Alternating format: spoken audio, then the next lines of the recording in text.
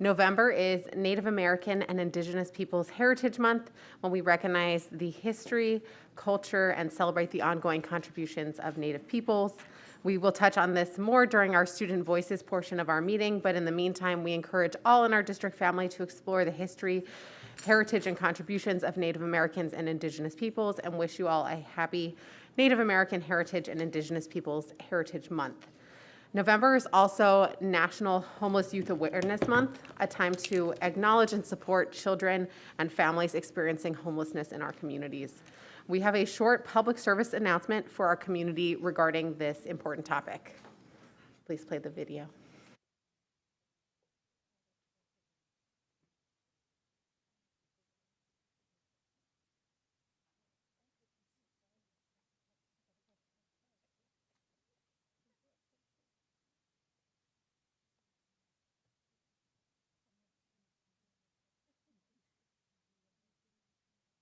We're cueing the video. One moment, please.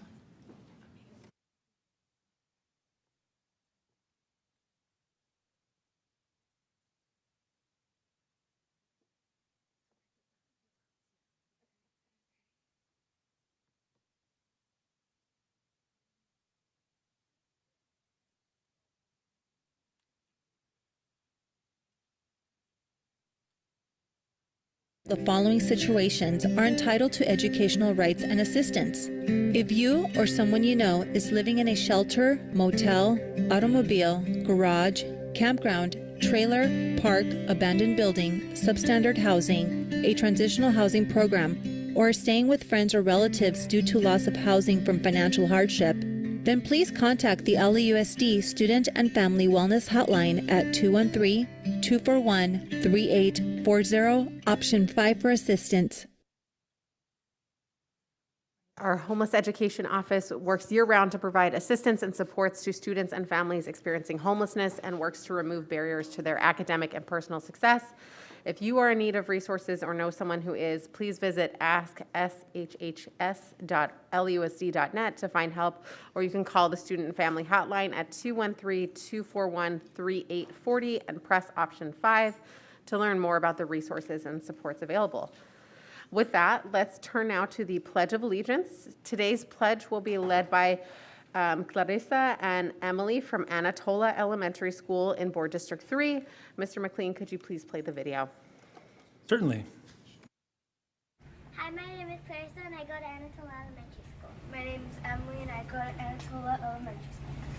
Put your right hand over your heart. Ready, begin.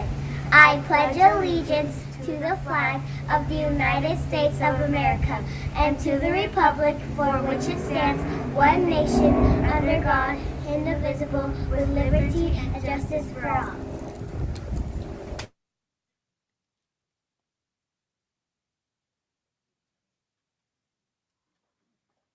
Thank you, Clarissa and Emily, and many thanks to Board Member Schmerlson and his team for making today's video possible. Let's move on to the first item of our Board President's reports, Student Voices. As I mentioned earlier, November is Native American and Indigenous Peoples Heritage Month, and we've invited students to share more about the significance of this month, their experience, and how the district and our wonderful multilingual and multicultural education department supports them.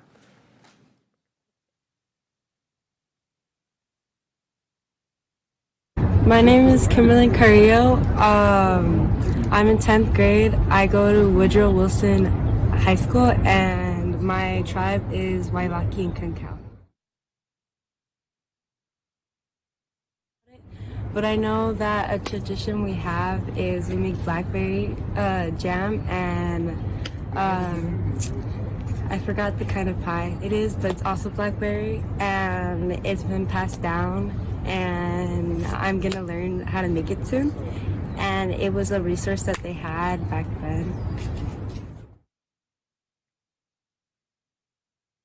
I know I have cousins that are part of the Hoopa tribe that they do powwows and they have markings,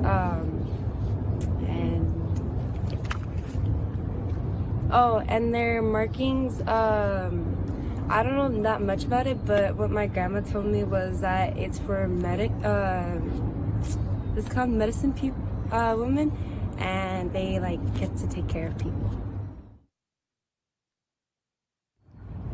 A little bit that I know about my heritage is through my grandmother. Her great-great-grandma stopped sharing stories and our history because she was ashamed and she didn't want to be discriminated, because back then it was bad to be Native American. And something that I really want to know is their story, and if there's still pictures or like family heirlooms.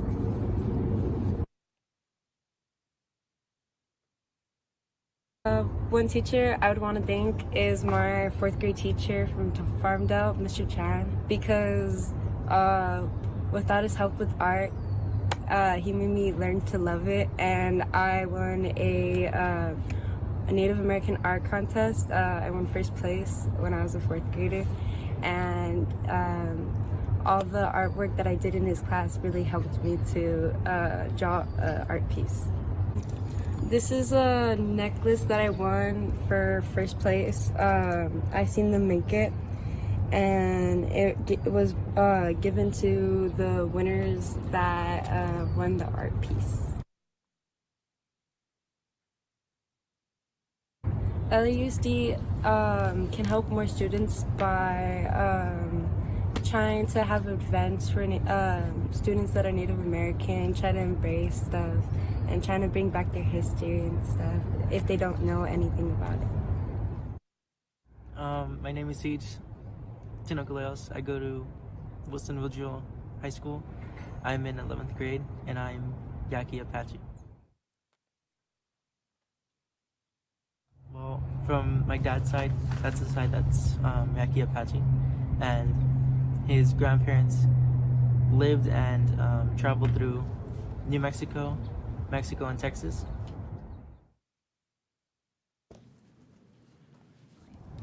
We go to powwows. Well, we used to go to powwows. It was like years ago, the last time I went. And I have a drum that they use in the powwow, but I couldn't bring it. It was too big. I have this choker, but it didn't fit me. So,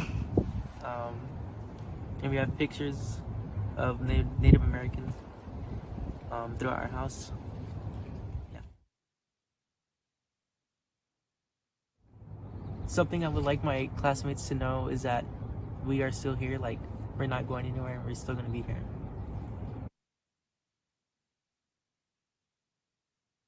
Someone in LAUSD I would like to thank is my 4th grade teacher from Farmdale Elementary, Mr. Tran, because he always encouraged me to draw and would put up my drawings all over the classroom. Like, anytime there was an assignment where you had to draw, mine was gonna be up. I brought sage with me, and this is used to increase spiritual awareness and healing properties, so it can help you breathe better. And were you named after Sage? Yes. And what's the story behind that?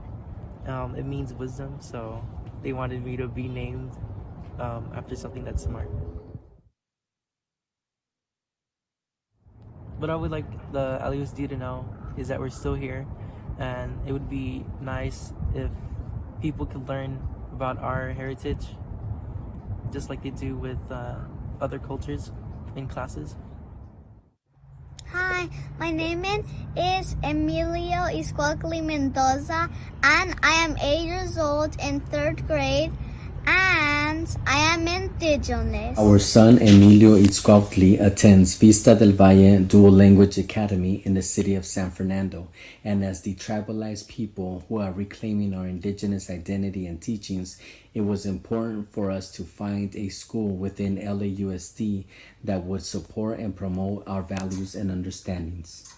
My name Iscuagli means young obsidian eagle. Cultural identity is of high importance to us, so we want to make sure that his educational environment validates this and provides a safe space for his voice to be heard. I'm a boy with long hair, and because of that, because my hair connects me to my ancestors. Raising our son in our traditional ways, we understand that we would be breaking gender norming stereotypes, so we looked for a school that would respect and be inclusive of our son's upbringing and validate our indigenous roots. All also, I learned Dia de los Muertos at home, but now I learned it at school. And I'm also learning how to speak Espanol. We're happy to learn that his school integrates Dia de los Muertos as part of their curriculum, where students create their own family altars. This is very validating to our indigenous roots and really makes the connection to our home life. This is my pet cat. Her name is Fiolita Alter. I am also a dancer, and I dance because I honor and respect my ancestors. Our son was diagnosed with Tourette's syndrome and autism spectrum disorder. So as parents, this adds another layer of concern regarding educational inclusivity. So we're glad that LAUSD provides a school like Vista del Valle where our son feels free and safe to be who he genuinely is. I have Tourette's syndrome, and I am proud to be me.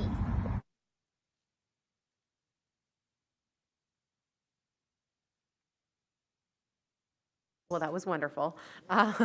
Thank you so much to all of the wonderful students who spoke to us.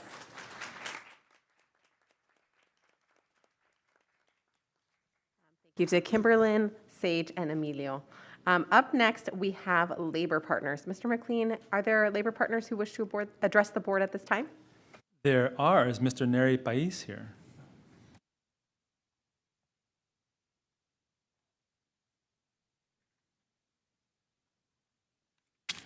So interesting following students. Student voice is so powerful.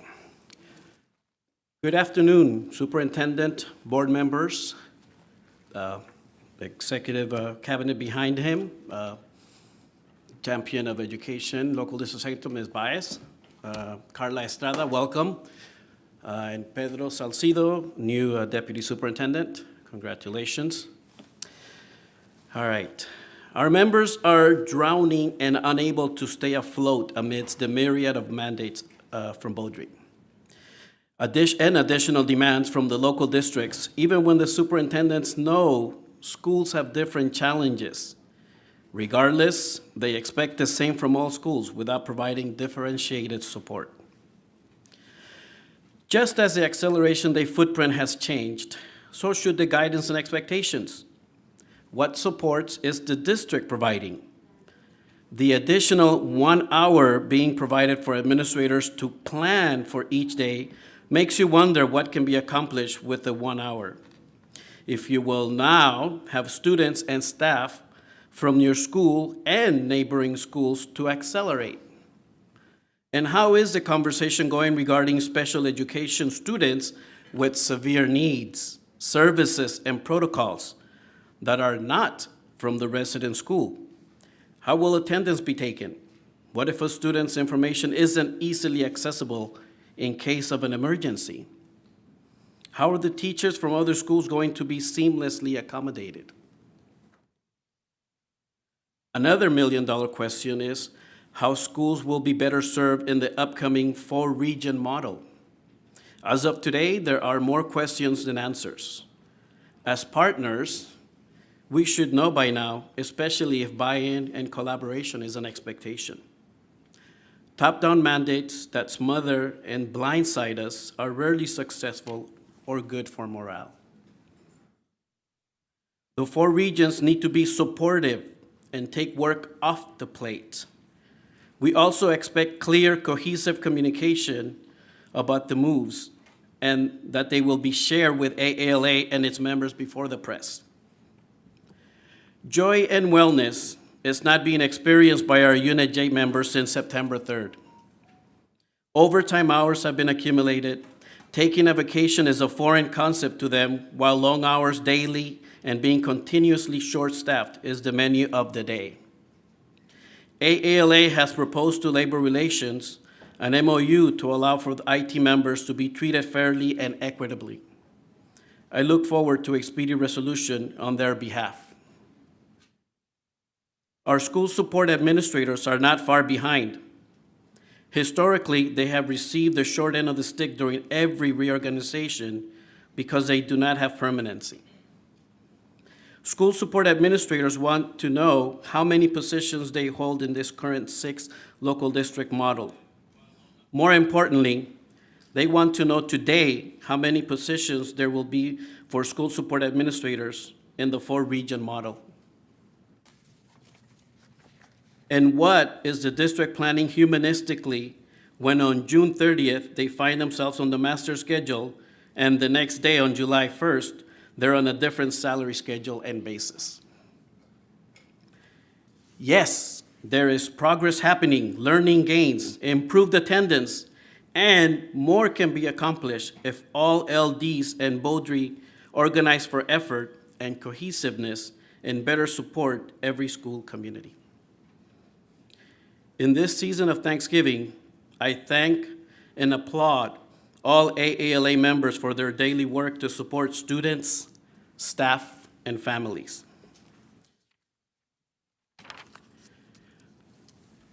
Board Member Garcia, while the speakers in the boardroom and across the district will not shake anymore beyond December, I wish you well, and I hope that whomever leads Board District 2 is as passionate for LAUSD students and families as you have been. Board President Gones and Ortiz Franklin in absentia, good luck with your soon-to-be event, very special event. And wishing everybody from AALA, everybody here and behind me and listening and watching, safe and restful Thanksgiving. Thank you. Thank you. Is Ryan Emerson here from SEIU? Ryan Emerson? Perhaps he's still trying to get in. Let's go to Mr. Gil Gomez.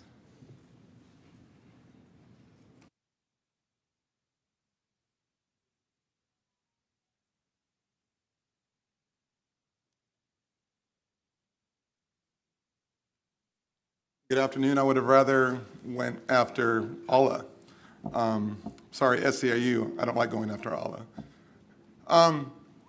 I wish you, hopefully, I don't know, it's around 9 months for Ms. Ortiz. Maybe it's time, maybe it's not, I don't know. I won't guess.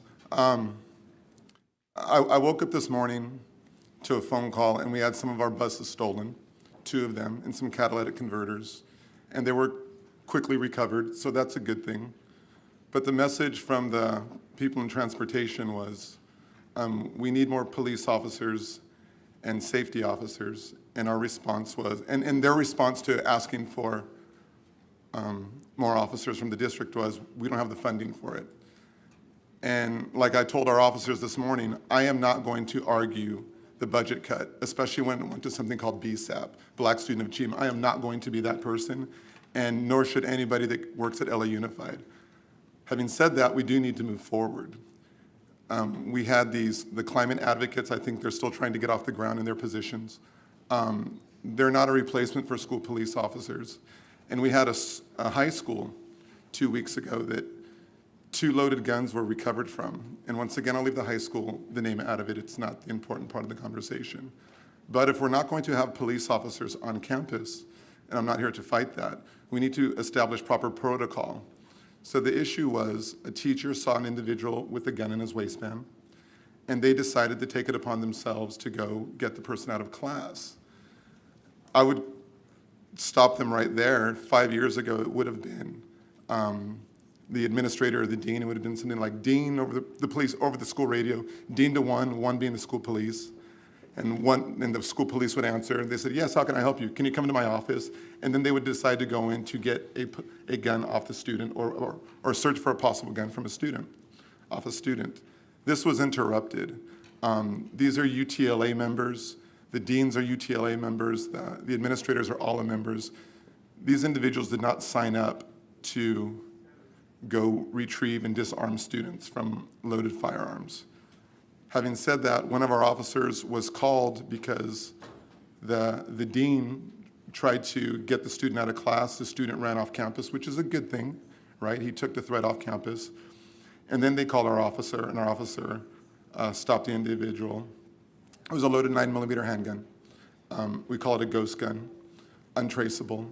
But then a campus aide came forward and they said, you know what, we saw another individual with a gun, and he gave it to his girlfriend. So that was enough to go do a search of the young lady's locker, and they recovered a second loaded 9mm gun. And I'm not overly alarmed about all these things. This is my business. But if you were going to remove what I consider the individual that keeps the campus safe from the campus, we could argue that on a different date. Have policies and procedures in place. Tell your constituents or tell the people that are working for you to have a protocol to call a police department. It doesn't have to be school police. So, you know, I'm preaching to the choir with some of you, but I am trying to move forward.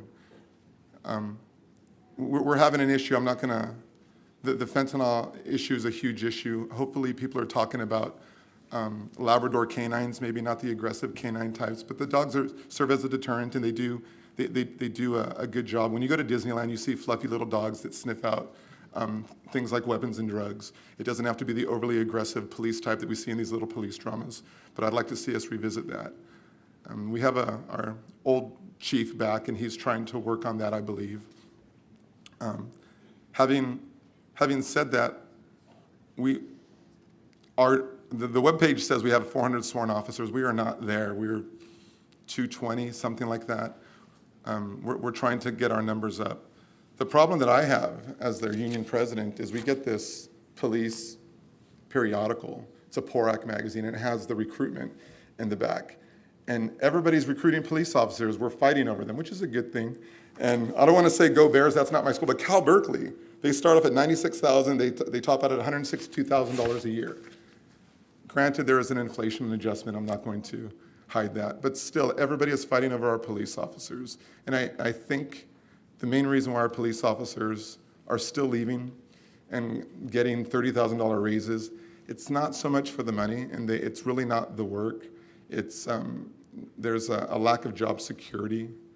I understand the politics of everything. Once again, I'm not going to try to undo something that happened in the past, but our officers are looking for some sort of sign to say that we're willing to reinvest in student safety, meaning the officers.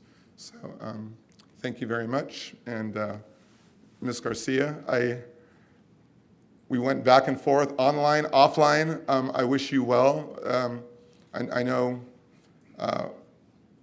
prior to the defunding, we had our reasons why we were at odds together. Moving forward now, I wish you well. And my intention here is not to slander anybody, but truly, I wish you well. Thank you. Bye-bye. Thank you. Mr. Ryan Emerson from SEIU, I think I saw you in the audience. Yeah.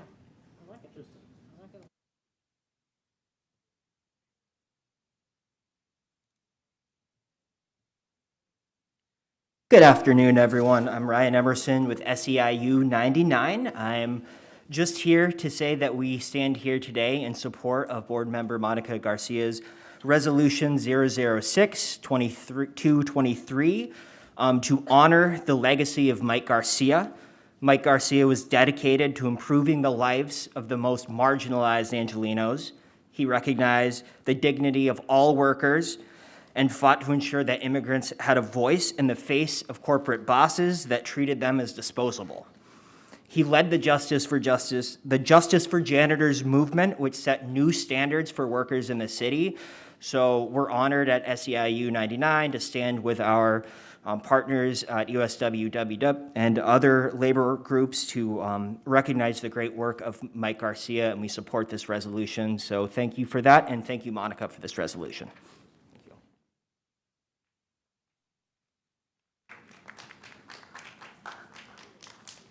Thank you to all of our labor partners for their comments. We'll proceed next with committee reports.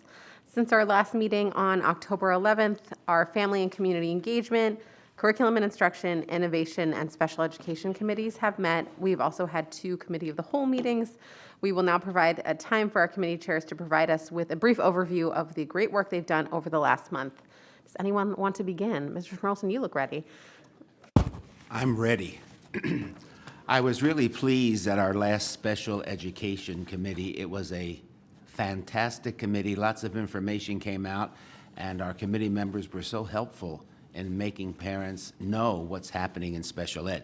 So on November the 2nd, the Special Ed Committee reconvened for the second meeting. The Division of Special Education staff provided an update on the reclassification process for students with disabilities. We learned that the California Ed Code identifies 4 required for classification. They are assessment of English language proficiency, teacher evaluation, parent opinion and consultation, and a comparison of student performance in basic skills. So for the last 20 years, the Division of Special Education has worked with the Multicultural, Multilingual Education Department to support students and families. According to Ed Code, the district must test students within 30 days for initial LPAC, but students that are nonverbal or have an intellectual disability have other options and not necessarily have to be on the same timeline for testing as the rest of the students. To ensure that recoupment is discussed in the IEP, Section N like Nancy, Section N was added, and our division leaders also reassured us that they will continue to provide supports to schools and to school staff so they can provide more resources and clarity to our parents on various processes. The second presentation focused on the Special Education Action Plan, as mentioned in the strategic plan. Dr. Luna reviewed the division priorities and goals as it relates to the 5 pillars. And the priorities are high-quality instruction, college and career readiness, eliminating opportunity gaps, strong emotional skills, and social emotional skills, and welcoming learning environments. Some of the strategies or initiatives to measure success on the priorities will be to move students in grades 3 to 8, on average 10 points closer to proficiency on the SBAC, math and ELA, to promote and increase the use of interim assessments and progress monitoring for students with disabilities, to increase participation of students with disabilities in career pathway opportunities, to increase the percentage of students with disabilities who are in the general education program at least 80% of the school day to 62%, provide targeted, tiered support to the schools with inclusion goals. We also, the development of guidance to IEP teams regarding student participation, create a student-led video on how to participate in IEPs, and create a video library on LAUSD teachers using best practices. Lastly, we learned that the Division of Special Education has a Twitter account at LAUSD SPED, and if you'd like to receive information on things happening at the SPED division, please visit that page. That's at LAUSD SPED, S-P-E-D. Our next meeting was scheduled for January the 4th at 5 p.m., but because families are still on vacation break, we have changed the date to January the 11th at 5 p.m. For the public and for my fellow board members, if there are any topics you would like the committee to address, please send me an email at scott.schmerlson@lausd.net. Thank you. Thank you, Mr. Schmerlson. Ms. Goldberg, did you have updates you want to share? Yes, thank you. We held our first Curriculum and Instruction Committee meeting of the school year on October 27th, with committee members participating both in person and remotely. The focus was college and career readiness, one of the priorities of the superintendent's strategic plan's academic excellence pillar. The topic was particularly timely because the fall semester is the critical time for many of our high school seniors who are planning and preparing for post-high school learning. The meeting began with a college access update from Dr. Carol Alexander. We then spotlighted College Path LA, which is a successful practice at Marshall High School that has yielded outstanding results. We also learned about the A to G intervention and support team and the UCLA Early Academic Outreach Program. The meeting concluded with a panel discussion on what's working at schools in preparing students for college and career. The discussion included representatives from Gear Up, International Studies Learning Center, and Valley Academy Arts and Sciences. It was a very informative meeting to kick off the new school year. In addition to my update, I'm excited to announce that our Curriculum and Instruction Committee website has just launched. You can watch our meetings, get information about our committee, find agendas and meeting materials at achieve.lausd.net/CIC. That's for Curriculum Instruction Committee. The reason that's important is because our meetings are during the day. Many people can't watch them, and if you're interested in some of the instructional methodologies that we present, you can now go back and find the topic on our website and watch the entire meeting if you choose to do so.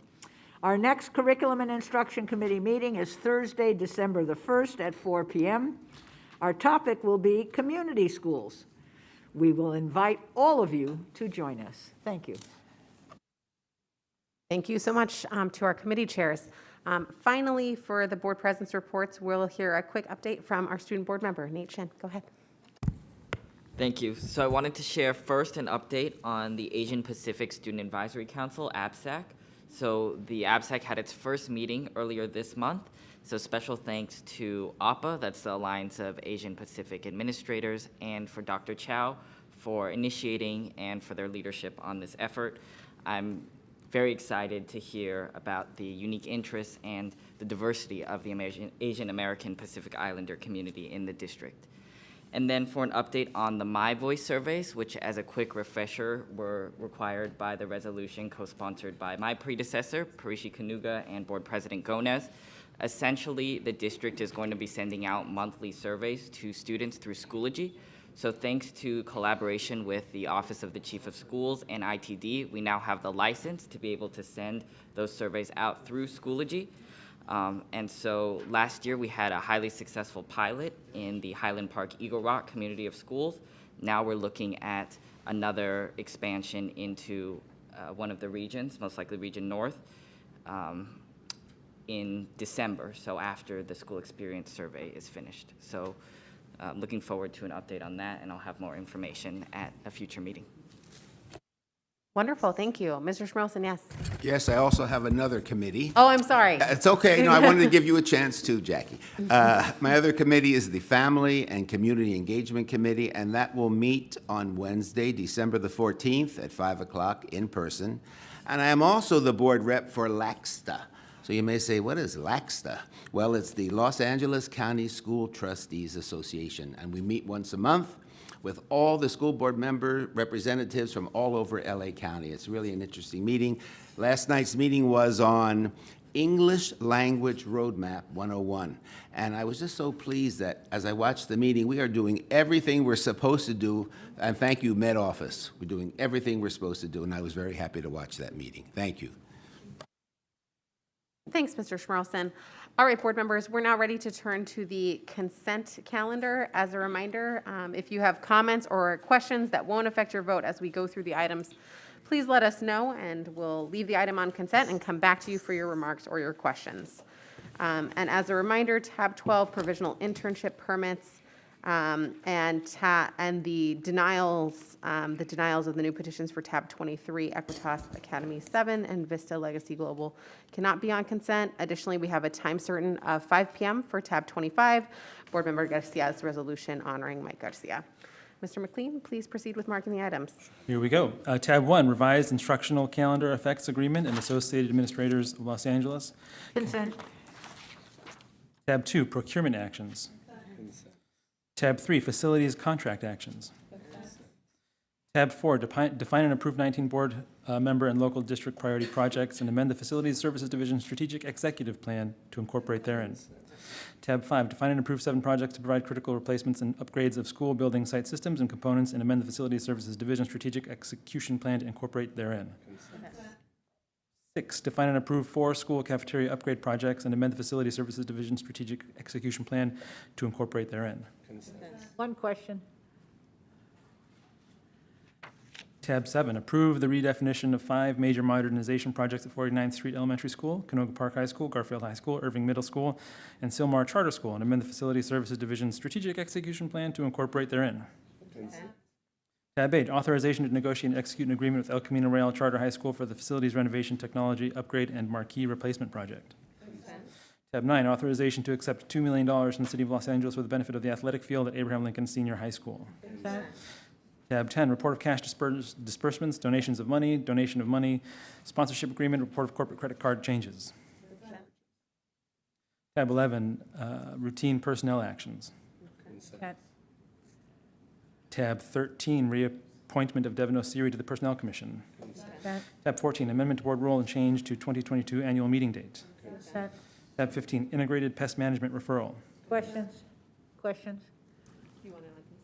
Oh, it's going to be on consent. Tab 16, secondary career and technical education stakeholder advisory committee. Tab 17, strengthening career technical education act grant. Question?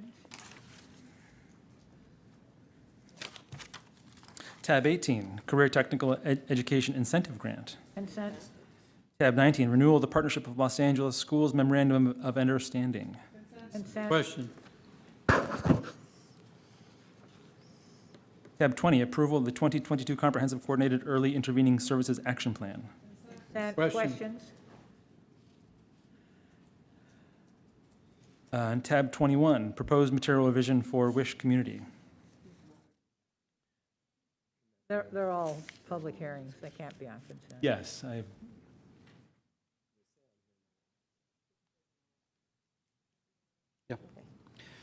Yes, some brief remarks regarding items 21 and 22. I really would like to provide the board and the public with an update regarding these two items, specifically the requests by Wish Community and Wish Academy charters to add an admissions preference for students with low incidence disabilities to their respective charters. First, a bit of context. The Wish organization shared that it sought to add an admissions preference for students with low incidence disabilities to ensure that these students particularly who may face challenges in enrolling due to the high number of applicants in the lottery process. We recognize that. We acknowledge that this charter school's interest and their commitment to serving these students who are most in need within an inclusive environment cannot be ignored. In fact, it is clear what the data shows, that they are serving a high number of students with disabilities currently, which includes students with low incidence disabilities. As a district, we certainly want to ensure that all students, especially those in most need, receive every opportunity available to them to be supported in achieving their individual goals as students.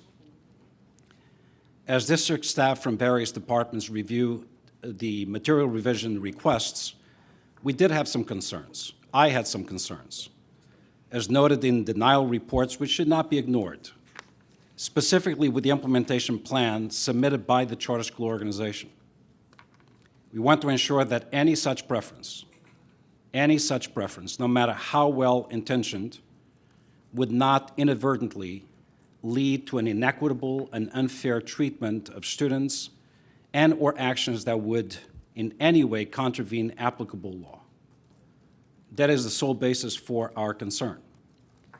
With that said, I am pleased with the fact that over the past several days, staff from a number of district offices and the charter entity have had further conversations to explore a viable potential path forward that would potentially strike the balance, the necessary balance of allowing the charter organization to proceed with such preference while protecting the best interests of the students that would be served. We as a district will exercise our role in the continued necessary oversight of this process. At this time, the WISH organization has agreed to clarify and correct its implementation plan, specific to the admissions preference that was previously submitted to the district.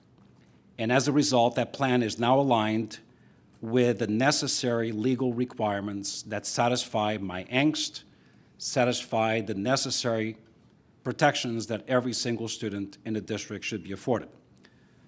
As a result of that, and considering what I just mentioned, I am respectfully proposing an amendment to the denial recommendation for this admissions preference with the expectation that this charter entity will ensure that in its implementation plan, it will comply with all applicable legal and district requirements as noted. I want to be clear about this.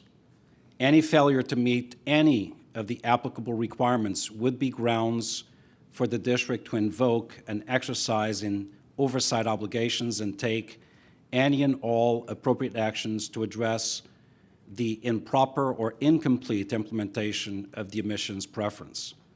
Such actions may include a discontinuation of the preference itself. I want to thank my staff that worked arduously through this process, particularly Jose Cold Gutierrez and his staff. And I also want to thank the charter school entities that, in good faith, sought to negotiate and arrive at a position that I believe serves all interests of all students. Thank you, Madam President, for your consideration. Okay, thank you, Superintendent. So that is for tabs 21 and 22, an amendment to the motions to approve from denial to approval. Okay, go ahead, Mr. McLean. I think we want to keep. It can go on discussion or consent. Correct. Tab 21, proposed material revision amended for Wish Community. Consent. Tab 22, proposed amendment to denial. Hold it, I'm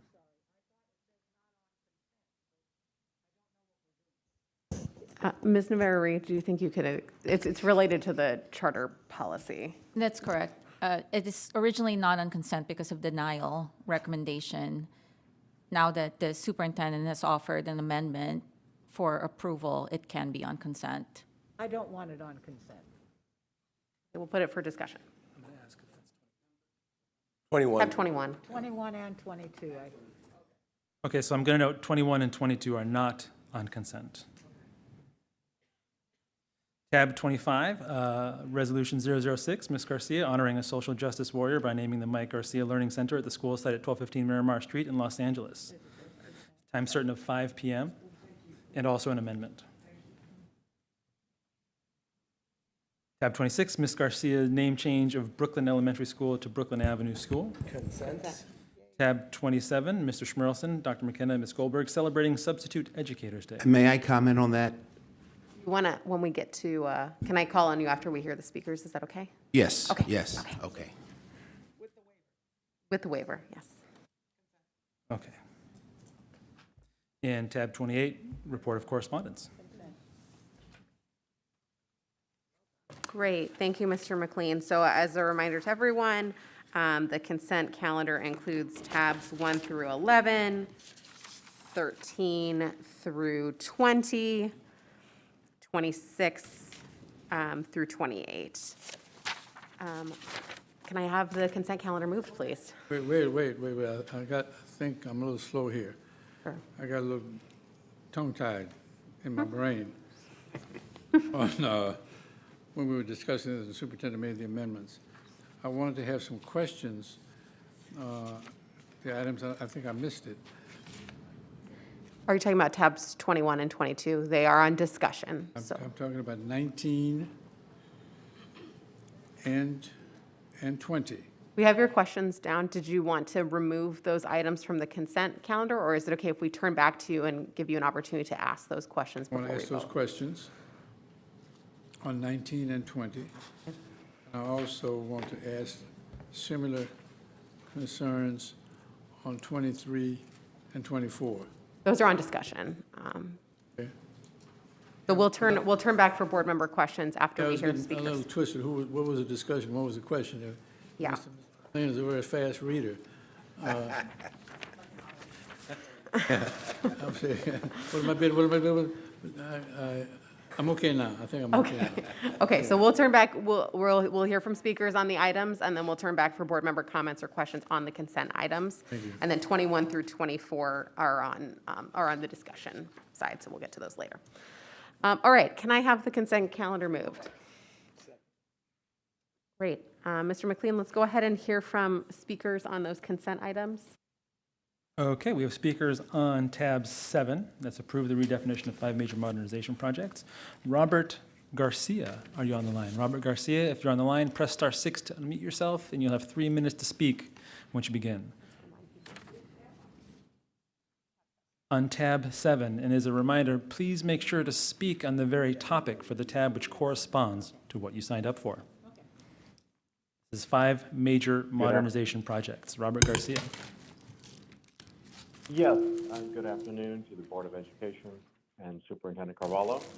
I'm Robert Garcia, the proud principal at Canoga Park High School, and I'm speaking on behalf of the Canoga Park High School community, which has existed since 1914, to endorse and ask for your approval of this facilities modernization project. The amount allocated for Canoga Park High School is $140 million, and this is a significant step in the right direction. And I respectfully ask the board to keep Canoga Park High School in mind for the next round of measure or bonds that are issued, because much work is left to be done at Canoga Park High School. Thank you. That's all I have to say today, and I thank you very much for your time and commitment to the students of LAUSD as well as Canoga Park High School. Thank you very much. Sean Fornari, are you on the line? Sean Fornari, if you're on the line, press *6 to unmute yourself, and you have 3 minutes to speak. Okay, no Sean. Moving on to tab 11 under routine personnel actions. Rosalba Villanueva, are you here? Rosalba.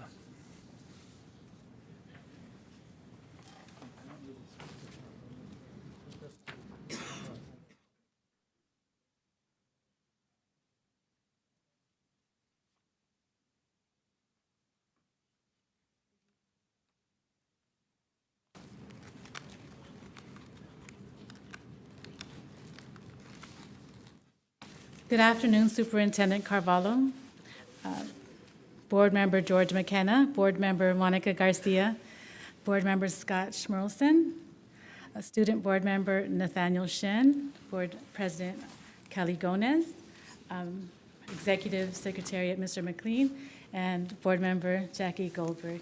It is good to be with you this afternoon. My name is Rosalba Villanueva. I served students and families of the district in the capacity of teacher and categorical programs advisor.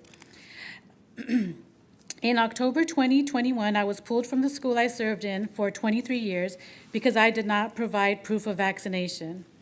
Masking and testing were not accepted as a reasonable accommodation, despite the fact that I worked in person from April to October 2021 with those same accommodations. I did not test positive for COVID during this time, despite the fact that many of my vaccinated counterparts did. I continued to serve LAUSD students and families at one of the virtual academies until June 2022. I have not been paid since then, as I was placed on work as paid status, in other words, no pay. I am a single mother, and it is only through God's grace that my family remains housed and fed. School districts throughout the city, throughout the state, and our country allow for teachers to serve their students in person with reasonable accommodations. I would like to add that in light of the current teacher shortage, which continues to affect our students in a negative manner, my request is that you consider that I, along with hundreds of other healthy, highly qualified, and passionate teachers, and classified staff as well, be permitted to teach in person with accommodations that are truly reasonable. Thank you so much for your time. Thank you for your time.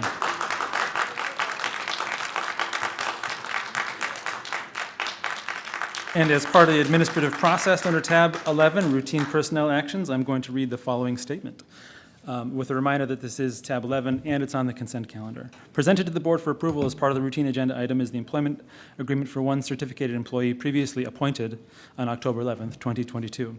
Government Code Section 54953 requires the board, prior to taking final action, to provide an oral summary of a recommendation for a final action on the salary schedule, or compensation paid in the form of fringe benefits of a local agency executive, including certificated employees, during an open meeting, which this is, in which the final action to be taken, which it will.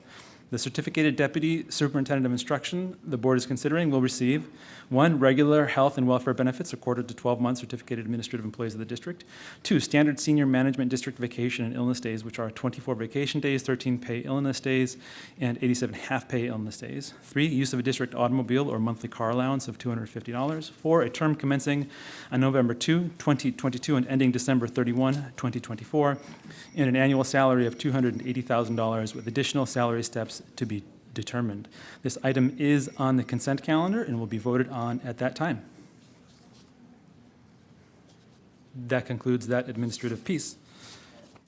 Okay, we are going to hear speakers on tab 15. Tab 15.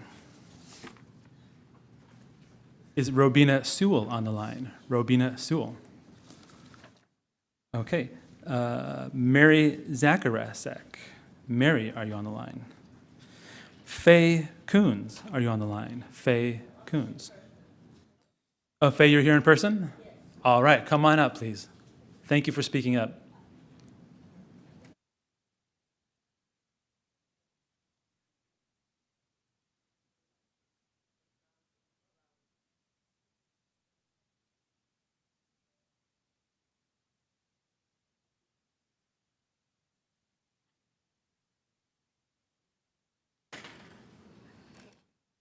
Oh, I can't believe somebody's wages have not been paid. Anyway, you are aware of the Ovalle situation. Roughly 29 children died because those who are responsible for acting swiftly did not do so. You, as board members, are the ones responsible for not killing the children with pesticides and herbicides. The IPM policy is working for the last 25 years. We cannot make our children whose bodies are just developing slaves to pesticide corporations and herbicide corporations. Let me make this clear. We stand against Monsanto. And the issue of pesticides is a global one. From farms to school, pesticides and herbicides cause cancer. The IPM policy works. We stand against Monsanto. And you are establishing community schools. The IPM committee is something that stands out and tells you that these are communities, these committees are good. Right now, you need to fight against pesticide and herbicide corporations, and the IPM policy works. Thank you. Thank you. Sandra Schubert, are you on the line? Sandra Schubert. Christina J., are you on the line? Christina J. Wow. Gloria Samoski. Gloria Samoski, if you're on the line, press *6 to unmute yourself, and you have 3 minutes to speak once you begin.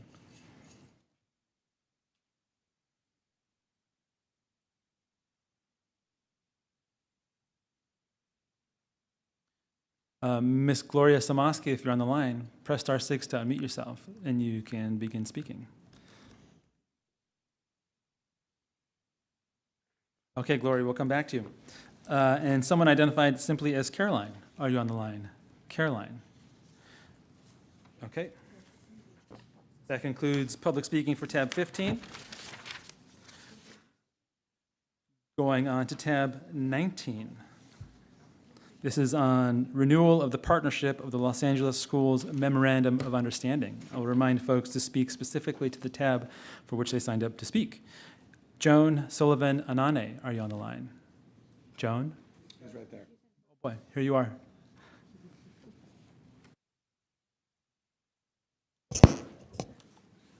Hello, everyone. I wanted to just thank you. We consider it a tremendous privilege to work alongside the schools in Watts, Boyle Heights, and South LA.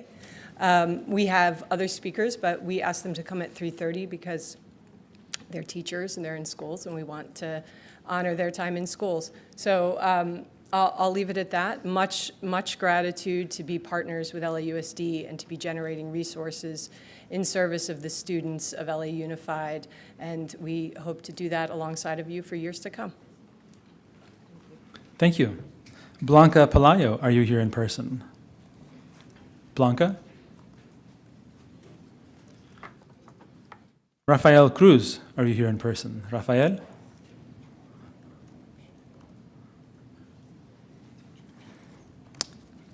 Christian Didrikson, are you here? Kristen? Paula Schenkelberg, are you here? Kiana Stepney. And Jan Arroyo are here in person. Okay, I've been told the folks from tab 15 are now on the phone line, so I'm going to go through and recall those that I missed. Robina Sewell, are you on the line? Robina. Mary Kakrasek, are you on the line? Mary. Sandra Schubert, are you on the line? If you are, press *6 to unmute yourself. Okay. Christina J. Christina J, press *6. Okay.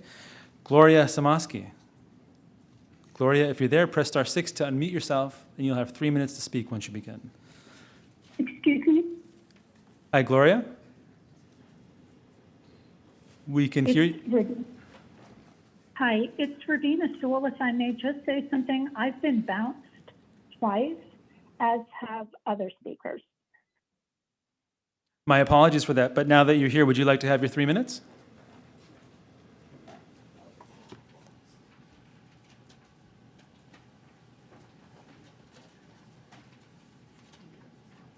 Okay, Gloria Samoski, are you on the line? Gloria, if you're on the line, press *6 to unmute yourself, and you have 3 minutes to speak.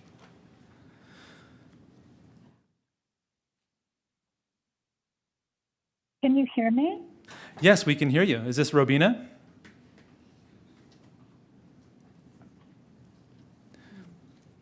It must be apparent that we were having technical difficulties. My apologies for the silence.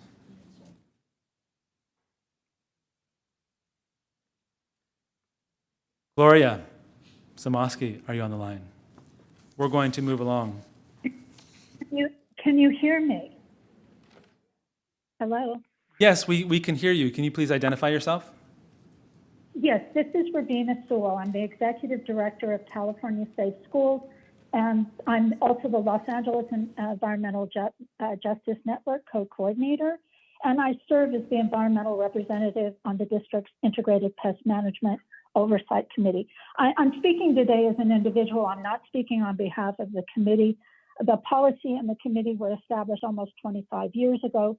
The policy was created after children, including my son, were sprayed with pesticides by an LA Unified gardener in a hazardous material suit at an elementary school as they were walking into class. As a result of this toxic assault, my 6-year-old son suffered a very severe asthma attack, but fortunately he recovered. There were no litigious motives, and we wanted to move forward. And with the direction of the entire LA Unified School Board, M&O, OEHS, teachers, parents, medical experts, and scientists, who we all worked together for 1 year to create this policy, and it was unanimously adopted. It's become a national and international model for how to handle pest management, and the state used it as a model when it enacted the Healthy Schools Act. The Oversight Committee serves as an independent body to make sure that there is compliance with the district's policy and state law. And sadly, I believe that the board has been misinformed from M&O about non-compliance with the policy in regard to the IPM Oversight Committee. Please keep in mind that it's the district's M&O that notices, organizes, and runs all committee meetings, and they've done so for almost 25 years. So if there has been any legal error about how M&O staff management has been running meetings, there's no need to establish an ad hoc committee of this board. Please just fix it. As a member of the IPM committee, I am here to tell you that I am happy to comply with all legal requirements provided, that I'm informed about what these legal requirements are. Again, I strongly urge you to not be misled by information that the committee is the problem. The IG report clearly states that M&O has violated not only LA policy, but also the Healthy Schools Act. And the violations include lack of training, lack of right to know, lack of notification, and the egregious purchase and application of agricultural pesticides on school grounds.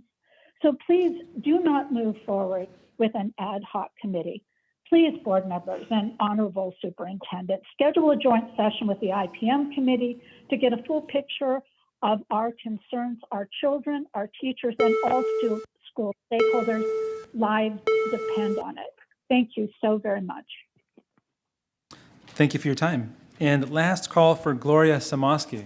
Gloria, press *6 to unmute yourself, and then you'll have 3 minutes to speak once you begin.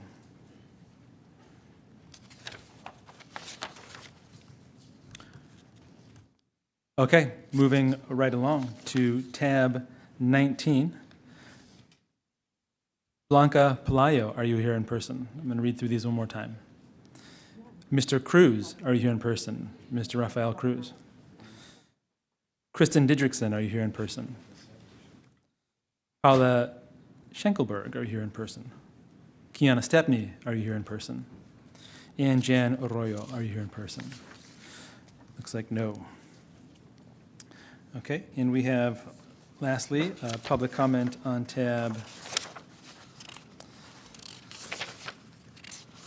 27.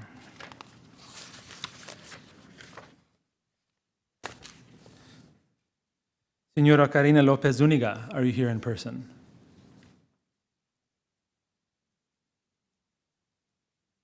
Senora Karina Lopez Zuniga, are you here? No. That concludes public comment on the consent items. Thank you to our speakers. Thank you, Mr. McLean. So board members, we'll turn back to your questions and comments on the consent items. First, I have a question from Ms. Goldberg on tab 6, define and approve 4 school cafeteria upgrade projects and amend the Facility Services Division Strategic Execution Plan to incorporate therein. Ms. Goldberg. Yeah, I'd just like to request a list of how those upgrade, what the criteria were and what other schools are next in line. I have a lot of schools who want to know just where they are in line, and I want to be able to tell them. So that's all I'm asking for. Thank you. We'll provide that list, and we'll make staff available to go through it with you. Thank you, Ms. Goldberg. Thank you, Mr. Superintendent. Next on tab 15, the Integrated Pest Management Referral, a question from Ms. Goldberg. Actually, I have several questions. On pages 341, there are 2 recommendations, and on page 341 and 343, there are recommendations. One of the recommendations calls for looking at the school documents, that's recommendation 2, to ensure that they were complying with HSA requirements. And the response from M&O was that that will be implemented by January 1st. What are the implications of it not having been done while we were doing construction and reconstruction before then?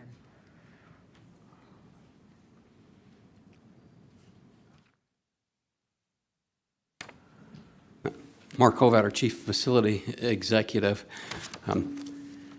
The committee was established to do the oversight of all of our procedures. We have only implemented used the chemicals that were approved by this committee. We've only used the processes that were approved by this committee. The items that were identified that we needed to be in compliance with was the annual training. We have the same staff that's been doing this over and over, and they're supposed to get an annual refresher training. That was something that we had not been documenting, that training, So that's since been corrected. Are we out of compliance From what perspective? Out of compliance with? with the district's requirements? Our committee is out of compliance because there was a requirement that all the board members be approved by the board. That's something that this action today is supposed to be taking care of, to bring those members so they could be vetted by the board before they can go forward. Without an authorized committee member by the board, the committee technically has no standing. However, that doesn't mean that we haven't been still following the procedures that were established by reviewing by the committee. That's really the question. Yes. No new chemicals have been adopted since we've had our last meeting. No new processes have been adopted or used since we had this last meeting. Board Member Goldberg, if I Go may. ahead. I appreciate you asking that question because, as we listen to or read some of the correspondence that comes our way, which is widely distributed throughout the community, one could walk away with a sense that somehow there is an issue of noncompliance specific to the products that are currently being used in LAUSD, or perhaps an issue of noncompliance specific to the effectiveness of the pest technicians. That is not the case. When the 2022 audit was performed by the Inspector General, the Inspector General in his report actually highlighted the fact that there were no issues or items identified as reflecting any deficiencies specific to pesticide or non-toxic pest supplies or anything dealing with the effectiveness of the technicians. As Mr. Hovatter said, the non-compliance finding was actually specific to the fact that the IPM had not been in compliance with the district's, with the board's own adopted policies for a number of years, as well as the Healthy Schools Act. So that's what needs rectifying, and that's what the board's action today accomplishes. But I want to be very clear to the community. Our kids are safe, our schools are protected. We're not using any chemical, any product that had not been previously approved.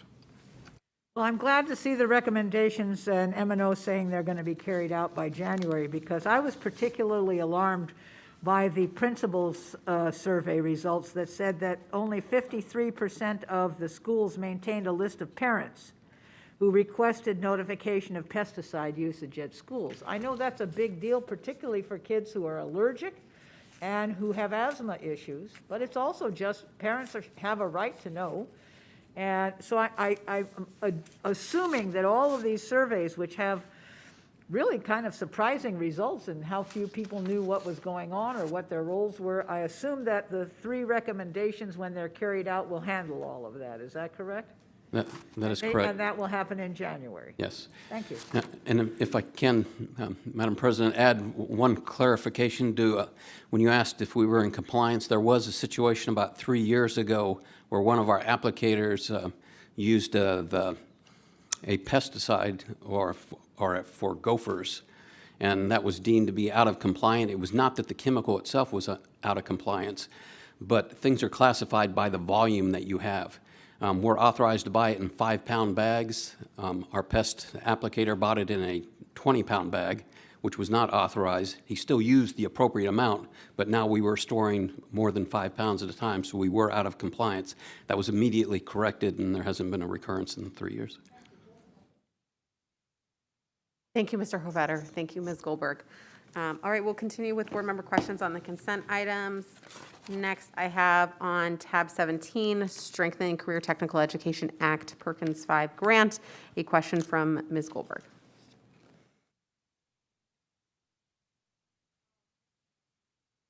Really, it has to do with the reimbursement grant that were provided for students with CTE pathways. I'm told continuously by school personnel that they can't keep CTE teachers because in the industries in which they work, they can make so much more than we can pay them. And I'm wondering whether or not that has to do with the amount of reimbursement we get from the federal government under Perkins, and whether or not we are limited as to what we can pay a CTE teacher because we rely heavily on these Perkins grants.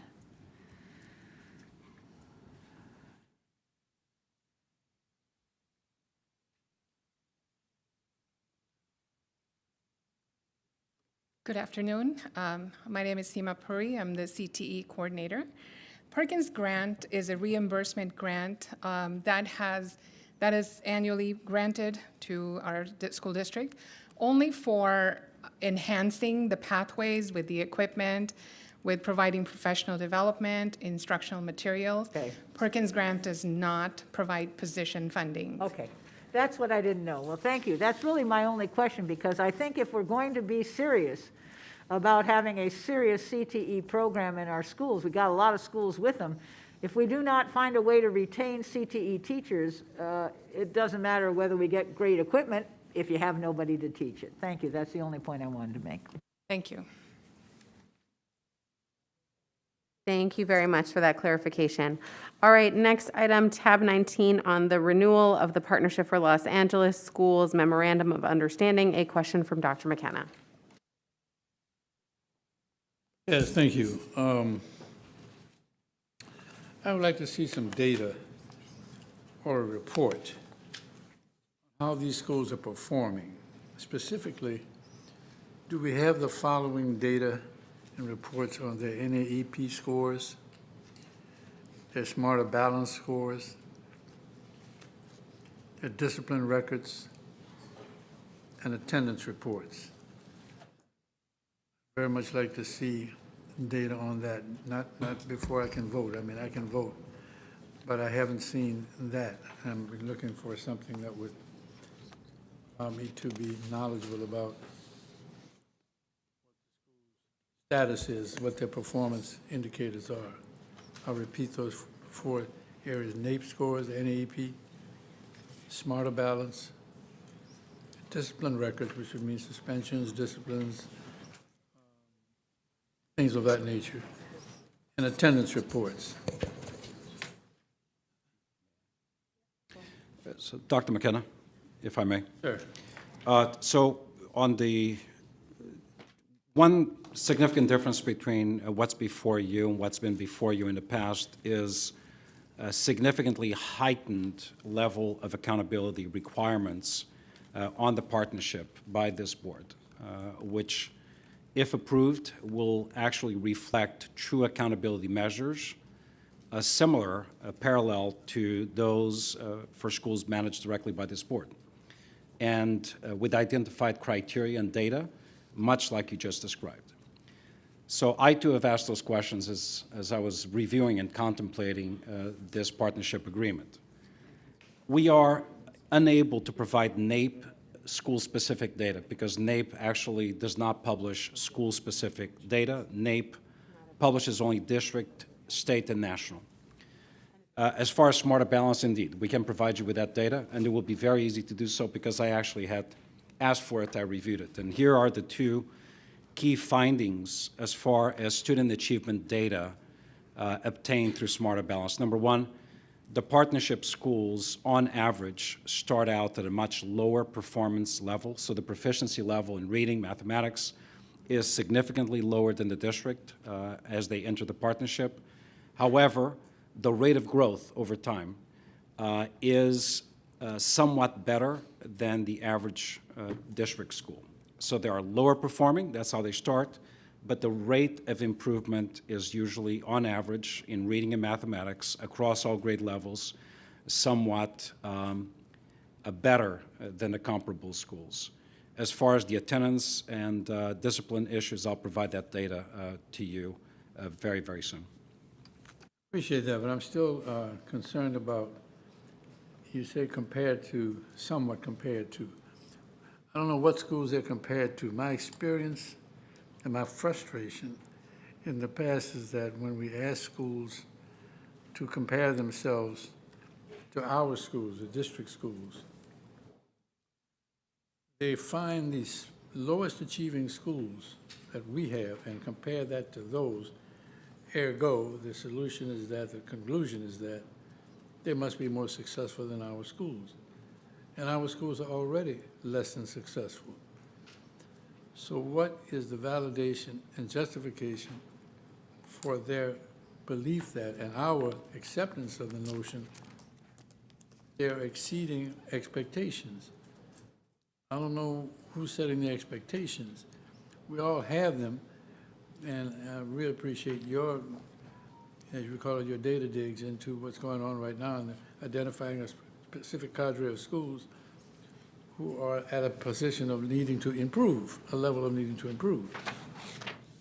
Are they part of that program? I'm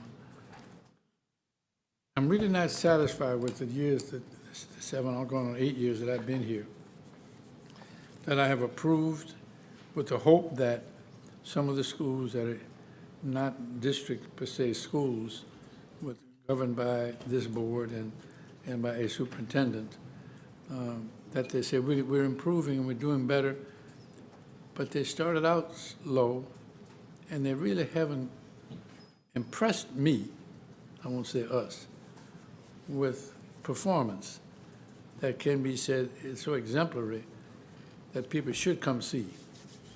But we fund them every year. We provide resources for them, or provide partnership with them. They're not totally dependent upon us, but we are dependent upon them as well as cohabitation here, saving all children. And that's what I'm concerned about. So when we use NAEP as a district-wide, I understand that. Where would I find the partnership scores in that? And maybe I can't. Maybe I can only find the smarter balance and some other things in there. But I'm really interested in that. And I appreciate, Mr. Superintendent, that you are also concerned about it, which means if you're concerned about it, staff will be concerned about it. Sometimes a board member can ask for things and not always get it. We don't always get it in a sense of urgency or a timely manner or enthusiastically. I know staff works hard on everything they do. I got that. But everything is a priority. And therefore, sometimes nothing is a priority for a few days until they get around to it. I got that too. But I still would like to see some of these things, and I appreciate your comments on that.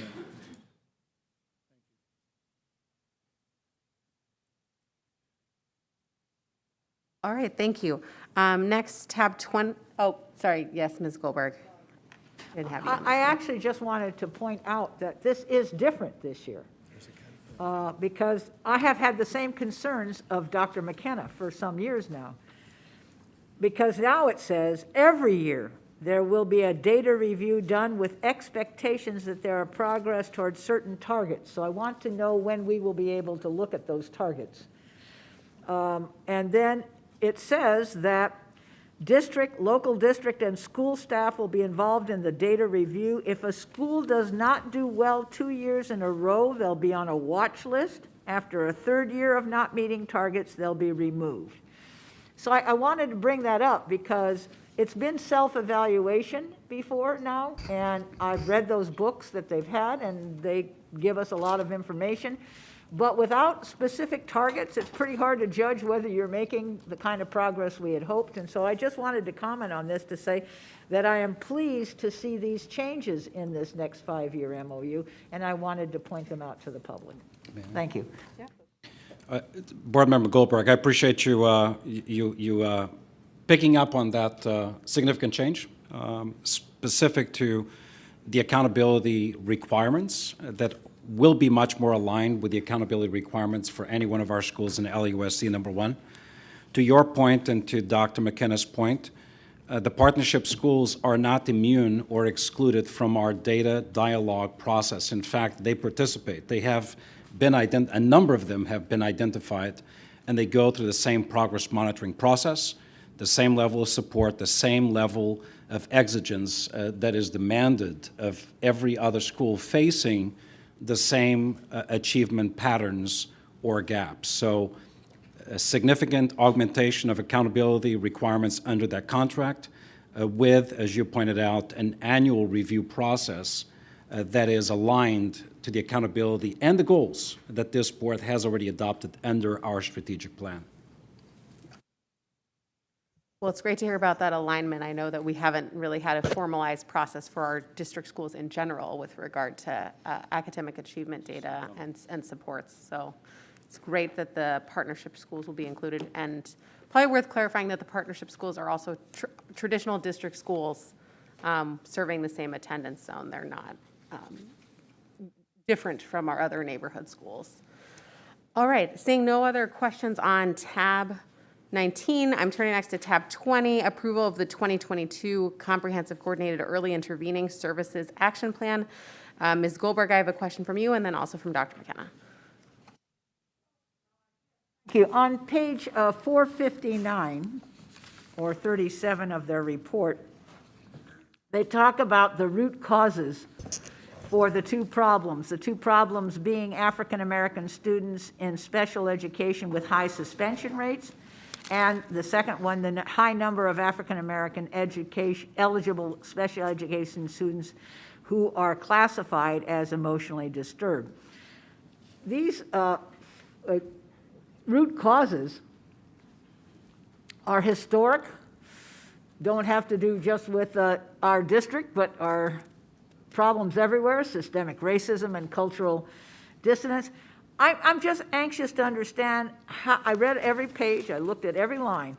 I'm not sure I understand how you think what you were doing will identify at least the problem of African American students with high suspension rates that are in special ed. So maybe you could just tell me a little bit more specifically. I tried to find it. I read the various places where it starts with who's responsible and so forth. But if the basic root causes are things like systemic racism, how in 27 months do we address that in a way that deals with these two problems? You have a very comprehensive report. I'm not taking issue with a single word in it. But what happens if these things don't seem to produce the changes in those two categories? Do we have a way of correcting in midterm, or do we have to wait till the 27 months are up? I'm very concerned about this because one of them is an ongoing problem, that is the emotionally disturbed category being out of line with their numbers in the district.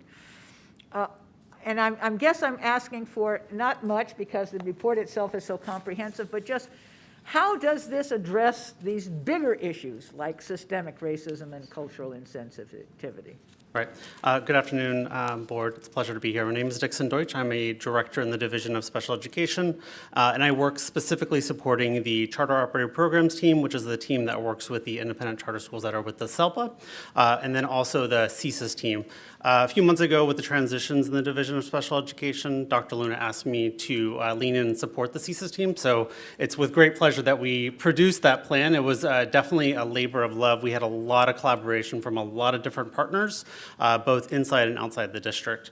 Just to specifically answer some of your questions, so on the root causes, and I believe there are a total of 5 root causes identified. Those are actually the same root causes that we've had for the last couple of years of action plans. And I think your comment strikes at the core, right? We're not going to solve systemic racism tomorrow, or to your point, even 27 months. I think as being within an education institution, it's our responsibility to be and model lifelong learners. And a lot of our work has really been on professional development with schools, looking at school culture, working with staff one-on-one, and that's something that we want to dive more deeply into in the 22 action plan. We also, both with CDE guidance and also our technical assistance facilitator, which is an outside district person that helps us with the plan, that's something that they highly recommended, that we don't just do new activities to do activities, but we really take a deep dive approach to these activities so we can begin to see the tides really change at these school sites. And we've seen some progress, particularly with our goals from the 2020 plan. In terms of what happens if this doesn't work or how will we measure, the beauty of this plan, it does have a quarterly sort of mandated reporting system that we have to do to CDE. And that's something that's a promise I made to Dr. Luna, that's something that I want to make sure if we're dedicating over $20 million to a project, we actually see results, and we actually can report those results out both internally to the district, but also, of course, to the board. The other piece of this is looking at the data itself. So there's a bunch of qualitative data points that you can look at, and there's also sort of a small number of quantitative data points. So those suspension numbers, what we report to CalPADS. And I know Division of Special Education Leadership is definitely interested in really looking at those leading indicators of that data and not looking at data that is essentially 2 years old. Thank you. All right, and then last board member comment or question on the consent calendar. Mr. Schmerelson, give you an opportunity to speak about your resolution, tab 27, celebrating substitute educators. Wait, what happened to mine? Oh, I'm so sorry. I missed you. You got me, yes. Thank you for reminding me. Tab 20, a question from Dr. McKenna. And then, Scott, I will turn to you. Thank you. Sometimes I feel invisible, but other times, I don't know. I have a few things on this, and I wrote it out here. It is not possible for me to go forward on this issue without a review of the institutional memory of the treatment of black children in this district and in this country. Disproportionality in identification, disproportionality in an incident's duration and type of disciplinary actions, including suspensions, expulsions, and in placement, especially in emotional disturbance eligibility. In the 1979 case of Larry P. versus Riles, tests were being used to remove African-American students from regular classes on the basis that the children were educable, mentally retarded. Families pointed out, that's a quote, that's what the term we use there. Families pointed out that the tests were flawed due to bias, and the judge agreed, quite appropriately. In the 1993, we had the Chandler Smith case, where LA Unified had to change its way of identifying eligible students, timely assessments, and individual educational program planning, access to related services, inclusion, and placement in the least restrictive setting. We were under an independent monitor for over 20 years. And we kept trying to comply, and there was always something that found us out of compliance, and it frustrated some of us that are here now. We have had other cases and other issues, and have said we will do better, but we have not. We've done so-so, but we've not really solved the problem. Will this plan really change how we serve our special education African-American students? Track record not being good. Historically, we have not served these children appropriately in over 40 years. There are good things in this plan, and I want us to succeed, so I'm requesting that we monitor our progress more closely, collect, use, and report disaggregated discipline data to ensure this plan is working. Ensure quality school-wide practices like rigorous curriculum, procedures for identifying students who are gifted, quality programming for gifted and talented, meaningful professional development for teachers, positive behavioral intervention supports, referrals for wraparound support like community outreach and mental health counseling, and learn as much as possible about the psychological and cultural norms specific to children in our schools, including language, literature, holidays and festivals, family roles, beliefs, assumptions, and core values, manners and body language, rules of conduct and concept of justice, humor, child rearing practices, personal space, relations to authority. I could go on and on. I'm just trying to point out things that sometimes as children look different because people don't understand what our as black people, our humor is. Sometimes they don't, sometimes they do. And that's a terrible thing to, when you don't understand, you think that child is disabled, you think they're in need of remediation, you think they're in need of punishment, perhaps suspension, etc. And get to know your personal biases and have plans to avoid acting on them.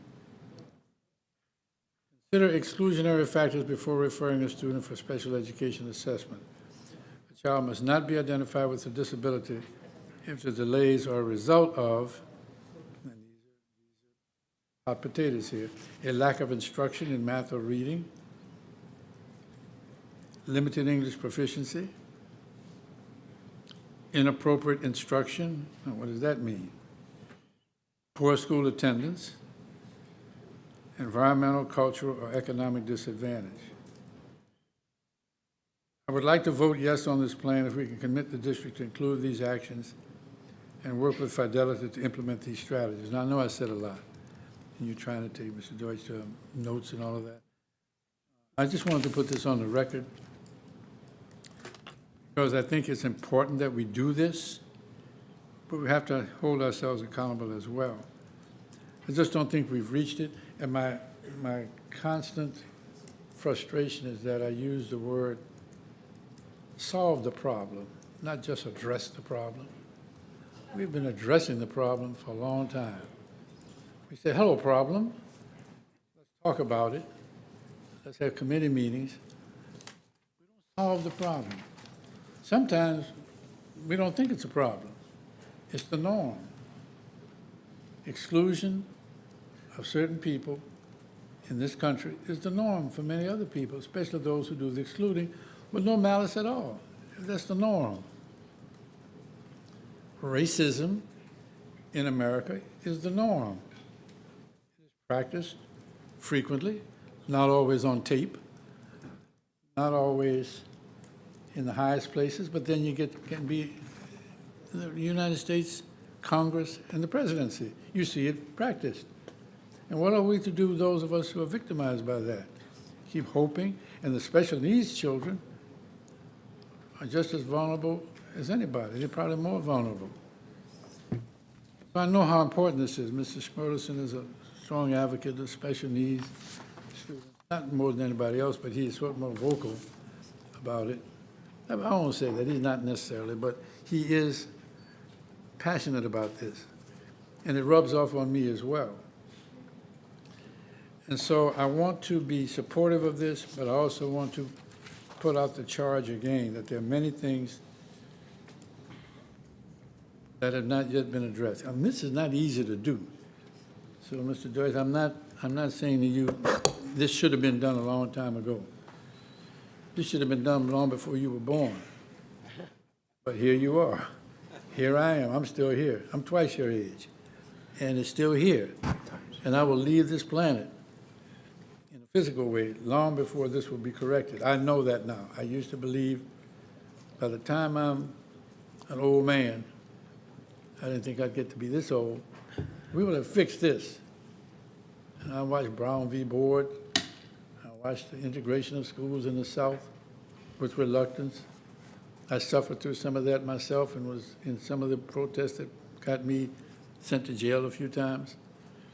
I was proud to go. I thought I was doing the right thing, and I know I was. Didn't solve the problem, though. The problem is still there.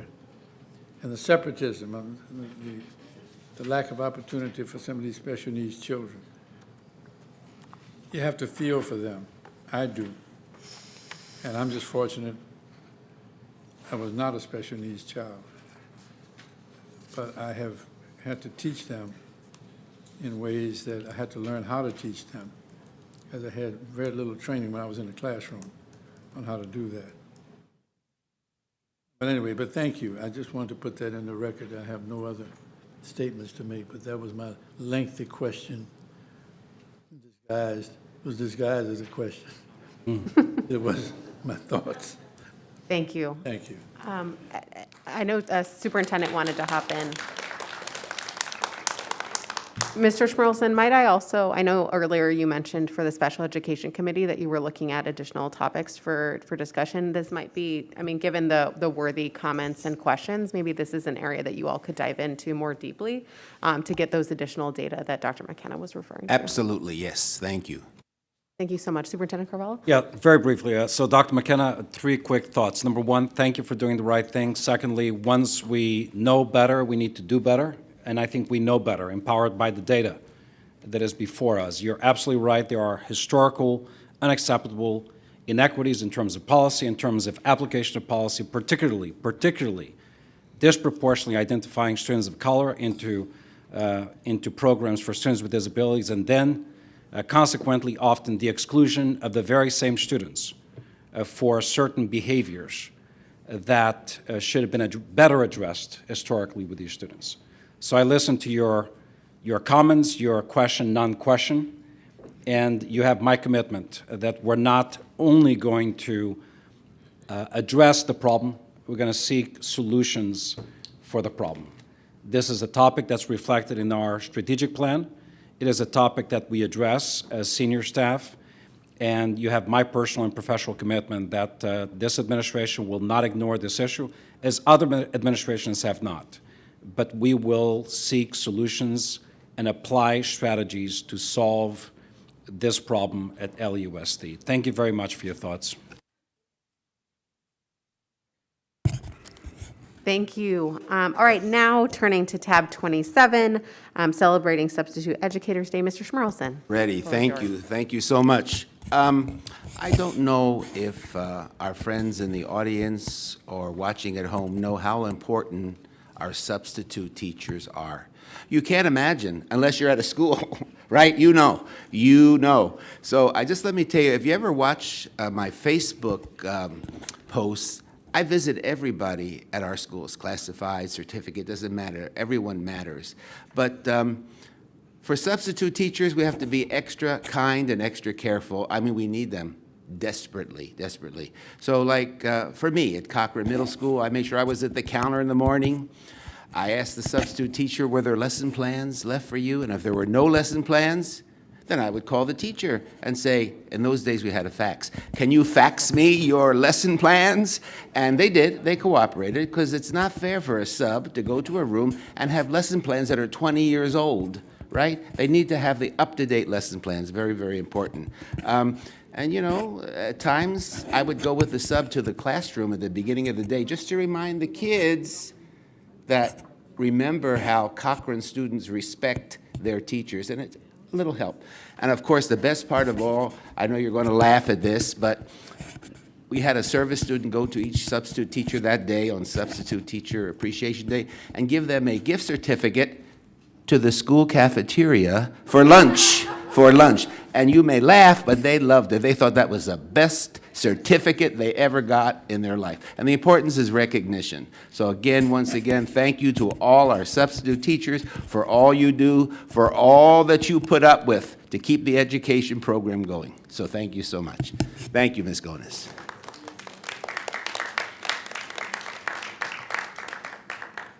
Thank you, Mr. Schmerelson. Thank you for bringing the resolution forward, and to all of our substitute educators who are doing such wonderful work at our schools. That is all I have in terms of board member comments and questions. Mr. McLean, I know we maybe wanted to do one more check just to see if any of those speakers who were not here have arrived and would like to speak before we vote. I have checked, and they have not. Okay. All right, Mr. McLean, can you call the vote on the consent calendar, please? I sure can. This is the call to the vote on the consent calendar. Ms. Garcia. Yes. Dr. McKenna. Yes. That was a yes, Dr. McKenna? That was a yes. Okay, excellent. Mr. Schmerelson. Yes. Mr. Melvoin. Yes. Ms. Goldberg. Yes. Board President Gonez. Yes. And advisory vote from Mr. Shin? Yes. Thank you. Thank That you is all 6 very ayes. much. Great. Next, we will turn to the superintendent and team for, well, or maybe not.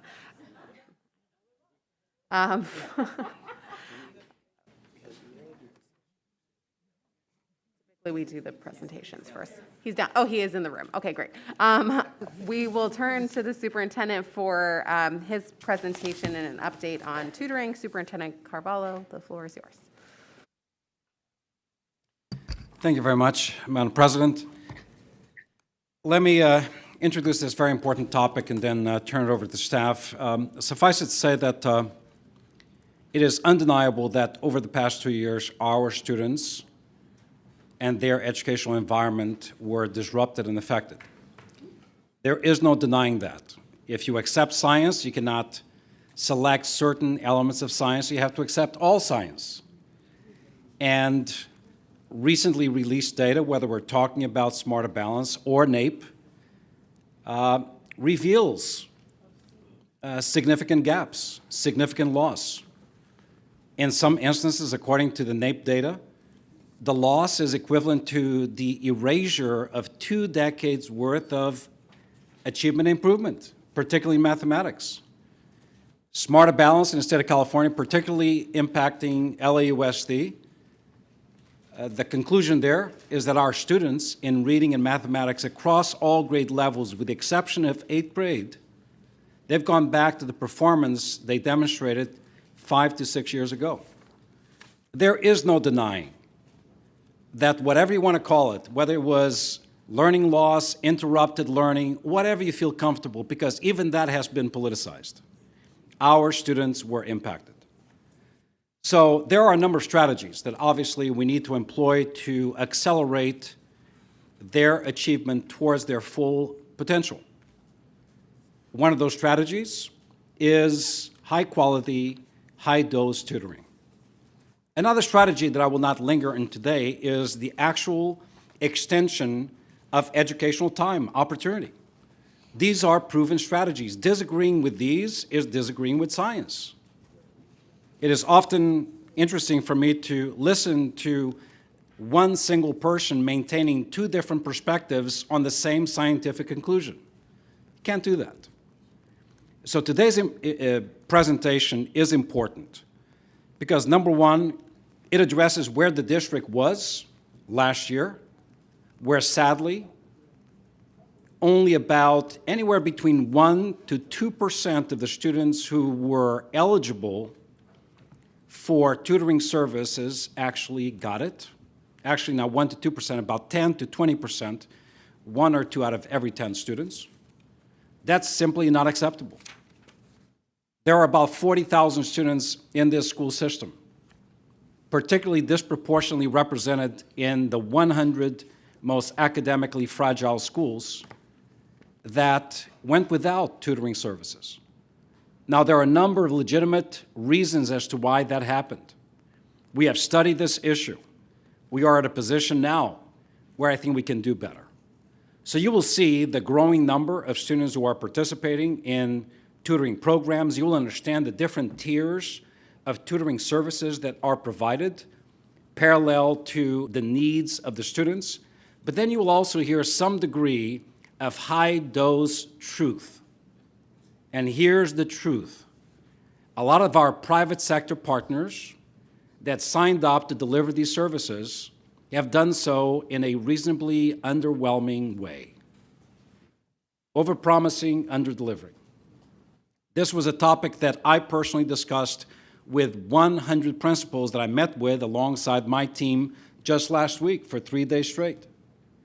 And many of the companies, best in class, either have sent us unprepared tutors, have committed tutors to schools and then the tutors don't show up, or the tutors show up without a clear understanding of what they are to do.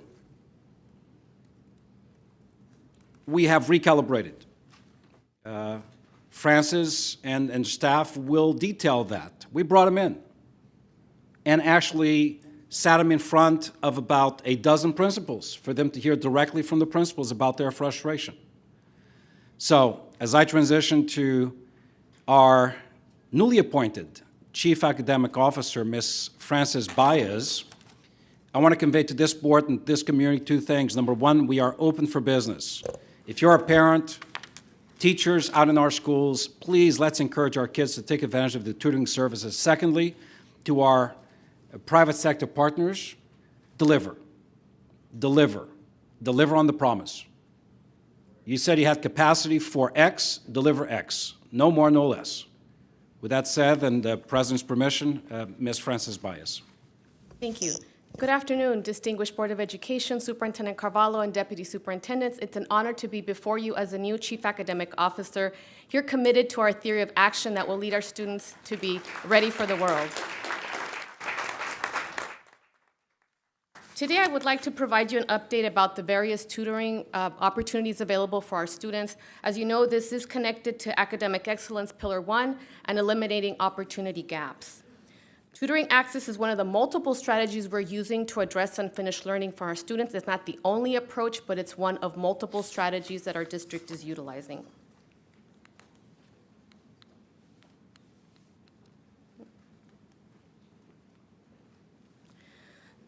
So we have 3 tiers that we're offering tutoring. One of them is on-demand tutoring for all students, and this began the first day of school, and this is through tutor.com and paper.co. Students have access to these applications on their Schoology device. They go on, they click, and they receive the homework help. Tier 2 consists of a locally designed program where teachers are tutoring students after school and on Saturdays. This is something we have done for many years, and teachers, when they understand the needs of the students and the skills that where they are, and they are addressing, they're working to meet their needs based on the skills that they need support with, based on progress monitoring tools that are used. The focused tutoring at 100 priority schools, they are face-to-face tutoring services that are available to the schools that Superintendent Carvalho identified as the 100 most fragile schools. And there's face-to-face tutoring that is being offered to those students with high-dose tutoring programs. And then the last aspect of Tier 3 is the focused virtual tutoring.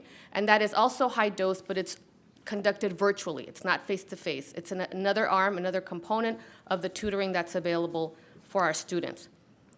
Now, as was prefaced before, our tutors were very slow to deliver, so we challenged them to provide tutoring on October 26th.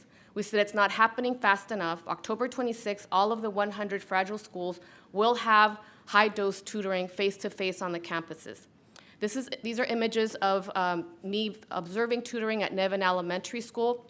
And I want to say that after the tutoring launched, we received feedback from principals, and the principals noted that either tutors did not attend or there was a variance in the preparation of the tutors that were providing services to the students.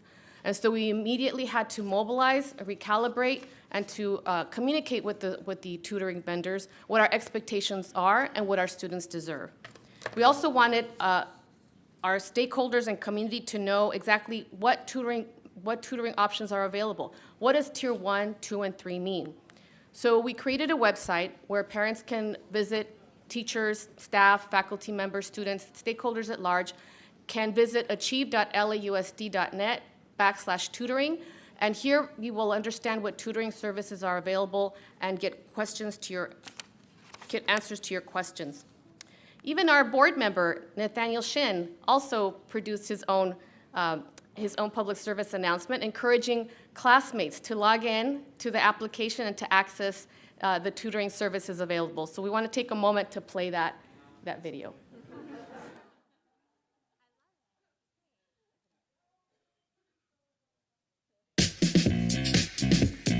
Did you know that LAUSD offers free one-on-one tutoring for all students?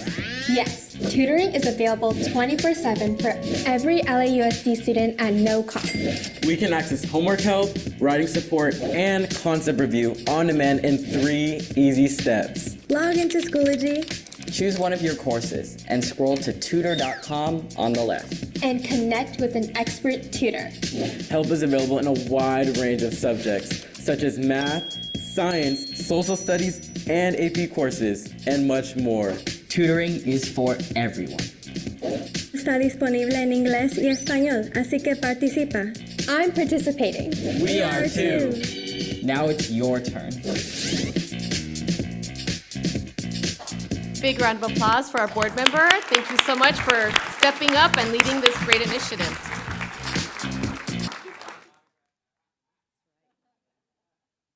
And we also produced a video for our Spanish-speaking community and also for our parents and community at large, and we will provide that with in more languages. And this is also informing our parents and community about the tutoring that's available. And it's being aired on KLCS.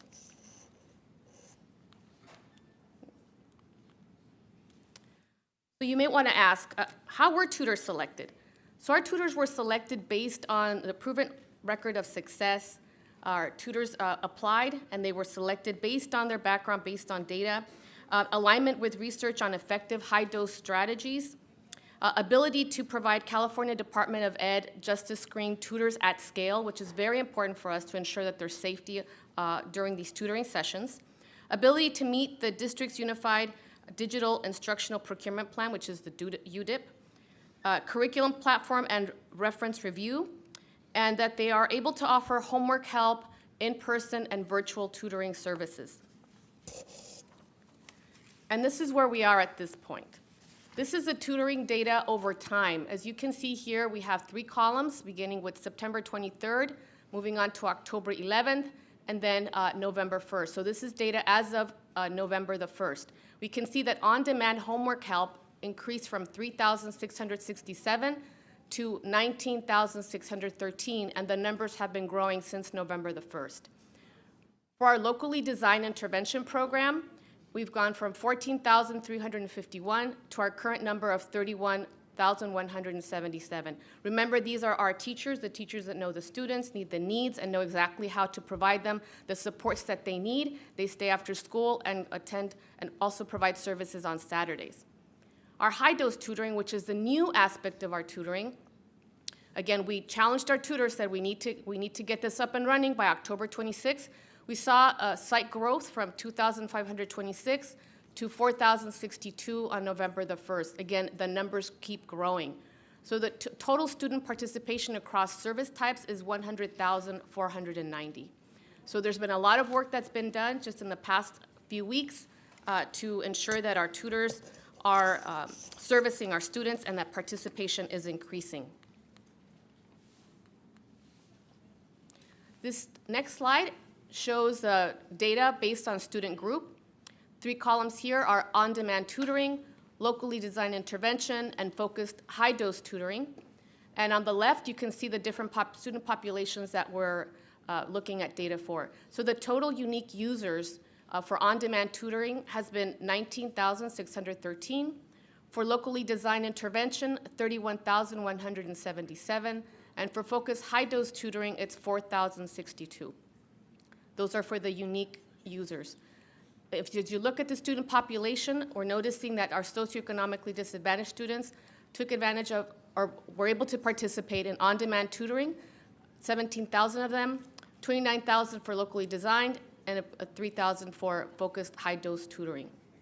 So here we're seeing where there's most access, but also need for outreach. So we're seeing the need there for our foster youth. We're seeing the need there for students with disability, our African-American students, English learners. Across the board, there's definitely a need for targeted outreach.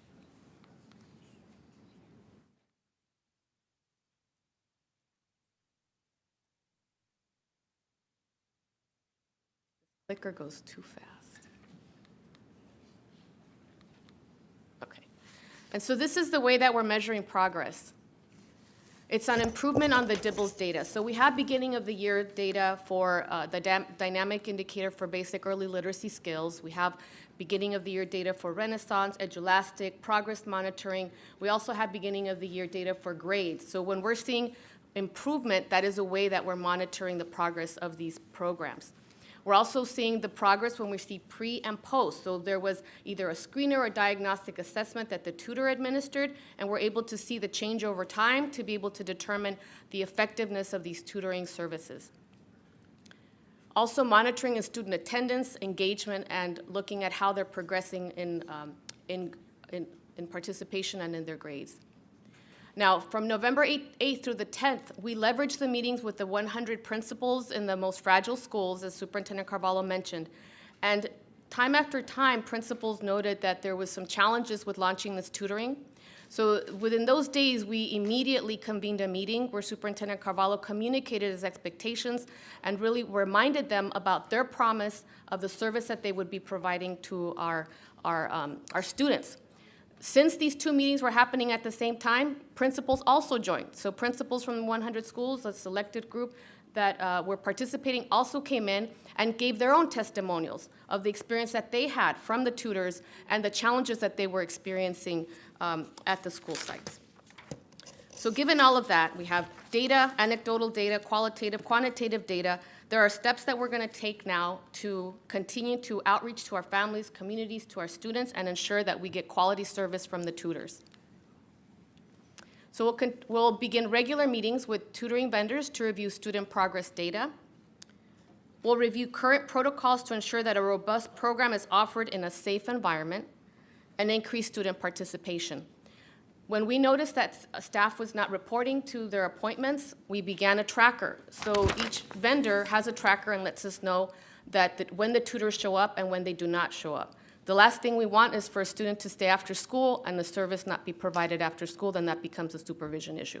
So for every issue that's been surfacing, we've been providing a system to try to mitigate. And at this point, there's a clear understanding of the expectation. And so we're just going to move forward for quality control, ensuring that our tutors are providing that good service, and knowing that there's just a lot of opportunity here for us to meet the outcome that we've set forth for our students.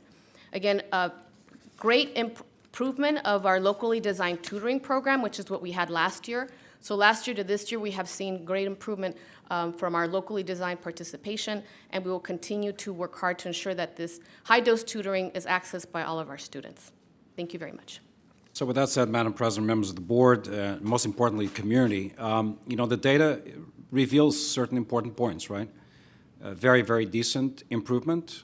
However, we need to increase exponentially participation of students in high-dose tutoring opportunities, particularly those who experience the greatest loss at this point. We are concerned, and this is what the data indicates, about overall participation by African American students, and we're looking deeply at that.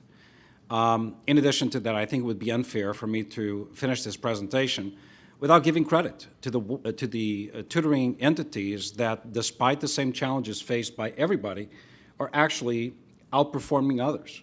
And I have to say that the same principles that conveyed concerns and expressed challenges highlighted that. Hey Tutor, for example, Paper, Tutor Me.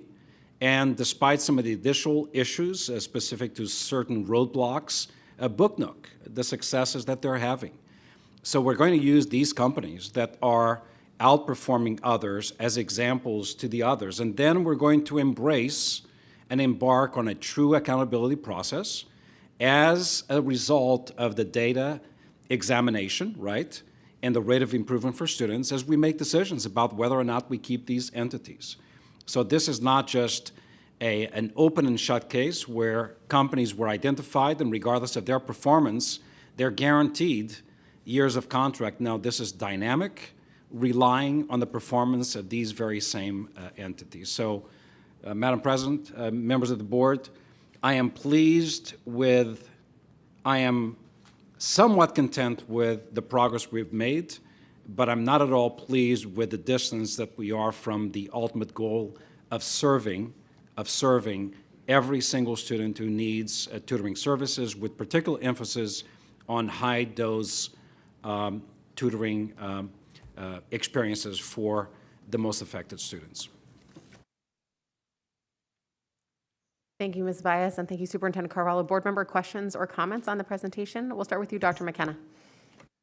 Yeah, I have strong feelings about this. First of all, I appreciate it that is being prioritized at this point and the people who are involved. Having done tutoring myself, when I was younger, I tutored and I got paid to do it because I needed money when I was a brand new teacher. I was making $5,000 a month. And not $5,000 a month, that's not true. I was making $500 a month. Yeah, I'm true. In the 60s, I made $500 a month. When I went to work for North American during 2 summers, they paid me twice the amount of money. I'm a math science major, so I understand basic mathematics, advanced mathematics, science, all the way from rudimentary science to physics and all that kind of stuff that seems to befuddle people. Let me tell you about tutoring. First of all, a tutor has a multifaceted job. First, they have to remediate because the child is not coming in there because they know everything. They need to know something. How far behind they are depends on how much remediation you have to do. Then you have to try to level, and then you try to accelerate them. Ideal type of tutoring, and it takes a little while before you get to that with the tutor and the student, is that the tutor is tutoring the student before the teacher gets to teach it. So the student has a level of comfort when they walk into the classroom that they're not waiting to come back to the tutor and say, the teacher taught me something new today, and you have to explain it to me. The tutor explains it before they get into that teacher's room, and the teacher now says, oh, you understand this, because they've gotten a little introduction, but you can't do it unless they're so remedial that they don't even know their timetables. A child who doesn't know their timetable, can't multiply the multiplication tables, they're a great loss. So how are they going to do algebra? How are they going to do a calculation? They can't do it because nobody taught them along the way. Some of these students up there are the high school students, got all of that. Here's the other problem, and the superintendent hit on it. The challenge is getting the underperforming students to want to accept the tutoring. A child who is behind doesn't always say, I can't wait to get out of this condition. They become comfortable in that condition. When you get from the 5th grade on up, children who have been underperforming, that's normal to them. So they're not trying to do this stuff. They're just trying to survive. And they're not trying to be the valedictorian. They're not trying to compete against their classmates for the highest grade in the class. They're not. And they don't want to be recognized, so they don't raise their hands. They try not to look at the teacher. To accept tutoring means they have to willingly go to the tutor or have the tutor come to them. Some of their parents are remiss, and I have to say that's not acceptable, but they don't encourage their students to get tutoring because they can't help the child at all. They stop being able to help the child after the 3rd grade. And so, especially in math and in science, they don't know. I got what they don't know. But parents cannot afford to have their child grow up deficient just because nobody in the house can help the child. So the child has to be self-stimulated or stimulated by us to say, you can't leave here until I tutor you this afternoon. You can't go home and hang with your friends. You can't. That's hard to tell a teenager. Walk away from your friends and come here and let me tutor you. That's part of the challenge. I know you understand that. So we have to figure out ways to be motivational, stimulating, even aggravating, so that we don't let them accept their ultimate demise intellectually, educationally, economically, down the line, what they can do with their lives because they just got left behind. I understand that sometimes tutors don't show, sometimes tutors don't know how to tutor. They want the job. But knowing how to tutor is just as important as who gets to tutor. Do you know what tutoring is? What's the goal of tutoring? To let the child catch up with that they're behind, to get even, to get ahead of the teacher, which I believe is I know it, not believe it, I know it, because I did it. I did it for over 10 years. I can still do it, but I don't have time to do it. And I don't need the money right now, because the people can't pay that much money. Now, tutors now get, $80, $90, $100 an hour. I was working for $5 an hour, which was a lot of money back in the 60s. Point is, the tutoring of the children has to be targeted for a particular purpose. And the ones that we don't get are the ones we don't get to measure. And who helps to find them? Who helps to chase them down? Who helps to be the stimulator, the motivator, the aggravator, to say, I can't let you get away. It's like, I'll close it with this. If a child is not coming to school and the teacher or somebody in the attendance or calls the parent and all they do is hang up, the parent doesn't want to talk to anybody. They know the child's not coming to school. They don't want to be bothered. What does the school person do then? Not call? You got to call again. And you got to keep calling, and you have to keep making them hang up. If you got to tell them to knock on their door, you can't let them drift into the mystic, where they just forget who they are and just ignore this thing called education. They don't want to do it because they haven't done it. Nobody can help them. It's an embarrassment. I got that. But that's where we have to be persistent. It's like a coach on a team. You got a student who can't do a particular thing, an athlete, you got to keep coaching him or her. They can do that. They want to be on the team. Now, these kids don't necessarily want to be on the team. They just want to survive. High school, the challenge, and I'll leave it at this, is that they've been accustomed to being promoted every year because they had a birthday. The law says you cannot be the oldest living 8th grader in the world. So we're going to put you in high school. Now, you may have failed every course from kindergarten through 8th grade. But if you're 15 and a half, 16, you're going into high school. And that's where the challenge is. Because in high school, you don't go from the 9th grade to the 10th grade just because you had a birthday. If you don't earn the credits, you're not in the 10th grade. You can be there 4 years and you're still a 9th grader. And that's a very frustrating thing. So they're not going to hang around. Nobody's going to be there for 4 years and still be considered a 9th grader. They will quit and give up and find something else to do with their lives. But it won't be education. This is the dilemma we have. And as much as we love children, we sometimes have to force them, and I say that in a kind way, to participate in their own salvation. Otherwise, they become enablers of their own oppression, because they don't know how to participate. They don't know how to save themselves. They don't think they need saving because they have other friends like themselves because, they seek their own level. You don't know it. I don't know it either. Give me 5, baby. No, I don't know what 7 times 6 is, but I have a calculator, but you still don't know what 7 times 6 is. You still don't know off the top of your head. This I applaud, Ms. Baez, and I applaud the new assistant superintendent, deputy superintendent. But this is our challenge, both to get the tutors to be more effective, but to get the students to be more participatory, particularly the ones that don't want to participate. They're the neediest, but they're not the most participatory. It's just another challenge. Thank you for trying, though. Thank you. Duly noted, quality of tutors, focus standards that we need to work on, and motivating our students to attend. Thank you very much. Thank you. Mr. Melvoin. Thank you, Chief Baez, and appreciate the superintendent putting this on the agenda in response to, I think, some board frustration and concern last month. So appreciate the progress and want to note progress where we have it and we have some new eyes on it.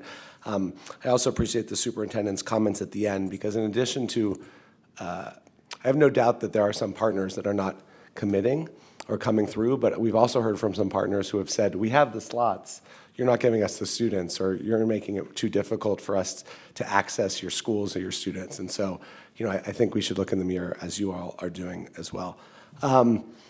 What is the goal? What is our goal? Because these numbers on slide 9, one, in the future, it'd be great if we could have unduplicated student counts. I think it's a little confusing when we're thinking about unique users and cumulative. So, but the numbers, like let's say for high dosage tutoring, 4,062 seems low given the hundreds of thousands of students who need support. But if our goal, if we were starting small and increasing, so do we have those yet, or can I suggest that we set goals so that we, as a board, know if 4,062 is hitting out of the park or falling far short? Yeah, absolutely. There's been discussion about this, and it'll be about 50%. That's our goal. Our goal is to grow by 50% by the end of January. I think that with everything that we've been working on and systems we've been putting in place, we can achieve that. And to your point about our tutoring companies feeling that there's obstacles, after meeting with them, we spent a lot of time listening to them and hearing what the obstacles were. And at this point, I think there are no obstacles. So I think we're pretty much on track in terms of addressing whatever challenges have been for them to get processed and to serve our students. So to clarify, the goal is to increase by 50%, or is it 50% of students? I think go ahead. So the goal at this point, and we've discussed this, and this is there's a degree of reticence because we are assessing simultaneously demand against capacity. Demand part of parents and students against the capacity of the current providers. And the goal is not the same across the board. So an easy goal is to increase total participation by 50%. However, a disaggregated goal, particularly targeting high dose, is 200 to 300% what it currently is. But that depends on additional conversations that we will have with the providers specific to their true capacity, not what they promised when they first entered into a contract with us, but capacity based on real life circumstances as they are known. Look, we're struggling to hire staff. They're struggling to hire staff. And I think despite their best of intent, they recognize that the talent is scarce and everybody's trying to hire the same talent, right? So 50% overall increase, 200 to 300% in the high dose category. That one needs to grow exponentially.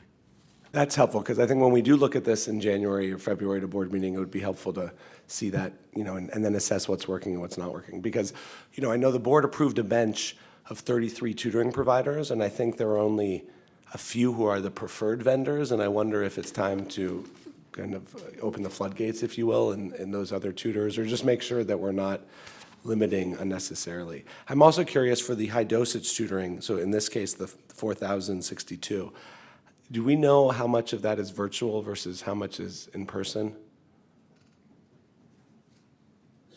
Pedro or Carlin will be responding to that. Good afternoon, Superintendent, board members. So for now, the in-person has focused on the 100 schools that has been conducted in person. The virtual high dose will start, and it's being phased in now, actually, and after Thanksgiving, so those numbers will differentiate. Right now, we've only focused on high dose in person. That's what that number represents. And can you clarify, I will provide one caveat. Yeah.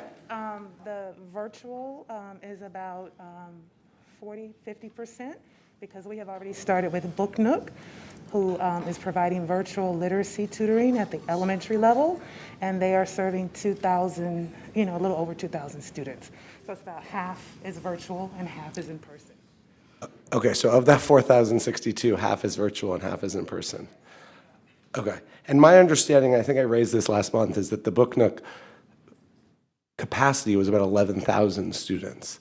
So I'm curious why we still have that delta of 9,000 students that we're told, at least by the vendor, we have capacity to serve, and yet we're not serving them. Want to take that one then? So basically, when we engage with them, they disclose to us that we do have a layered process of bringing on students within their platform. We've outreached to them to try to add more students to the Book Nook platform, and we're assured that we will be able to add more as we progress forward. They informed us when we spoke, as the superintendent mentioned, that process right now remains, we're unable to proceed as we were informed. That's where the clarity is. That's where those barriers we were talking about need to be ironed out, and we feel confident that we will have more high-dose in tutoring services, especially when we turn the semester. One other piece I wanted to address to the slide, I think you referenced slide 9. Those numbers indicate students who may in fact be participating in the on-demand platform, paper.co or Tutor, and also reflective of the MISIS data that we have captured. So it's a good thing, a great thing actually, that students would engage in those locally designed programs and then take advantage of on-demand, say at home, well beyond the hours of the school day. Yeah, I guess and again, acknowledge progress here, but the continued frustration is when we have vendors that we have spent money on as a district that have capacity of 3 times what we're already doing, then we should maybe set our sights higher going forward. Just to provide a clarification for Book Nook, so our plan is to launch at least 3 more cohorts with them this school year, so we will be growing the number of students. They do have a lengthy registration process with hard deadlines, so we're not able to add students to the current cohorts that are running, but we can register students for the upcoming cohort, which is what we're planning to do. And then for the 2,000 or so that are getting in-person high-dosage tutoring, how much of that is current district teachers versus a provider? Everything on the high dose numbers none of those are current district teachers, so they're separated. Locally designed programs are current district teachers, so the high dose are our partners that we have engaged. Got it. And I'll say, I actually met with a teacher advisory group yesterday, and I think, there was some really positive feedback, I'll say, on some of this on-demand homework help, which I was surprised to hear, because that is the one that, it seems hit or miss, but they were really satisfied, so that's nice to hear. I think the concern was around getting the students who need tutoring the most to actually show up, particularly when it's after school, weekends, even these acceleration days. So I wonder if there are some best practices or that we're sharing those best practices, but these teachers were asking for support on how do you identify, how do you get the students who need it most? Is it because, can you do intervention during the school day? Can you work with the families directly? Because that seems to be a concern. And I'm curious if we're seeing, if there are any thoughts on that. Currently exploring different options to increase the participation of the neediest students. Yeah, because I think and just for the public who are here or watching, if maybe you can help us understand, there are 2 ways to access, or ostensibly that you should access tutoring. One is if I'm a parent or student, we have Nate there kind of as our great advertiser, and I want tutoring, or I want tutoring for my student. Where do I go to request it? So I guess that's my first question. Tutoring services can be requested at the school site, and they can also be requested at the local district and district levels. So each school site has a tutoring designee that the principal has identified to support, their tutoring partner, to help enroll and register students, to talk to other teachers, to, identify those students. Each local district also has 2 tutoring designees to support schools and to support the program. And then in the Division of Instruction, we have a team that are also working to support the tutoring effort. So school site, so parents should go through their school and talk to the principal or the tutoring designee. And then on the other hand, when we're identifying students who need tutoring, how are schools doing that? We've given them some tools to identify students. Some of the metrics that were mentioned in the presentation this afternoon around DIBELS, also looking at grades, if they're not being successful in grades, using 5, 10, 15-week reporting periods to identify students that are not meeting the mark or standard. So those would be students that we prioritize to receive services and to really advocate that the school's outreach to those parents to make sure they're taking advantage of those tutoring resources. So we've given the schools some tools to use as guidance to identify those students with the highest needs. Thank you. Well, I hope that when we get another report, maybe in the new year, we can see progress to goal in terms of numbers, but also I know that in the slide presentation, it talks about how we're measuring progress, but there's no data, maybe because it's in its nascent phases, but it would be helpful to see, are we hitting our target in terms of student participation, and then how is that data progressing? So thank you. Thank you, Mr. Melvoin. Board Member Shin.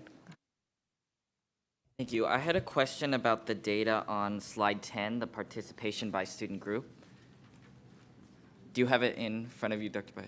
So just looking at the student populations for students with disabilities and African American students, if we're looking at the proportion of the students receiving locally designed intervention who are also using on-demand tutoring, you can see that more than half of students with disabilities and more than half of the African American students are also using the on-demand tutoring.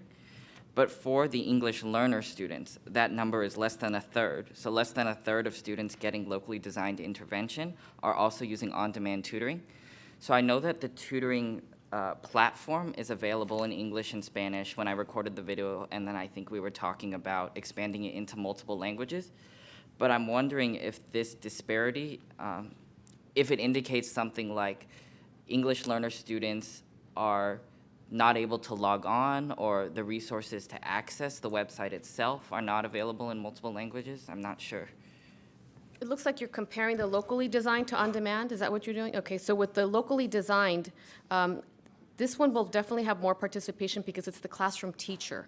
So they have access to the students. It's easier to implement, and it's easier for them to participate and to measure progress over time. The on-demand, which launched August 15th, has been in some instances and in some areas easier to implement than in others. So with our English learners, it's definitely about making sure that they know how to access it, know that it comes in the language, it's offered in the language that they speak, and that they know how to go onto Schoology and to log in to that on-demand.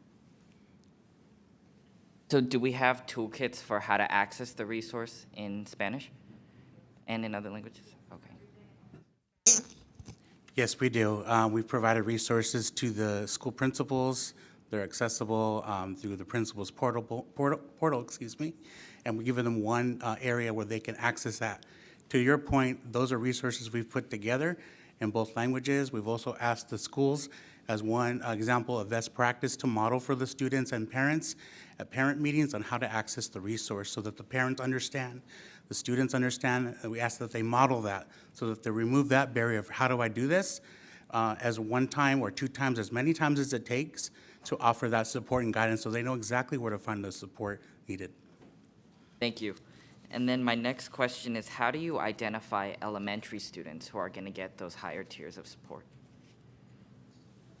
Yes, similar to secondary students, we're using our assessment data. So for literacy, we're using DIBELS, the students in the most fragile, areas, well below benchmark, below benchmark. And then we're using the Edulastic math data, and also, of course, teacher recommendation. And then my last question is on tutor.com. So I know there's an option to schedule a future appointment with a tutor. So there was some difficulty with having tutors showing up for in-person targeted supports? Are there also some issues with tutors showing up for their appointments made through tutor.com? Thanks for the question. We have not received that feedback to this point. Well, we'll contact the schools and maybe have some, we're having the check-in meetings, as Ms. Baez mentioned, ongoing. So we'll keep that communication line open and ask for continual feedback from all stakeholders. Thank you very much. Thank you, Board Member Shin. Ms. Goldberg. Thank you very much. In the high-dose tutoring, we are right now doing the 100 most fragile schools. When will we do the next 100 schools with high-dose tutoring? About what date? I was told maybe around Thanksgiving? Yeah, so we're launching new cohorts of virtual tutoring starting the week we get back from Thanksgiving. But that's virtual. That's virtual, yes. The in-person tutoring services are prioritized for the 100 schools, but the virtual services are expanding to local district tier 2 schools and all other schools. So we're not going to do any other in-person focused, high-focused? Yeah, we're definitely likely to do that. We want to make sure we staff up and have the tutors at our most fragile schools and have those students served, and then we will start layering into those other schools. As you do this, there is a distinct difference in reading between a student that is far below basic or far from distance from standard and one that is just below basic. How do we know that tutors that are coming, not the teachers, because I know they know their kids and they know what they're doing, but about the on-demand tutoring or whether it's the focused high-dose tutoring, how do we know that those tutors understand the difference between a person who reads poorly and a person who barely reads in terms of what they do in tutoring sessions? Each of the tutoring vendors, they have a specific curriculum with the scope and sequence, and they do administer a pre-assessment that helps them target the need of the student, group the students, and provide the necessary instruction. We do have some vendors that specialize in literacy reading, for example. And when matched with schools, they are able to provide that targeted support.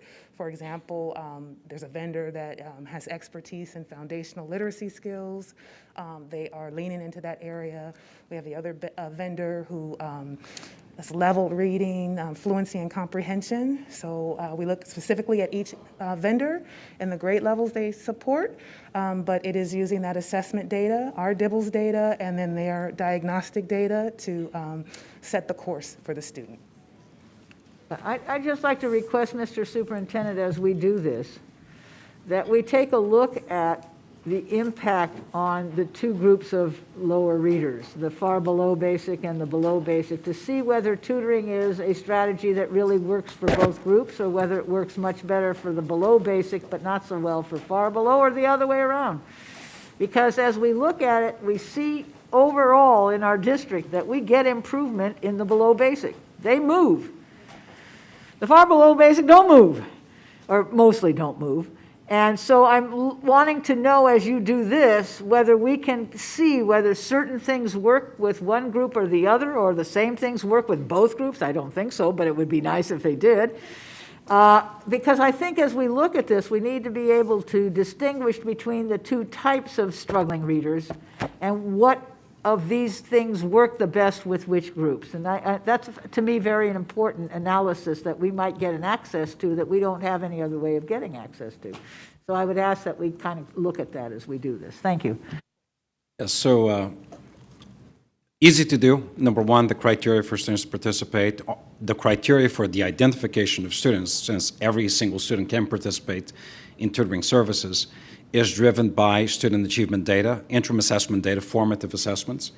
So for those students, DIBELS data will tell us where the student is, allowing us easily to identify the really struggling students. And then it is easy over time to measure the impact of the tutoring services, adjusting for the number of hours, right? We need to determine through our research entity after how many hours would you expect to obtain a result and derive a conclusion as to whether or not there was a significant improvement. And in the process, quite frankly, we'll be determining efficacy of the of the approach of the intervention and the tutoring entity. I think that's a worthwhile element to research over time. All right, thank you, Ms. Goldberg. Seeing no other hands, I will just, I had a lot of the same, oh, I'm so sorry, Ms. Garcia, go ahead. I was just going to welcome that this board room be used to celebrate those who serve our children well. And maybe they're just like the champions that you are making the public known of our heroes. I think it would be wonderful to just encourage good practice of those vendors who are meeting the mark or those school communities who are finding a way to increase the service, because that word of mouth matters. Thank you, Ms. Garcia. Appreciate the good questions. A lot of my questions were already asked. I think one thing just that would be ideally helpful is just a crosswalk of students who are most in need of services versus who is utilizing them. It sounds like we're utilizing achievement data for referral, but that doesn't speak to necessarily whether we're getting the uptake among those students. So hopefully next time that might be available, as well as I agree with Mr. Melvoin on the counts. Like, what is the rate of attrition, and are the students who most need the services making progress with the support of tutors?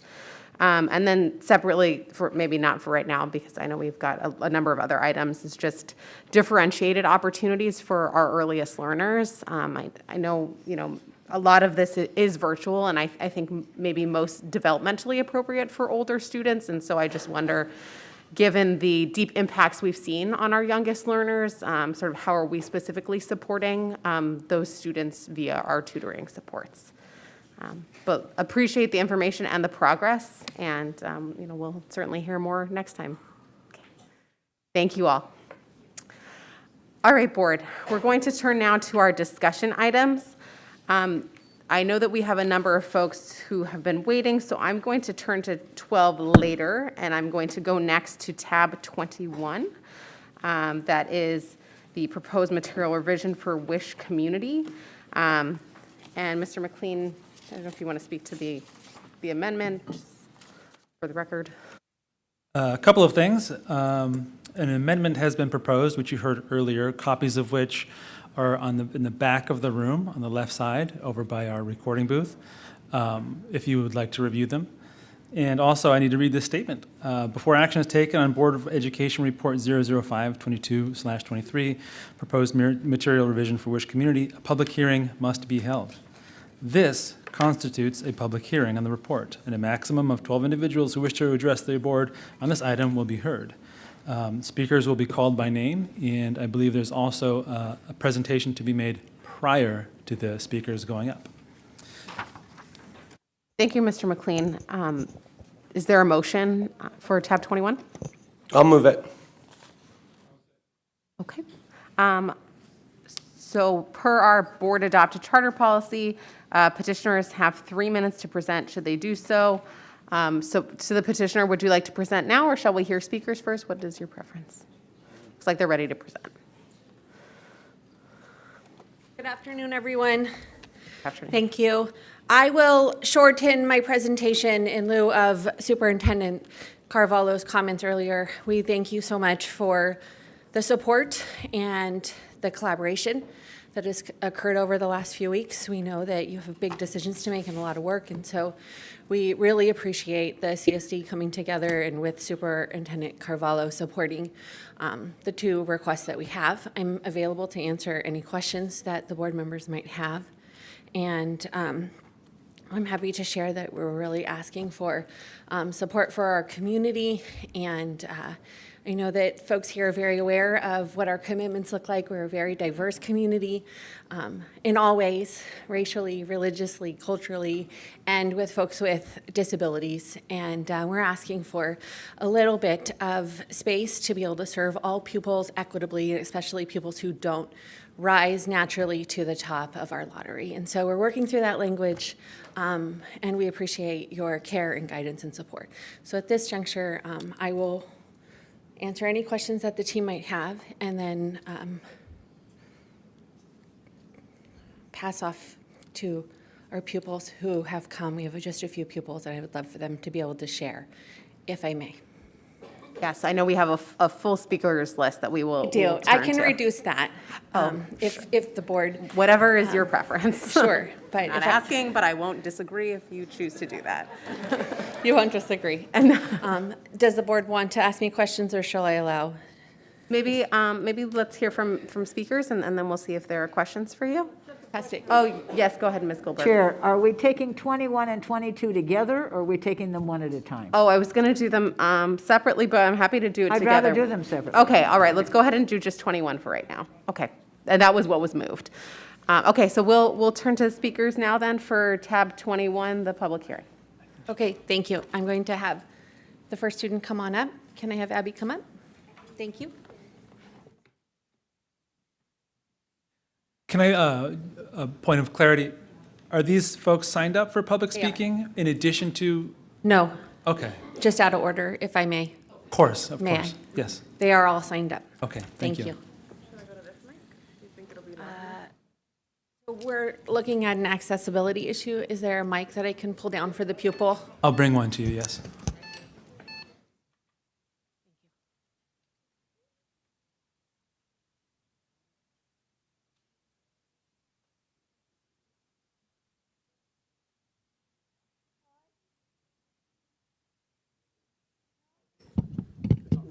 My name is Harvey. I am here student at West Curry Academy. I am proud to be here because I know that all students deserve a rich education. I want my peers and fellow future students to have the same to experience that I do. It's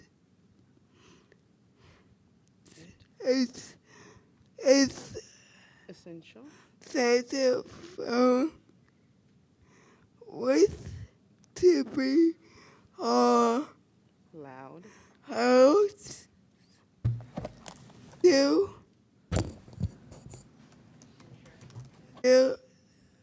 that even with grade level ever has kids like me. Thank you. Superintendent Carvalho, Vice Board Member, Mike Manga, and this district staff from supporting our revision.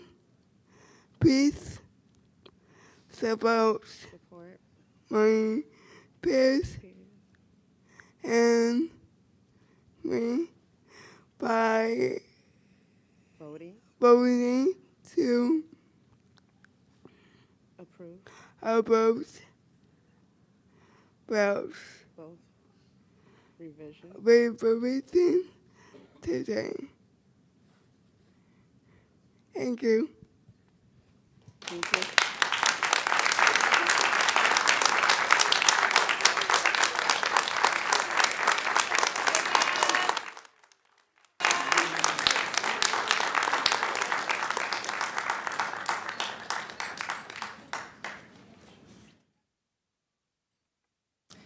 Good afternoon. My name is Ava Castro de Verona. I was a student at Wish from 6th to 8th grade. before leaving to attend El Segundo High School for the first 2 years of my high school career. The difficulties, exclusion, and lack of support for my mental health I experienced during my time there pushed me to ultimately decide to transfer back to the academy. My time here has shown me that Wish is not just a community, it is a family, my family. I am now a senior and currently serving as the ASB president of my high school and am the 75th Youth Governor of California for the Youth in Government Model Legislature and Court program. I additionally sit on the Metropolitan Los Angeles YMCA Board of Managers as a student representative. I want to thank the Superintendent Carvalho and our board member Nick Melvoin and district staff for the support of our charter revisions. I am proud that I attend a school which prides itself on its dedication to accessibility and equal opportunity for all students, including those most marginalized. I want to urge the entire board to vote to approve both revisions today in support of me, all of my peers, and future students at Wish who deserve access to quality, inclusive education. Thank you for your time.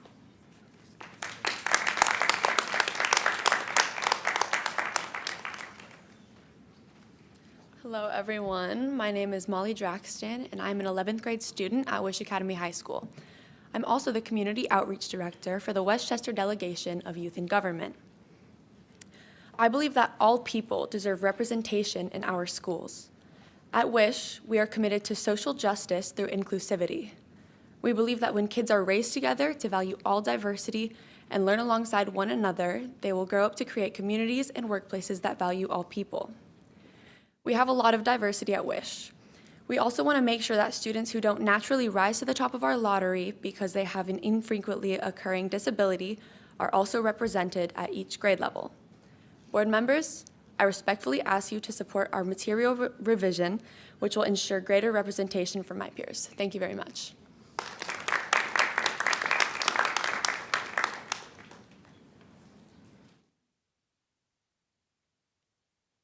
Hello, my name is Nicholas Abadan. I'm a senior at Wish. I serve as the chaplain for the Westchester Youth and Government Delegation. I really care deeply about the experience of all of my peers and what they have in school. One of the ways I have grown the most throughout my years at Wish is through the different relationships I've built with the peers who are different around me. Representation matters. Different perspectives and ways that we understand one another can only occur when we are together. At Wish, we have a strong racial, cultural, identity, family, and ability diversity. Students in each of these groups are represented. We ask you to consider an additional opportunity to access Wish for students with the most extensive support needs. Our peers need to be able to see each other who look like and similarities to them in school. Help us make it happen, please. Board members, I respectfully ask you all to show your support for an additional opportunity to access Wish for students with extensive support needs and vote for to approve our charter revisions amendments. Thank you.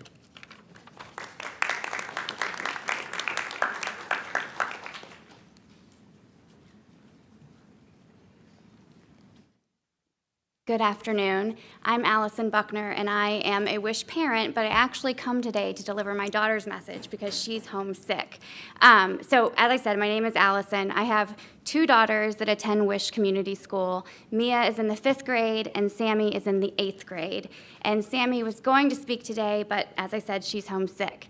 My two girls could not be more different than one another, and yet both of them thrive at Wish. That is Wish. Today, I'm just going to tell you one quick story and then, of course, leave you with one ask, which is to approve the request for the modification to the charter to allow more students like Sammy to come to Wish. Sammy has a genetic disorder that presents much like cerebral palsy. She uses a wheelchair.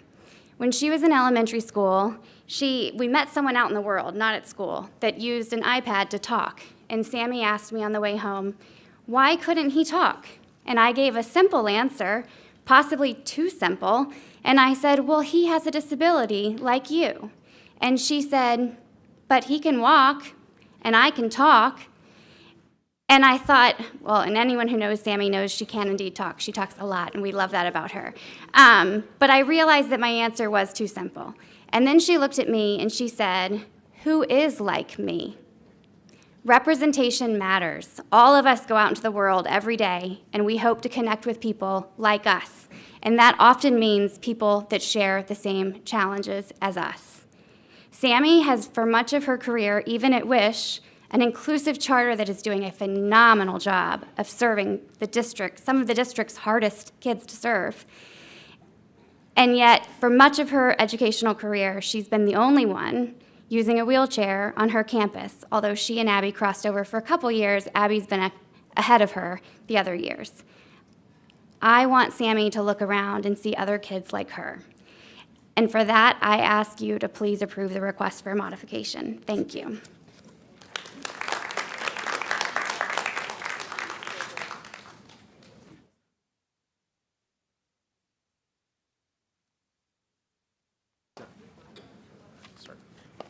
Hello, I'm Nicholas Steinman.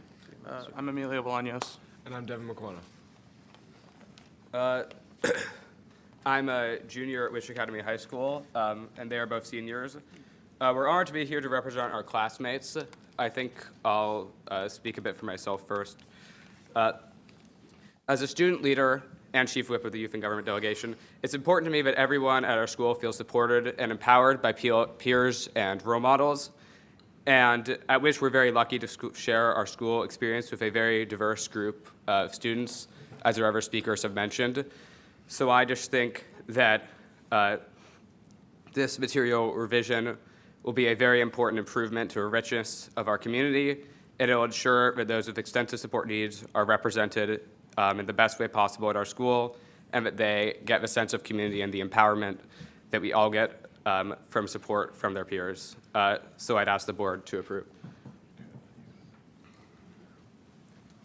My name is Devin. I've been at Wish since I was in first grade, and I'm proud to say that Wish is not only my school, but my family, and I have grown not only at Wish, but with it. And we at Wish pride ourselves on our inclusivity and our dedication to high-quality education for every single student. This is something that Wish offers and something that is important to all of us. And I respectfully ask you guys to please pass Wish's charter revision so that Wish can continue to ensure all students have the equitable access to inclusive education that we deserve. Thank you. I'm Emilio Bolaños. I'm a senior at Wish. I've been going to since the third grade. And I am a part of the Board of Education program area of the Youth and Government. So I share many reviews on how government, like the educational system can be improved. And I personally believe that this revision helps to provide a lot to a lot of people that don't necessarily have that much anymore. I want to personally thank Superintendent Carvalho and Board Member Melvoin for their assistance in our revisions. And I believe that we all deserve a high-quality, accessible education, and I hope that you will allow this to happen. And personally, I would also like to reach out to Dr. McKenna and thank you for what you said earlier in regards to systemic racism, because I can absolutely say that I felt it in my heart, and it gave me a level of hope I haven't had in a very long time. Thank you.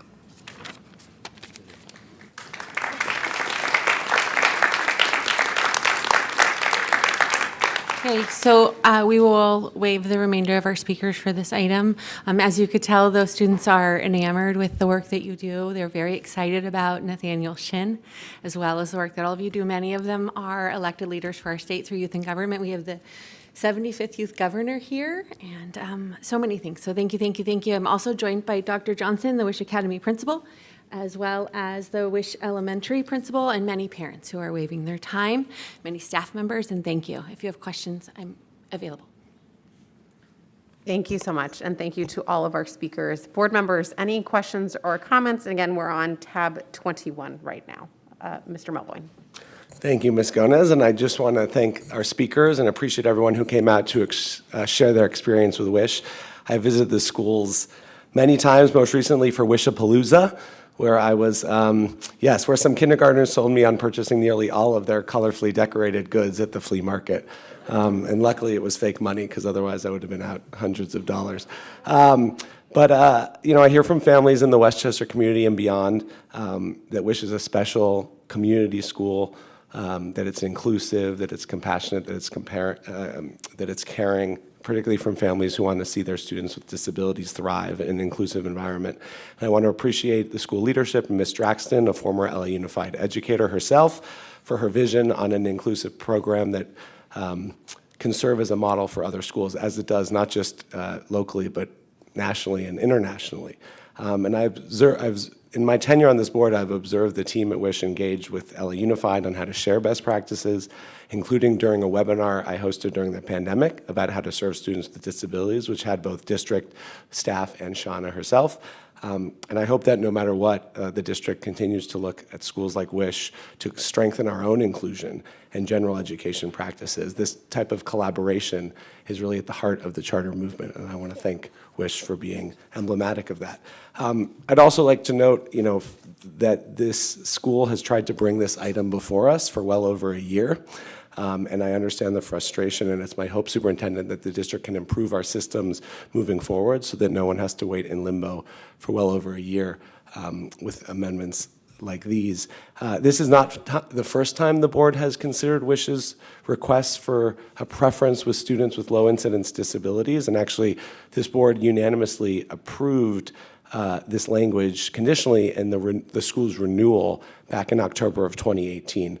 It's now before us again, and I continue to support their request and really appreciate the school leadership, but also the superintendent and his team for working together to support these students and try to get to a point that's been validated by the State Department of Education of how they can do this in a way that's inclusive.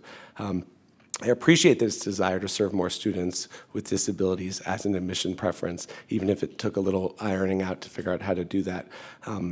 Because this is a school that is going out of their way to serve a high population of students with disabilities, and that the traditional system, particularly an exclusionary one, hasn't always served well. And I understand the unique challenges with pathways, not just in LA Unified, but across the country for students and families in these situations. So I thank you all for being here. I continue to appreciate your collaboration with the district. Superintendent, I appreciate your work on this, and I will support your recommendation on this item. Thank you. Thank you, Mr. Melvoin. Other board member questions or comments? Ms. Goldberg? Yes. I'd like to have, I'm sorry, I didn't get your name. Shauna. Shauna, come back. I'm sorry, I didn't get your last name. Draxton, okay. You have currently how many students enrolled? 847. 847. You were told that you were 103 over your allotment. That's correct. How did that happen? Sure. So like everyone, we're worried about enrollment, and we have very long waiting lists. We have about 1,200 pupils on our waiting list every single year for nearly the past 5 years. And so as we're watching, just like you are, the folks leave Los Angeles and enrollment go down and birth rate go down, we are making decisions to offer spaces, and we offer spaces when the lottery comes, a few more over, and we usually have people who choose not to attend because there are a lot of great school choices. And then later in summer, we make those offers, and then we anticipate, again, folks not attending and so forth. And this year, for whatever reason, we continue to have folks opt in at a greater rate than what we expected. Let me just say that I am impressed by what you are trying to do, but I have a problem. And my problem is that if we increase your enrollment, we have schools that are district schools that may lose enrollment in order to come to your school. And that bothers me. That's really the only conflict I really have with any of this, is that we don't have a win-win. We've got a win and a lose. Right. Schools lose them, they come to you, or you lose them and they go to them, but there's not a win-win. So I'm not going to be able to support your inclusion of additional students. However, I do not wish to see any student that's currently enrolled be left out and be told they have to leave before the school year. I think that would be just gross incompetence on our part. So I'm certainly willing to say that if there are 4 votes to do this, fine. If there aren't, I would support them keeping their enrollment that they have throughout this year and going back to the previous enrollment, minus 103 next year. That, for me, is dealing with what I think is the most important, which is students in school should not be removed from their schools. While they're there, they just should not be removed. I don't care where they are or how they got there, they're there. But on the other hand, I have a deep and abiding need to not create opportunities for students to leave district schools when we're facing enrollment decline. And that's my dilemma. That's my ongoing dilemma. It really has nothing to do with you. Sounds like you got a terrific program. Believe me, it has nothing to do with you. It's the way the system has been set up in Sacramento, and I wish we could have a win-win. I'd be only too happy. But I just wanted to tell you my reasoning and why I'm going to vote the way I'm going to vote. I hear you, and I appreciate you sharing that. And I completely understand. And as a school that has to accept everybody from within the state, just like the district has inter-district transfers, about 100 of our students, 100, come from out of district. Mr. Mulvoy. Can I just, I don't, Ms. Goldberg and I respectfully disagree on this issue, and it is very respectful, and I appreciate the conversations we've had, not just about WISH, but globally. But I'm curious, Shauna, Ms. Draxton, you're a former LA Unified teacher, and if you could just talk a little bit about the origin of the school, I'm not asking you to wax poetic, because I think that, I often say to my colleague, Ms. Goldberg, if we were on the board years ago, ironically, there may be a lot fewer charters than there were, because I think we and my colleagues here could have created an environment that said, don't leave us, stay and innovate, stay and be inclusive, stay and serve students in different ways. And that wasn't always the case. And so I've always said this at this dais, that it's such an indictment of the district over 20 years that we have more charter schools here than anywhere in the country. As much as I support our partners, that was really an abdication of the district's obligation to serve kids. And this is a symptom of a larger problem. So maybe you could just very briefly tell us how this started, because I think going forward, we do hope to work together, and I'm always looking for a win-win, whether it's with the co-location grants that Ms. Goldberg and I worked on, or affiliated charter petitions. But I think it's helpful, this is not a new school petition. This is a school that exists, has a wait list consistently over 1,000, and just in terms of understanding the origin of your school. Sure. So Mr. Melvoin is correct that I started as an LAUSD employee and taught on the west side and the east side for a very long time, and I've always been moved by inclusive practices.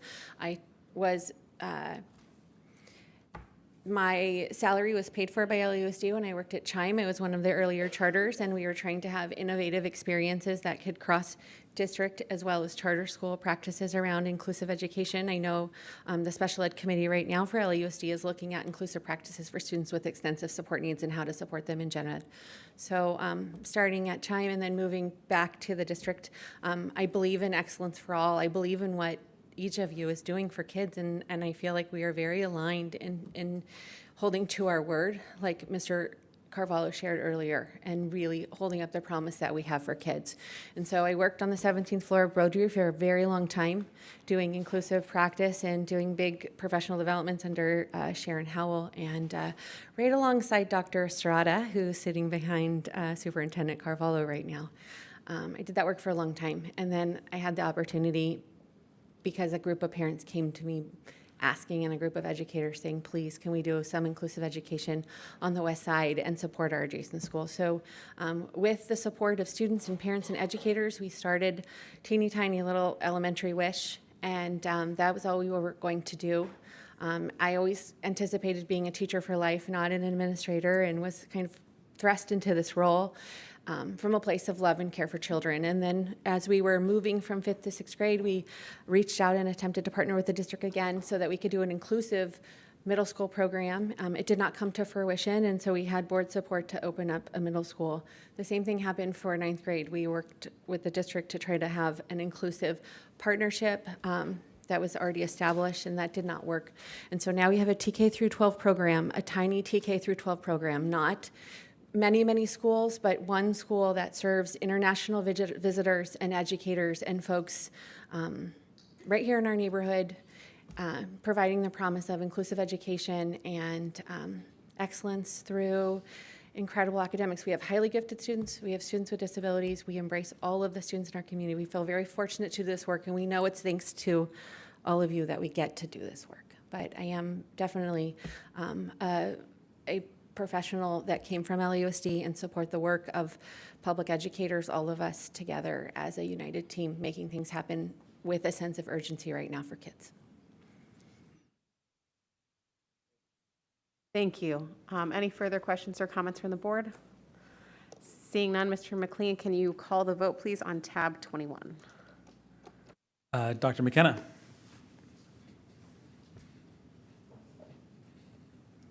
Yes. Ms. Garcia? Yes. Mr. Schmerelson? Yes. Mr. Melvoin? Yes.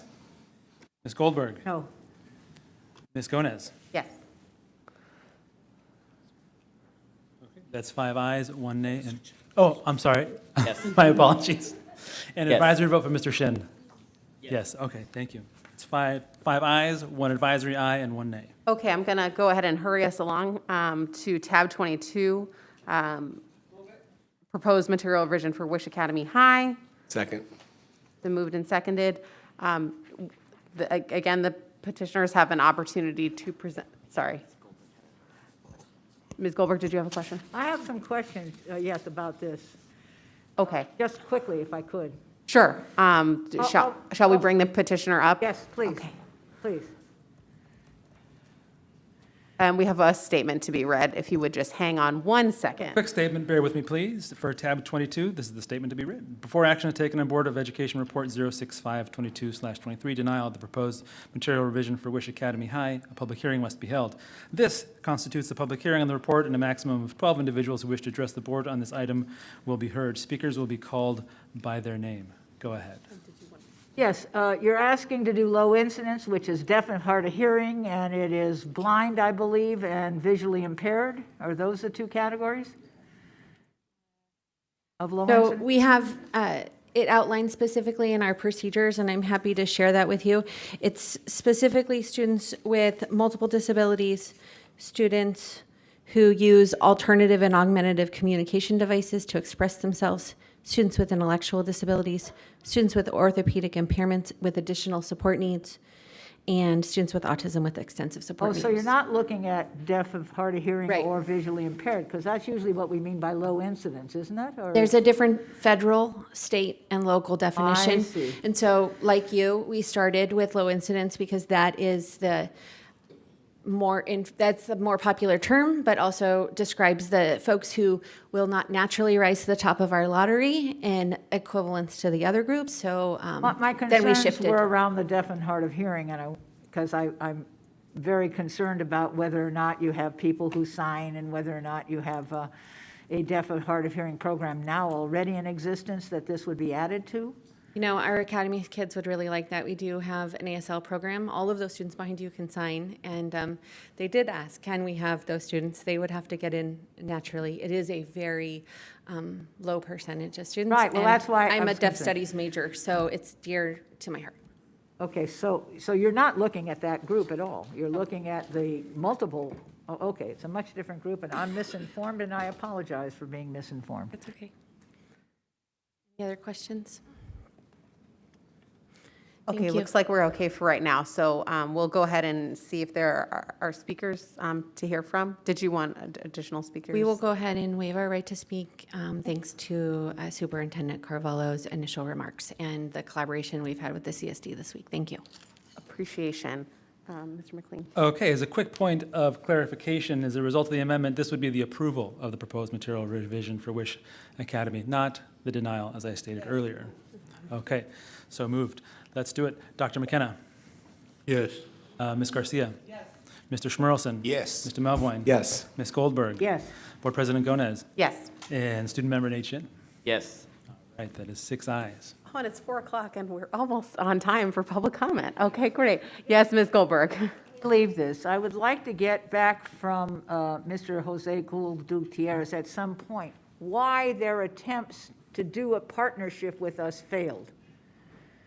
Because I think that would have been delightful, and I want to know what went wrong, because I don't want it to go wrong anymore if schools want to be partners with us, okay? Would you give us a report back? Thank you very much.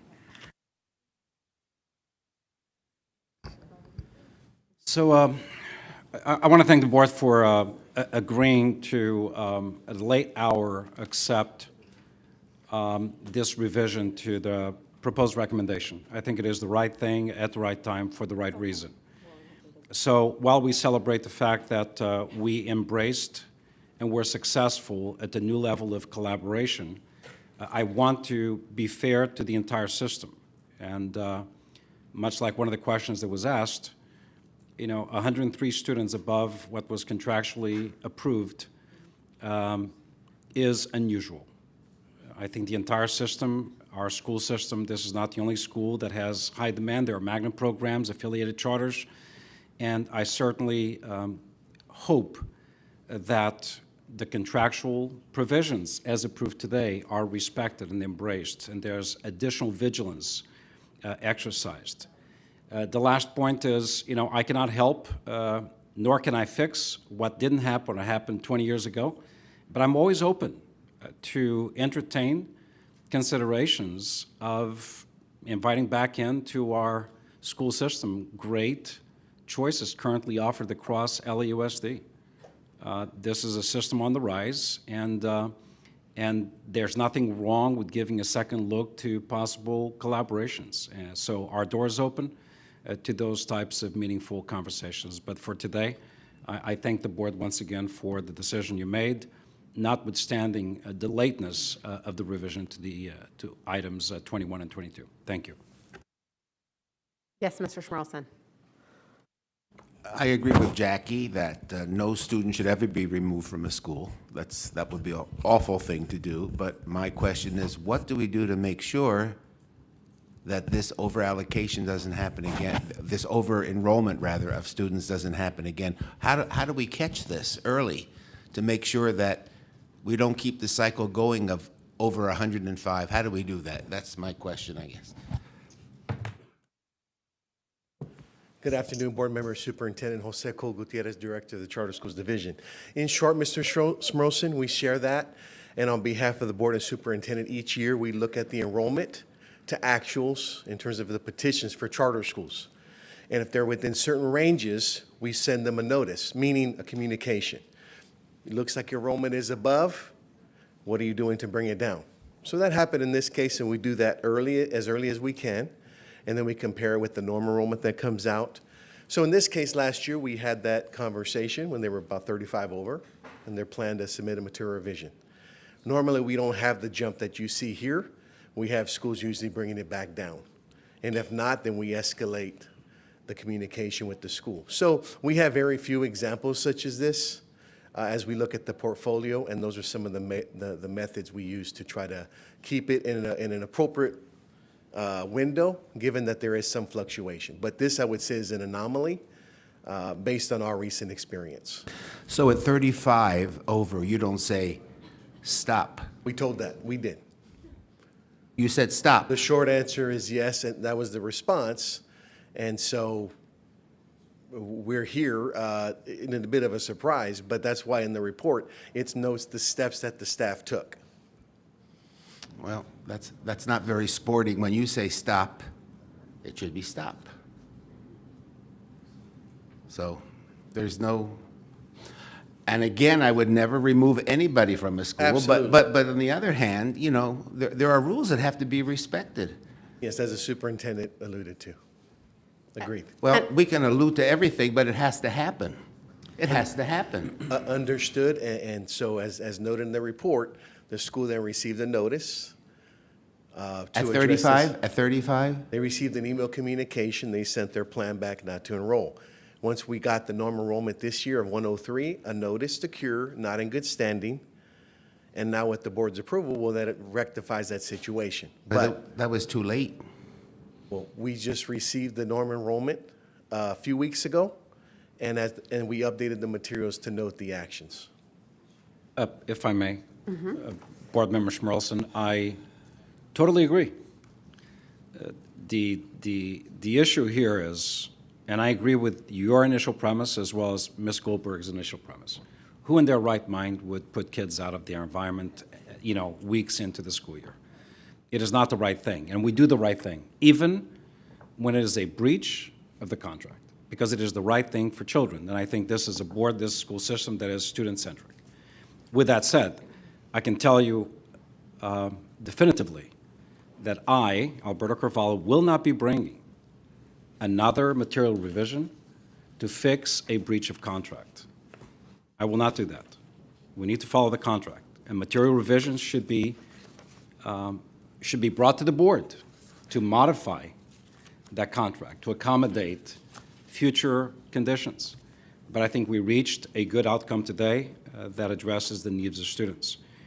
With all of the intention, the best work that Jose can do along with his team, he doesn't have eyes on these schools on a day-to-day basis. So it's very, very difficult to understand what the fluctuation in enrollment is on a day-by-day basis. But we will get better, number one.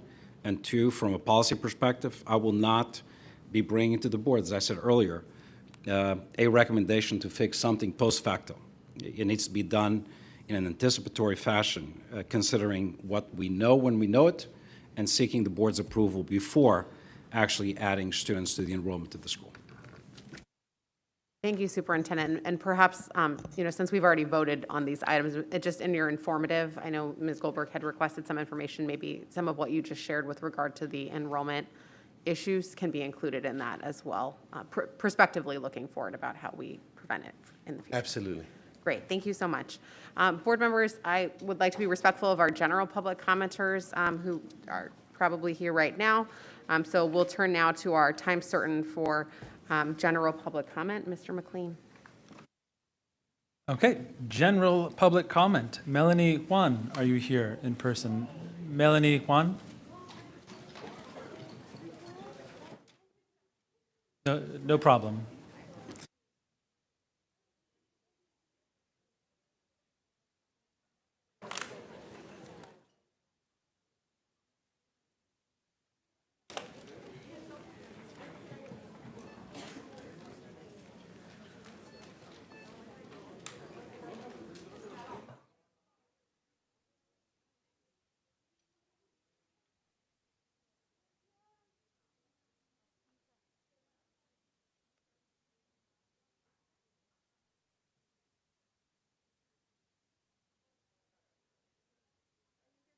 Yes, I am. No, okay, good. Thank you.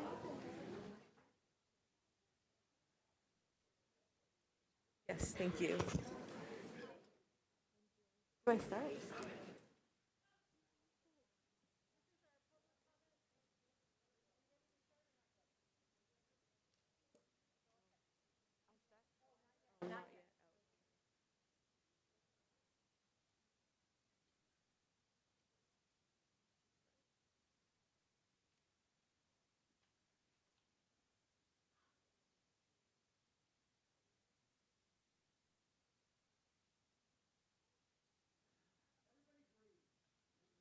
Okay. Melanie Juan? Yes. You ready to go? All right, you have 3 minutes to speak once you begin. Okay, thank you. Hello, my name is Melanie Juan Cruz, and I am a junior at LA High.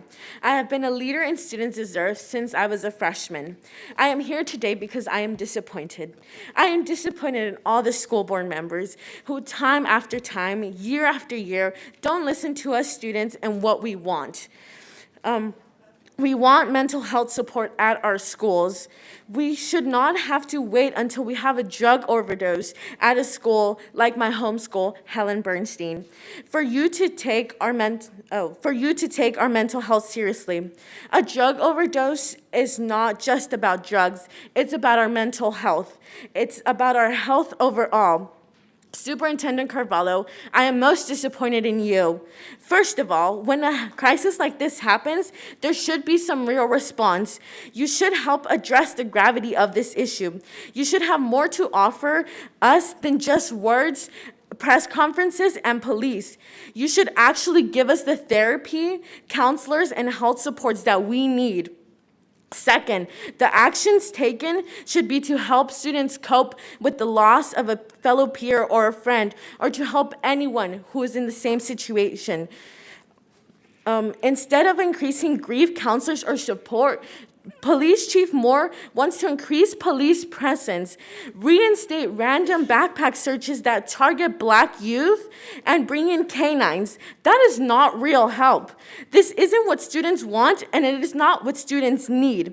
The solution to a health crisis is health services, along with drug prevention programs and actually funding safe passage programs. We need you to fund and fully implement the community schools model and BSAP programs that would help us have health counseling, addiction counseling, arts, family support, and more. I want LA High to be a community school next year during my senior year.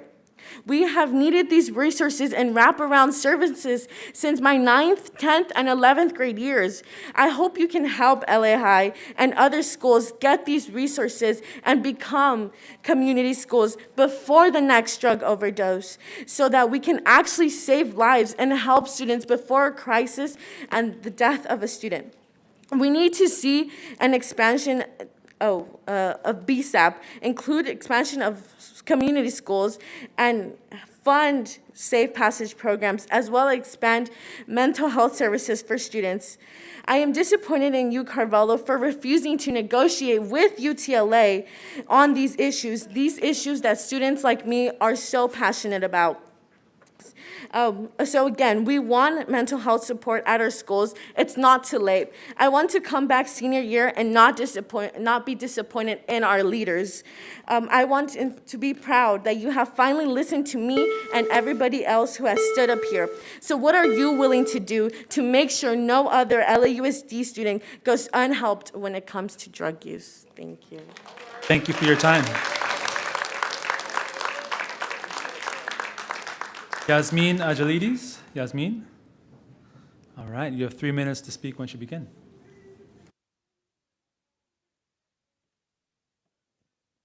Thank you. Good afternoon. My name is Yasmin Ajalides, and I'm an attorney with Earth Justice's Right to Zero campaign, and I'm also a member of the Los Angeles County Electric Truck and Bus Coalition. We all know that Angelenos breathe some of the dirtiest air in the nation. About 40% of this pollution comes from the toxic fumes that our buses, trucks, and cars spew. Children are particularly vulnerable to harm from air pollution. A UC Berkeley study showed that pollution levels inside Southern California school buses are actually higher than outside the bus. The study showed that roughly 40 children on a school bus inhale as much or more bus-generated pollution than is inhaled by the entire surrounding community. So the solution to this problem is clear. We need to electrify our school bus fleet and do it as fast as possible.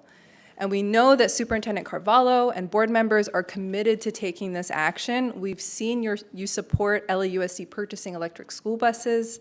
And by our count, LA Unified has purchased 71 electric school buses. And we know that staff are beginning to coordinate with LADWP to assess infrastructure needs.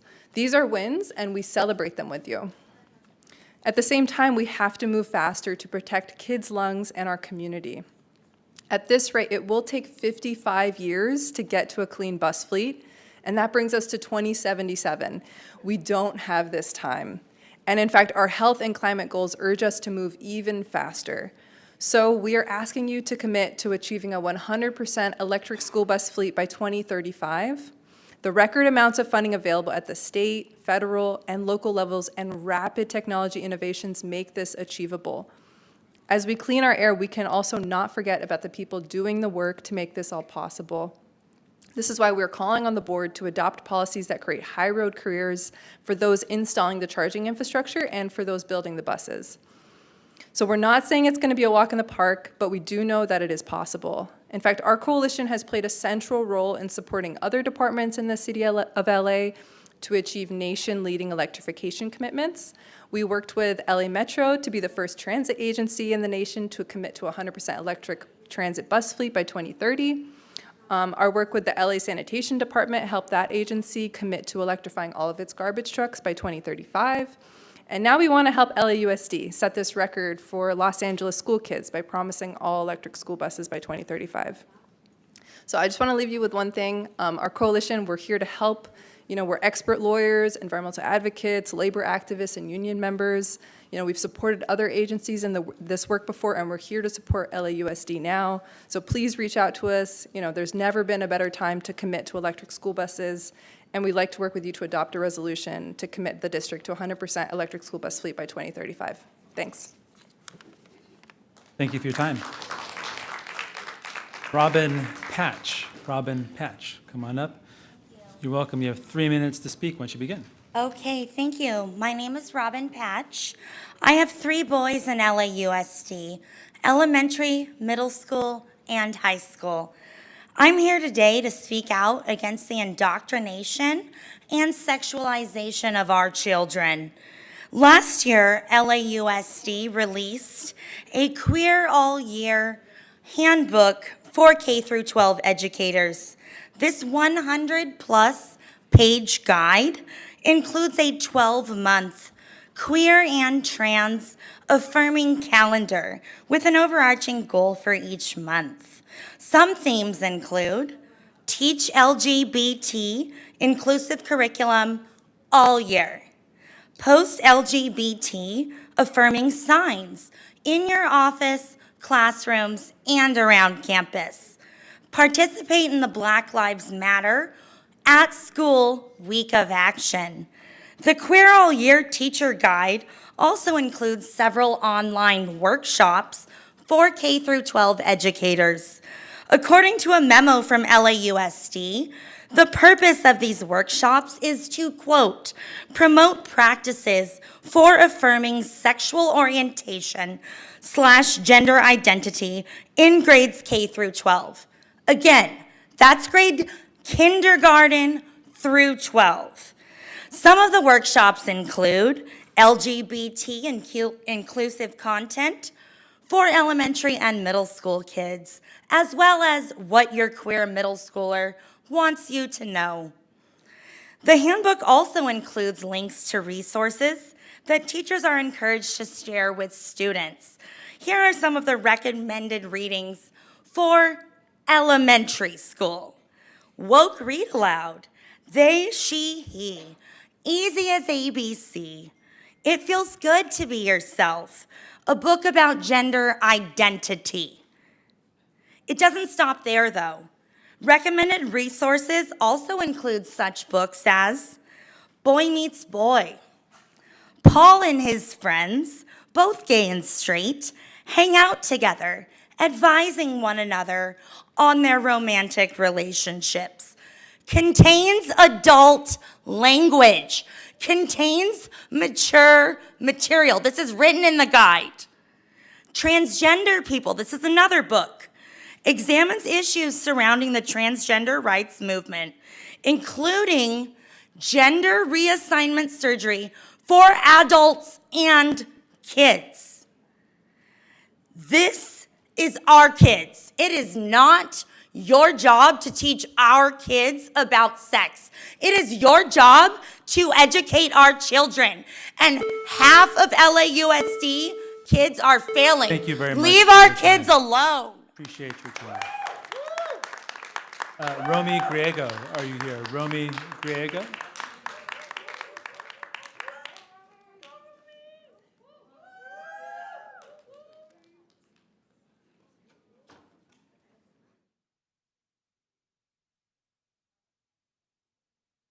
Thank you, Romy. You have 3 minutes to speak once you begin.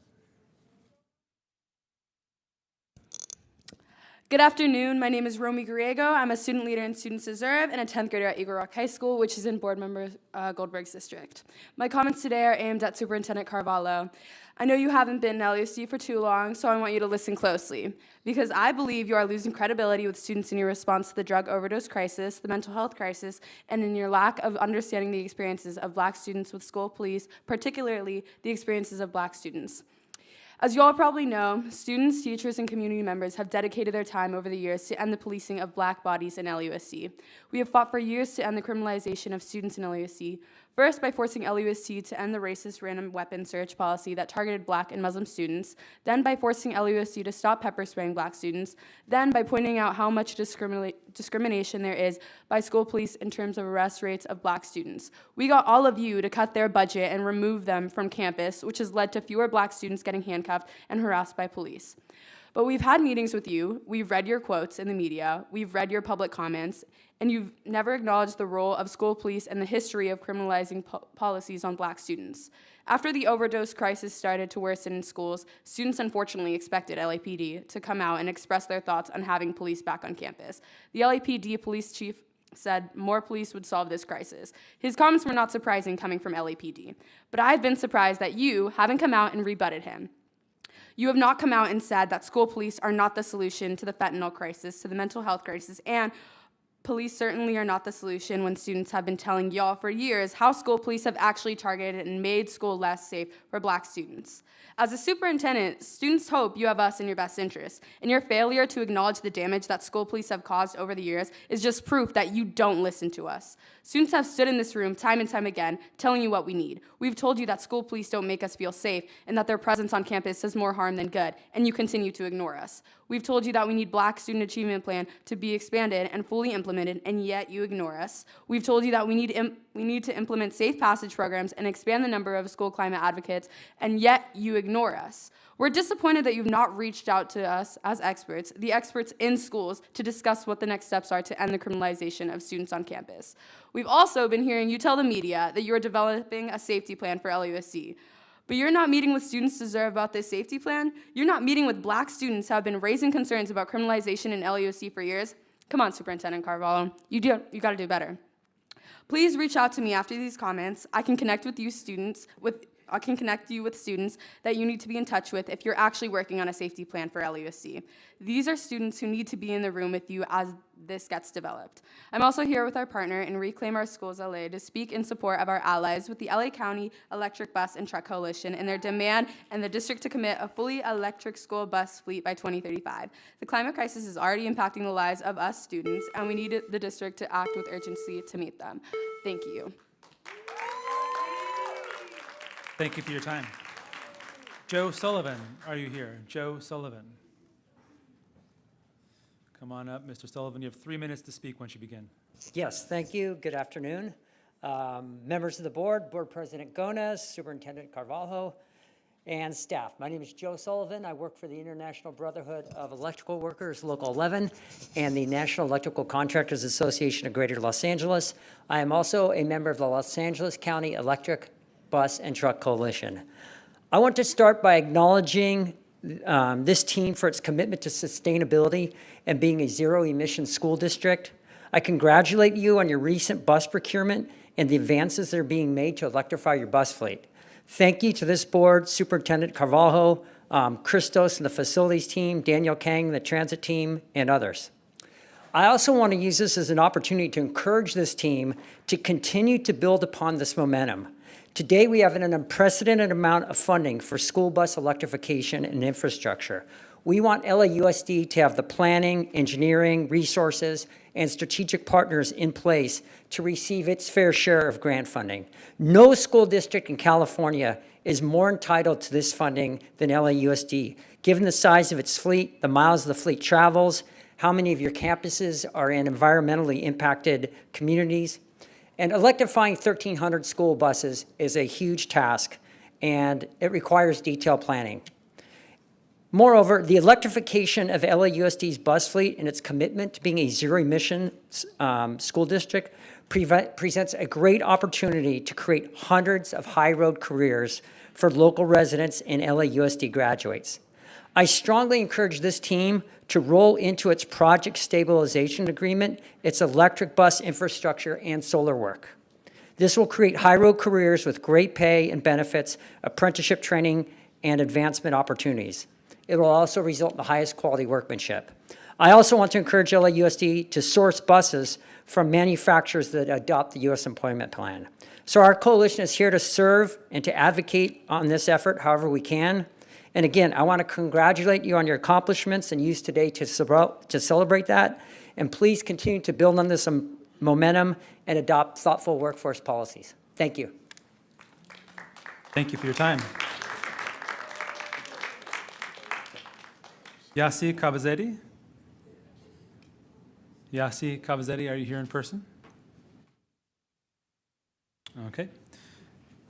Ruby Gordillo, are you on the line? Ruby Gordillo, if you're on the line, press *6 to unmute yourself, and you'll have 3 minutes to speak once you begin. Ruby Gordillo? Por favor, Yes. Okay. Greetings, everyone. Greetings, everyone. My name is Ruby Gordillo, and I am a leader with Reclaiming Our Schools Los Angeles, as well as a member of ACE. And I am going to comment today on my support for the buses, for the school buses. We've been fighting for green, more equal, safe things, and I think that's something that we need to push for. That's giving us more than 10 years from now to implement, and I think that's a great opportunity due to the fact that several of our students deal with respiratory issues. Los Angeles, as we know, is highly polluted with smog and whatnot, and this triggers their asthma and other respiratory issues that they may have. So that's something that I really want to encourage. I also want to speak on behalf of community schools and how we need to do more adequate implementation of the schoolings. We know that there's been several of the school sites that have been co-located by charter schools, several community school sites, and we want to encourage LAUSD to take the right steps into giving us more space for the full wraparound community services that the community schools provide, right? We don't want to have to go to other places, other locations for the resources that we should be able to have on the same school site. I also want to support what the students were talking about, the BSAP. I think that we are long overdue with several resources that have been promised since the teacher strike and what we had won at that time.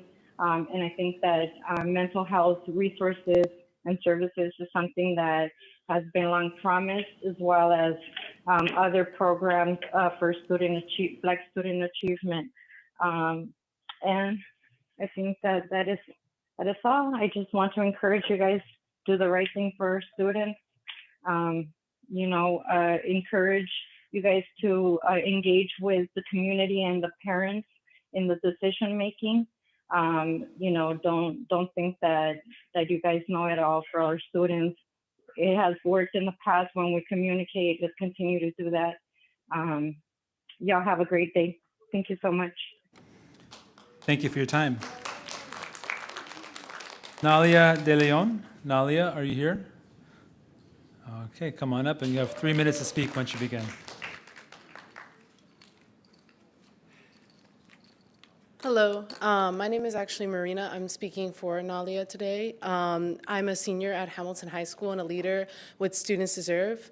And at my school, our Students Deserve chapter has pushed and succeeded to defund school police by $25 million last February. We used the funds gained from this to build the Black Student Achievement Program, also known as BSAP. Black students crafted this program. We pushed you, LAUSD, to do so. BSAP has given Black students access to resources within schools, such as academic counselors, social workers, tutoring, and much more. I am a part of this program myself and have been for the last year. This program has helped me stay on track to graduate, apply through colleges, and we need to continue to expand this BSAP program and not police. By bringing back school police, you would be taking away the funding from BSAP, putting our students at risk. We feel disappointed in Superintendent Carvalho as he is developing a safety plan for LAUSD, but has not sought out the experiences for Black students in LAUSD to understand why we have argued for years that police on campus make schools less safe for Black students, leads to more arrests, more students being handcuffed, and et cetera. I am also here with our partners at Reclaim Our Schools LA to speak in support of our allies with the LA County Electric Bus and Truck Coalition in their demand that the district commit to a fully electric school bus fleet by 2035. The climate crisis is already impacting the lives of our students, and we need the district to act with urgency to meet this. Thank you. Thank you for your time. Erica Najera. Erica, are you here? Erica?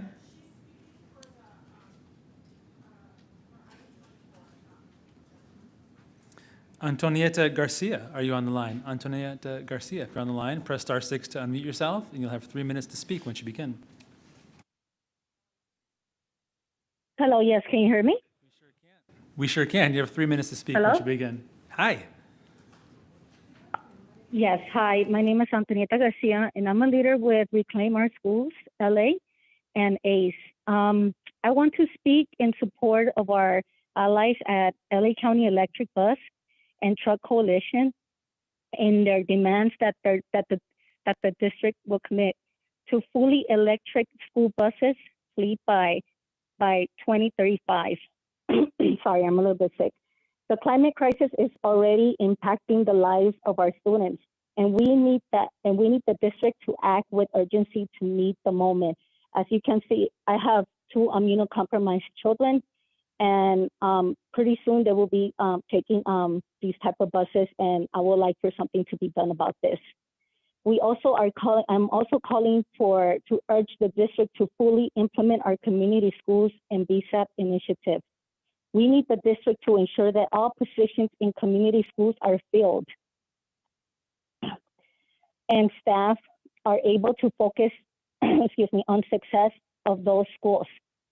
For me, these community schools are very important because such as many of the schools have been co-located, and such as like one of the schools that I have been advocating for, which is Trinity Elementary. One of the schools in there, the 5th grade class are taking classes inside an auditorium, and that is totally unacceptable. I do not tolerate that. The district must also fully implement all BSAP programs, especially Safe Passage and community-based programs.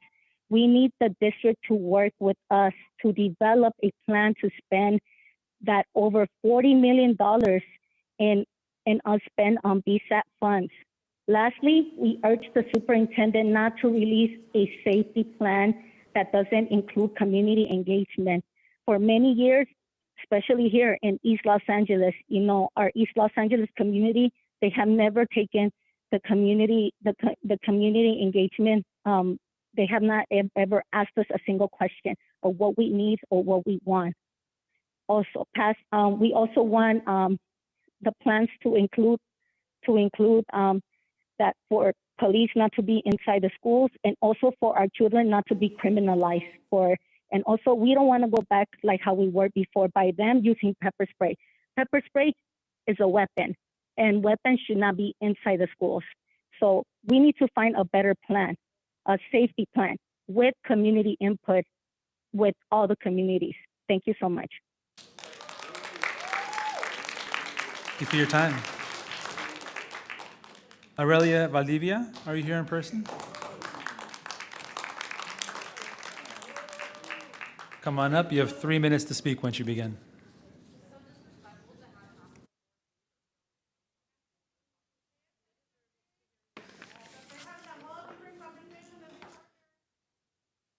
All right.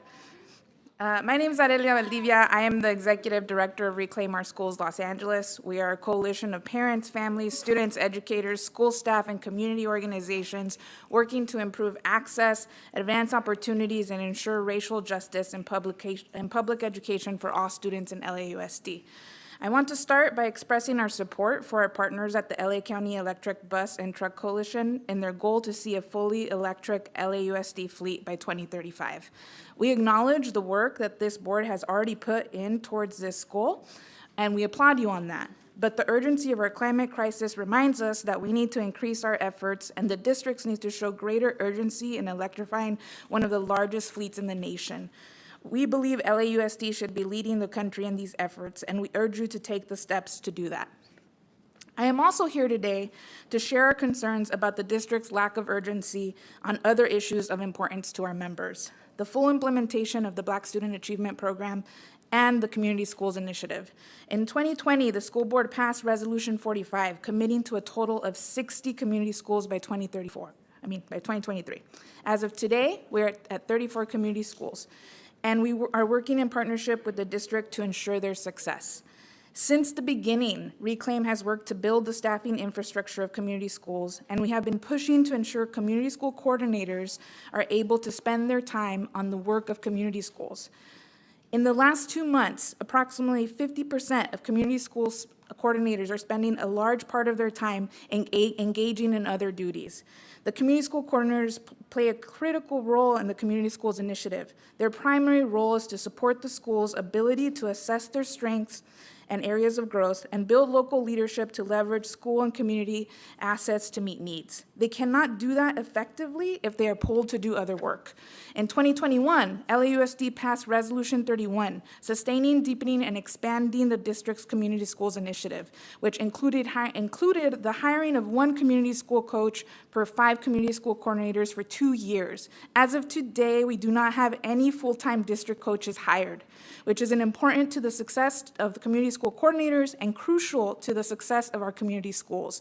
We believe that embracing community schools as an evidence-based whole child strategy for school improvement is critical to getting our schools beyond recovery. In February 2021, the school board approved the Black Student Achievement Program with targeted resources for 53 schools. In June 2021, the school board approved funding for an additional 57 schools. As of today, BSAP has not been fully implemented. There are over $40 million in unspent BSAP funds from last year and $20 million that will be added this year. BSAP must be fully implemented, especially safe passage and community-based safety programs. The district needs to work with us and our partners to develop a plan for those funds. There's so much turmoil facing LAUSD students right now, and we cannot afford to wait. Lastly, we want to urge Superintendent Carvalho not to release a school safety plan without engagement with the community. We need safety solutions that involve the community and have meaningful input from the students that we want to keep safe. Thank you for your time. Appreciate it.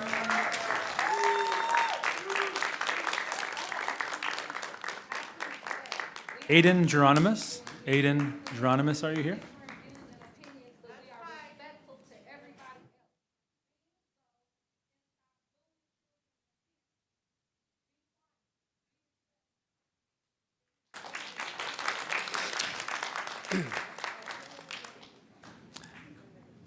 Mr. Carvalho, members of the board, thank you very much for your time. My name is Aiden Geronimus. I live in Board District 2, and I'm speaking on behalf of Jobs to Move America and the LA Electric Bus and Truck Coalition.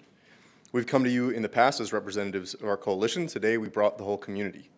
Earlier today, we had more than 50 community members, LAUSD parents, environmental advocates, rank and file union members, and others who all want the same thing.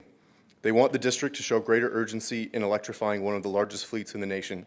They want to see a fully electric LAUSD fleet by 2035. We see the hard work you've already put in toward this effort, and we applaud you on all of that work. But the urgency of our climate crisis is a stark reminder to redouble those efforts. Over the next decade, the district is going to have to replace more than 1,000 buses, and that requires infrastructure planning, grant writing, and bulk purchasing that we simply haven't seen the district commit to yet. Just recently, the EPA gave out $1 billion in electric school bus funding, and LAUSD didn't get a single dollar of that.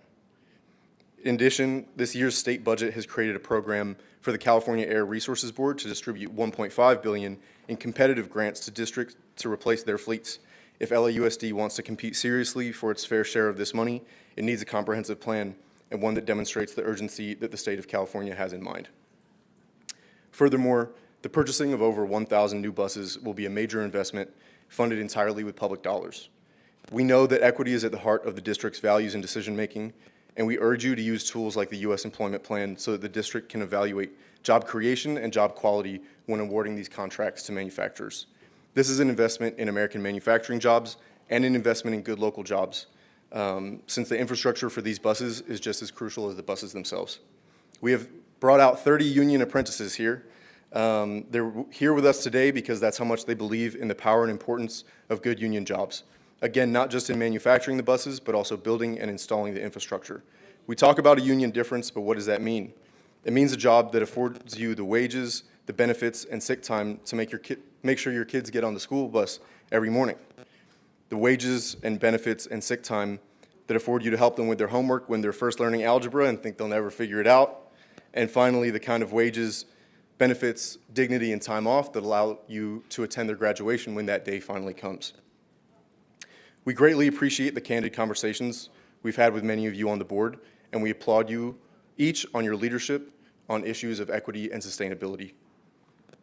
And we want to applaud the transportation staff and facilities staff as well. We know you're working hard every single day to get kids to school, and we know that public service is often a thankless job with more hard work than you get credit for. But this is a matter of real urgency to this community, and we think the turnout today demonstrates that. We urge you to consider a comprehensive approach to this problem. Infrastructure planning, grant writing, bus purchasing with equitable purchasing policies all deserve the level of capacity that's only possible if the district creates it. We look forward to continuing to work together to address the issues of capacity and equity in this moment of crisis. Thank you very much. Thank you, sir. Maria Palma, are you here? Maria Palma.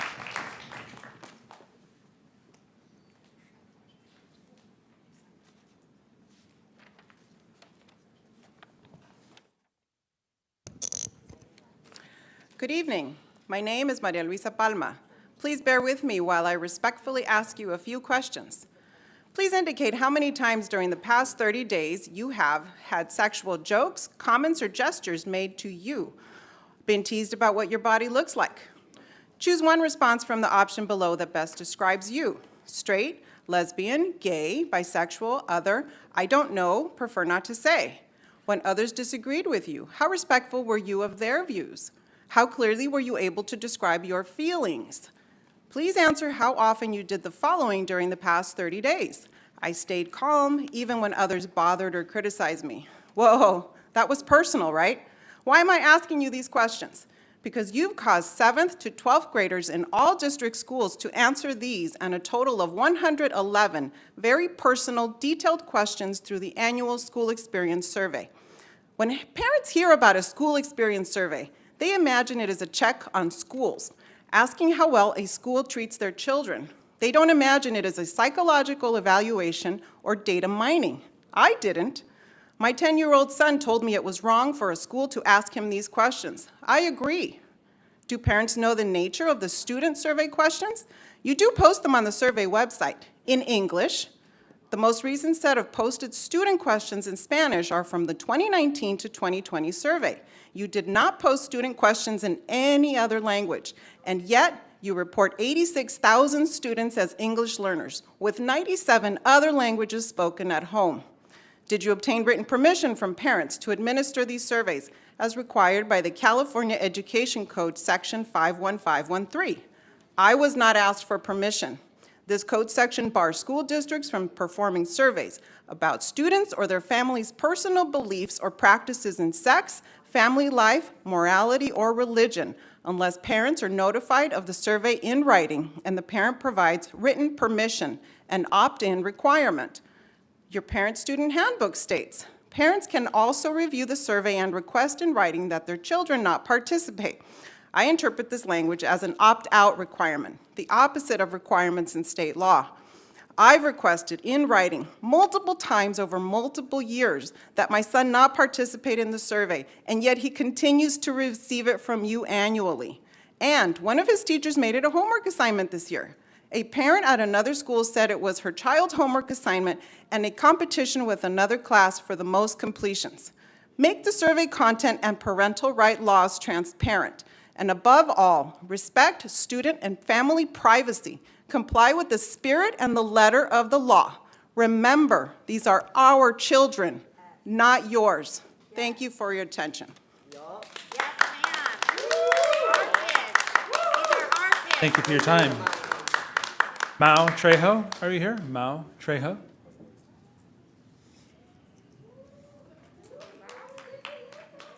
Okay, you have 3 minutes to speak once you begin.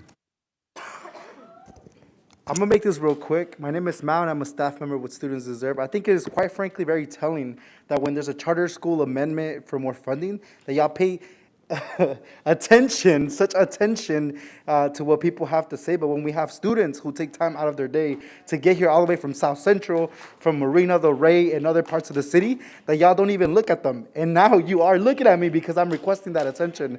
So for that, I'm gonna yield my time to Marche, who's gonna be speaking. Thank you. Hello. Superintendent Carvalho, my name is Marche Doss, and I am an LAUSD alumni.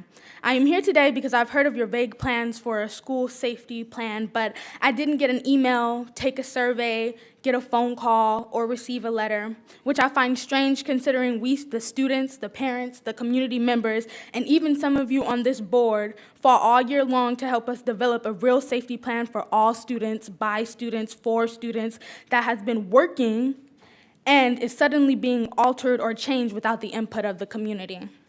You can't say you are creating a plan for school safety and the members of the school aren't involved. It's like me coming in here and telling you I'm changing the amount of resources you get access to without little to no forethought or forewarning. It's ridiculous. And I'm begging you to stop trying to follow in the footsteps of your predecessors. Be better. My grandfather deserved better. My father deserved better. My uncle deserved better. My mother deserved better. I deserved better. My sister and future generations will get better. We are not props or dolls. We are real people who live in the community, who attend these schools, and we deserve a say. We will not sit around while you plan around us. We will not sit around while you allow our thoughts and feelings to be ignored. And we definitely, and I mean definitely, absolutely, with all my heart, chest, soul, and the power of my ancestors, we will not sit around while you try to refund the police at the expense of Black students. That's all I have to say. Thank you.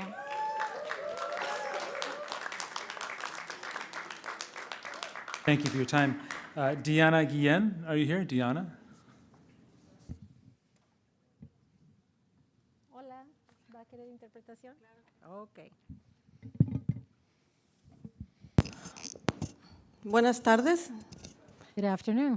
Mi nombre es Diana Guillén y he sido con este año 4 veces presidenta del comité de DILAC de los niños aprendices de inglés. My name is Diana Guillen, and this is my 4th term now as the DLAC President, District English Learner Advisory Committee. Sí, el día de hoy vengo a hablar porque los padres, he querido dar seguimiento a todas las peticiones de los padres que hicieron al Board de Educación y realmente no vemos que esas peticiones se hayan escuchado. I'm here today to give you follow-up on some of the items that we have come as parents before the board to request, and we have still not heard any response. Estamos mirando ahorita que muchas personas se están quejando acerca de la seguridad escolar. We hear today a lot of complaints about school safety. Pero vemos que tampoco hay involucramiento de los padres para poder solucionar este problema. But we also see the lack of parent participation helping to solve this problem. Por el contrario, en las escuelas los directores están promoviendo que estén solamente las reuniones por Zoom. And contrary to that, we see school principals who only want parents on Zoom. Y cuando son esta academia de padres que el señor Carvalho creó, es webinar. O sea que nosotros no podemos interactuar y hablar, ni comentar, ni entender, ni hacer preguntas, porque siempre son sancionadas las preguntas que no les gustan. And these family academies that Superintendent Carvalho created are basically only webinars where the parents are not allowed to speak or ask questions or have our concerns raised for everyone. We can't interact. Entonces quisiéramos nosotros saber realmente cuál es el objetivo de tener estos webinars y toda esta información. Sabemos que la información es necesaria, pero ¿hacia dónde va? And so we want to know, what's the objective of these webinars, this information? What is the point of this information, and what's the direction this information is taking? Otro punto que quiero tocar es, como DILAC, nosotros habíamos hecho una recomendación de que hubieran, que todos los distritos locales, los padres, los representantes se reunieran, y eso aún no ha pasado. and on a different point, at DLAC, we gave you a recommendation of the local districts meeting with parents, and that has not happened. Y simplemente yo quise trabajar en mi distrito local, que es el distrito local central, y quisimos hacer un cambio en esos grupos de estudio que están haciendo de cambiar el nombre por diferente, y el señor Plasencia, que es el encargado de todo el distrito de los padres, simplemente dijo que eso no se puede hacer. And what I had wanted to do in my local district central was to change the name of the study groups to a different name, but Mr. Plasencia, who works in the Parent and Community Services for the district, told us that cannot be done. Eso es algo tan insignificante que ni siquiera este distrito o el liderazgo de este distrito llevado por el señor Plasencia puede hacer el cambio. But this is such an insignificant request. It's such a simple thing that even a leader in the district like Mr. Plasencia could or not be able to do it. Entonces, ¿cómo es que vamos a trabajar juntos si no somos respetados? So how can we work with you if we are not being respected? Los padres damos nuestro tiempo para que los estudiantes tengan seguridad, que tengan mejor educación, pero ustedes solamente están haciendo que nuestras recomendaciones se vayan a la basura. And we, as parents, spend our time on what? On requesting for our students' safety, for their education to be better. And what do you do with our information that we give you? You just throw it in the trash. So, necesitamos colaborar más y como lo dije el año pasado, este año yo no estoy aquí para pedirles que trabajemos, sino para realmente hacer el cambio que se necesita, porque en los últimos 4 años no se han hecho cambios. And so what I want is more collaboration, and like I said last year, what I want to see this year are the changes that are needed. I've spent 4 years now requesting these changes. Entonces, el liderazgo que ustedes tienen de 15 años del señor Plasencia va hacia atrás. Ni siquiera se habla acerca de los derechos de los padres. En ningún webinar, en ninguna reunión, en ningún comité se habla de nuestros derechos que tenemos. And all this leadership time that Mr. Plasencia has been sent is kind of wasted because not at any time have they ever raised the issue of parent rights. Not Y in la any primera meeting, vez not que in yo any pisé conference. el distrito escolar fue lo primero que me hablaron hace como 10 años. Y ahora ese tema no se toca. ¿Por qué? Porque no quieren a los padres. En cambio, también la oficina de PCS está llena de un montón de empleados porque ya no quieren que los padres nos reunamos ahí. The first time I came into this district 10 years ago, the first thing I heard was about parent rights. But since Mr. Plasencia's been there, I haven't heard it once. In fact, the staff, there's mostly staff at PCS these days, not parents. Y los padres tenemos mucha preocupación con nuestros estudiantes de educación especial. And our parents are very concerned about students in special ed. Están aprobando evaluaciones independientes, pero cuando ustedes pueden hacerla, se les está pagando abogados, no están haciendo su trabajo y realmente creo que este sistema no está funcionando para nuestros niños de educación especial. There is a due hearing process that has been approved and independent studies, but you end up spending more money on lawyers and you're not actually doing your job. So, queremos trabajar y realmente tener una reunión más de trabajo y no simplemente que nos digan al final del año, muchas gracias por su participación, porque no estamos aquí para simplemente venir a hacer el juguete de ustedes. ¿El qué? The game. The game. What we want is to work. We want to work with you. We don't just want a nice thank you very much at the end of the year. We don't want to just be playing a game. So, muchas gracias. Thank you very much. Thank you for your time. Frank Rodriguez. Frank Rodriguez.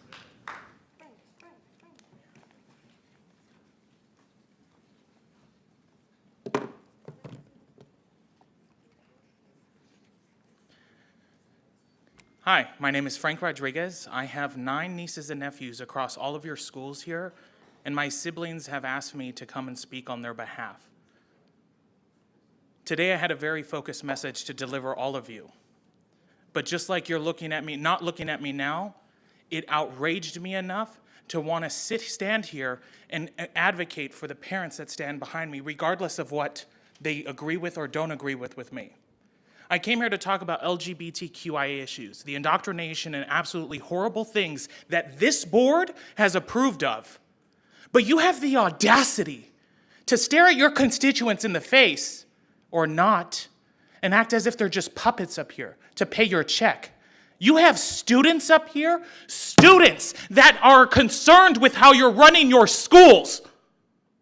Guns, drugs, and fatalities happening under your watch. And you have the audacity to stare at them with such little respect.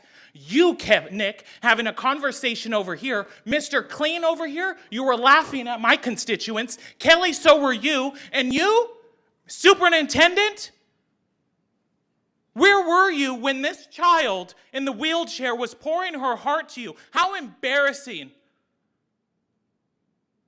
And you have the audacity to say that you're educators? I don't care what these students want. I care that you listen to them. You should care. I'm a public servant too. I grovel at the feet to the public because I work for them too. If it wasn't for them, I would not be standing here. If it wasn't for them, I would not have the home that I live in. If it wasn't for them, I wouldn't have my well-being. These people in this room are the most important thing in this entire meeting. The parents, the students, and the children of this district need your attention. I'm the Director of Operations for Gays Against Groomers. We are here to provide you some information that not all gays agree with one of the things that you're doing here with the Queer All Year. You're going to hear from gay people, you're going to hear from lesbians, and you're also going to hear from transsexuals. I encourage you to pay attention to the words that they say because it has validity. Unlike you with these students, pay attention. These parents put you in those seats, and they can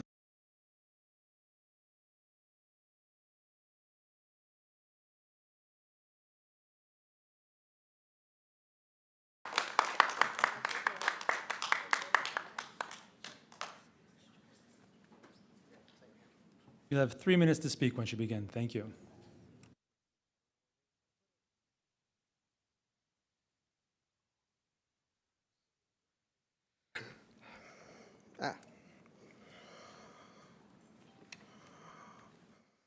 My name is Mario Presents, and I'm the West Coast lead of Gays Against Groomers. We're a coalition of lesbian, gay, bisexual, and transgender people who oppose the sexualization and indoctrination of children. Curriculum based in science, math, and language are necessary to the foundation of our youth, not inclusivity, not representation, nor equity. I represent thousands of voices online and in your community who say, no, los niños femeninos no son mujeres. Y tu currículo borra los homosexuales y los pone en peligro. A person cannot simply tell if a child's variant sexual behavior or gender nonconformity will result in them identifying as transgender in adulthood. A 2008 study by Whalen published in the Journal of American Academy of Child and Adolescent Psychiatry showed that more than 80% of gender nonconforming children simply grow up to be adult homosexuals. A 2021 survey of detransitioners by L. Littman shows that gender dysphoria disappears for 80% of children simply by completing natural puberty. It is equally irresponsible to teach children how to use phone apps and chats away from their parents by creating safe spaces for them to explore these feelings. Now we have Queer All Year. Your district's hyper-focus on sexuality is horrifying. LGBT is not a lesson plan. Gay isn't safe, it isn't pretty, and in fact, it's very predatory and rife with substance abuse. Party and play, that's what they say, right? Gross. In 2021, a Michigan hairdresser was lured to his death by a date on Grindr who slit his throat, then ate his testicles. Stephen Port of London, UK, lured 4 men to their deaths in 2014 using the same phone application. A missing transgender woman in 2020 in DC was found to have overdosed after an exhaustive search. None of these families will ever see their queer children again. And here you are encouraging them to be queer all year. Are you here to protect these children or traumatize them? Google these 3 words, Grindr, date, dead. The results will shock you. Aside from the real risk of death, sexual violation and trauma never fades from the mind or the body. Parents are watching, and so is the world.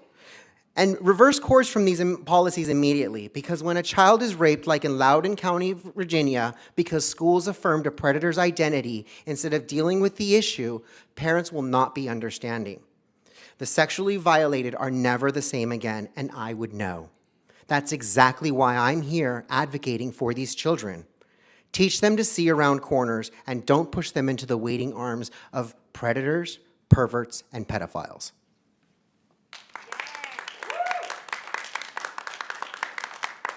Meg Martinez. Meg Martinez. Actually, rape is mostly done heterosexually. Meg Martinez. It's actually against the law for you to talk. Yeah, I thought, why the heck are you speaking out? We'd like to proceed with the speaker. I'm Megan Martinez. I'm co-lead of the Long Beach chapter of Gays Against Groomers with my wife. You just heard from two other leaders about what our organization does. I'm going to explain to you why I stand and fight alongside them. 95% depression, 93% psychosis, 91% PTSD, 90% anxiety, 90% substance abuse, and 57% bipolar. Do you know what these are? These are stats of medium to severe mental health conditions found in LGBTQ individuals, the majority being the TQ+.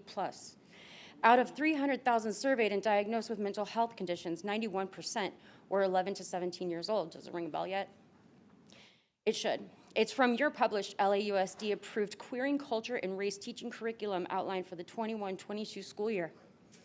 You even held Zoom meetings teaching staff how to teach this starting in kindergarten. Why I joined GAG is from personal experience. At 37, a therapist finally listened to me. I was diagnosed with bipolar, ADHD, as well as borderline personality disorder, PTSD, anxiety, and depression. Those last four were from trauma. I was groomed starting from the age of 4. You're perfect the way you are. It's acceptable, right? Then it turned into, if it feels okay, it must be okay. I was given praise, candy, new toys. He did this with all the 4 to 6-year-old girls on my street, and it took only 1 year for 10 little girls to be sexually assaulted from being taught it's okay because an adult said it was okay. That neighbor was a trusted friend of the family. My mom lived next to him since she was 12. His language made it easy for a family member to take it a huge step further when I was 5, and I'll let you conclude what that was. Again, an adult told me it's okay, so it must be okay, right? The pattern continued into my early teens. Those assaults made me hate my body and hate being a girl. By 7, I hated dresses, only wore boys' clothes, only refused anything to do with being a girl. That didn't change until I was 20. If I was 7 today, your curriculum would have made me think I was a boy and that I was transgender. Then I would have to be on meds. Then the next step is surgery. All of this because adults know how to make me happy, because I'm a kid, right? You tell me how I'm supposed to be happy. In actuality, all I needed was therapy.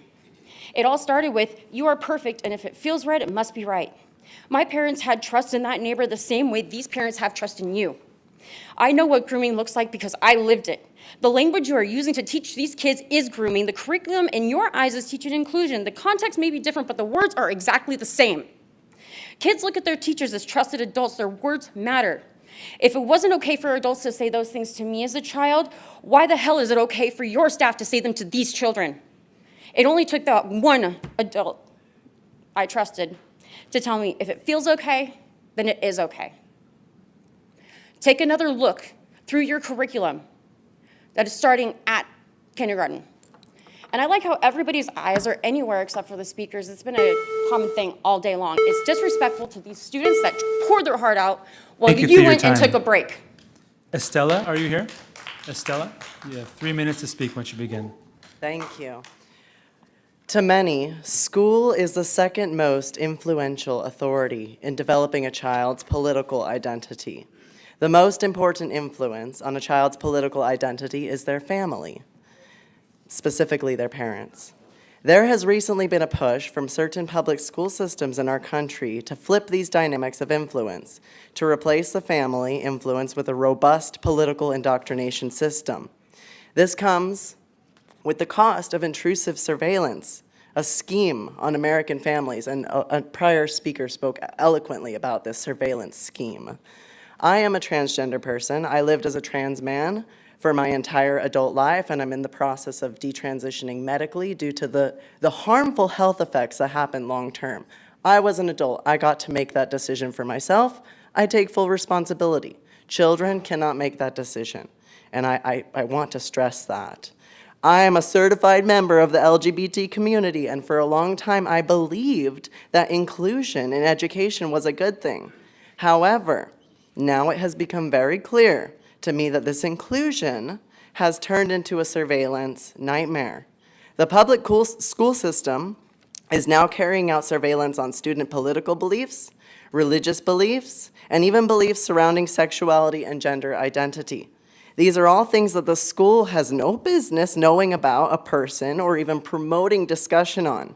Children do not get to give consent to these dialogues. They are forced to be there and forced to participate, often pressured to assimilate.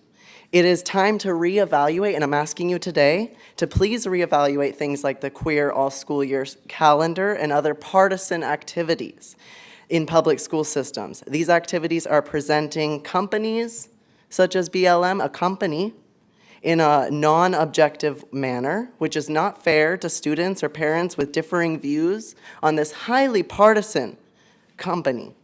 If these organizations want to provide activities outside of the public education atmosphere, they can do so. Similarly to Bible school, Bible camps, I went to those outside of school, and they're not permitted in the school system for a reason. These partisan organizations do not need to be profiting off of the public education system. Working with children is an honor, a privilege, and a responsibility. When parents trust their children with the education system, they're trusting that the system will be neutral, fair, and functional. It is not neutral, fair, and functional right now. It's not fair for people who have traditional religious views.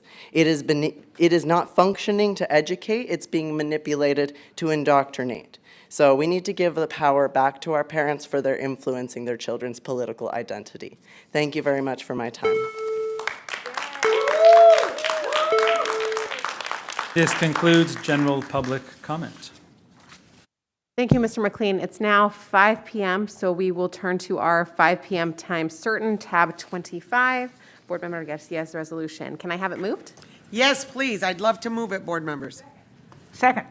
All right, and Ms. Garcia, would you like to introduce the resolution first or hear from speakers? I'd love to hear from speaker. Well, let me just say, board members, today I am asking that the property that is under district control 1215 Miramar be named the Mike Garcia Learning Center. And the amendment today is that we name the library for his supportive wife who passed away 3 months ago, La Primera Dama de la Unión, Gloria Garcia Library. There is no relationship to my family, my biological family. There is relationship to my political family. I bring to you the celebration, the picture that we were given at the celebration of Mike's retirement. I'd love us to hear from speakers, and then there's a short clip, and that's it. Thank you, board members. Thank you, Ms. Garcia. Mr. McLean, let's proceed with speakers for this item, please. Okay, speaking to tab 25, Jenny Mejia. Are you on the line? Jenny Mejia. Not on the line. Maria Estrada. Are you on the line? Maria. Okay. Amparo Gonzalez. Are you on the line? For tab 25. Nope. Aida Cardenas. Are you on the line? Aida? If you're there, press star 6 to unmute yourself, and you have 3 minutes to speak once you begin. Yes, this is Aida. I'm here. Go ahead. You have 3 minutes. Hi, great. Thank you so much to the board for the opportunity to speak in support of naming of the Mike Garcia Learning Center. My name is Aida Cardenas, and I met Mike back in 1996 as an intern during Union Summer, and I had the privilege of working under his leadership for close to 20 years. Mike knew that creating stability for workers and running and leading the Janitors Union and the Justice for Janitors campaign, he knew that it meant creating a home and an opportunity for their children to thrive. He knew that the campaigns were really looking at a multi-generational approach and having an impact and really ending the cycle of poverty dependent on the children of janitors being able to access education. Mike lit up when he saw kids chant "Si se puede" in the picket lines and saw the kids join their parents. He would always say, if the kids see that their parents fight for dignity and respect on the job, then they will see that their opportunities are limitless. When Mike's health deteriorated and had to retire, he came to me and said that he wanted his legacy to be about the kids. He said it has always been about the kids. And we established the Mike Garcia Scholarship Fund. He said he wanted the scholarships to not just support the straight A students, but to those that needed that support, that needed that vote of confidence, that somebody believed in them. He wanted to reach the students that would not enroll if it wasn't for those $500 that they got to enroll at a community colleges. His legacy continues in many of us who have worked under his leadership, who always put the kids first, who always put the workers first. I think you'll hear from other folks in other areas where he really had an impact in looking at the union as not just a place for the bread and butter issues of wages and benefits, but really improving the quality of life of workers and their families. So I would just say thank you for this consideration. Que viva Mike Garcia, and as he would say, que viva los niños. Thank you. Thank you for your time. Lilia Garcia Brower, are you on the line? Lilia Garcia She's Brower? on a plane. No. She's on a plane. Okay. Luis Sandoval, are you on the line? If you are on the line, press *6 to unmute yourself, and you have 3 minutes to speak once you begin. Luis Sandoval?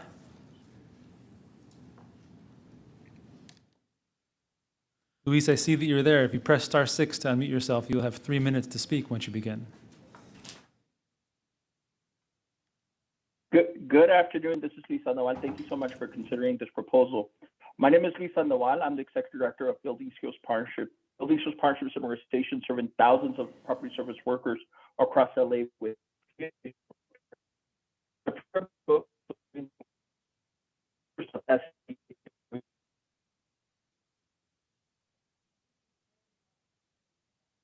Mr. Sandoval, it sounds like you're breaking up. Can you hear me, Mr. Sandoval? You might want to call back, and we'll continue with the next caller. Okay. David Tokovsky, are you here?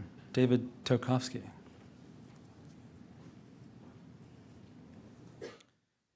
And I just want to reiterate, Mr. Sandoval, if you're on the line, we will come back to you. Thank you.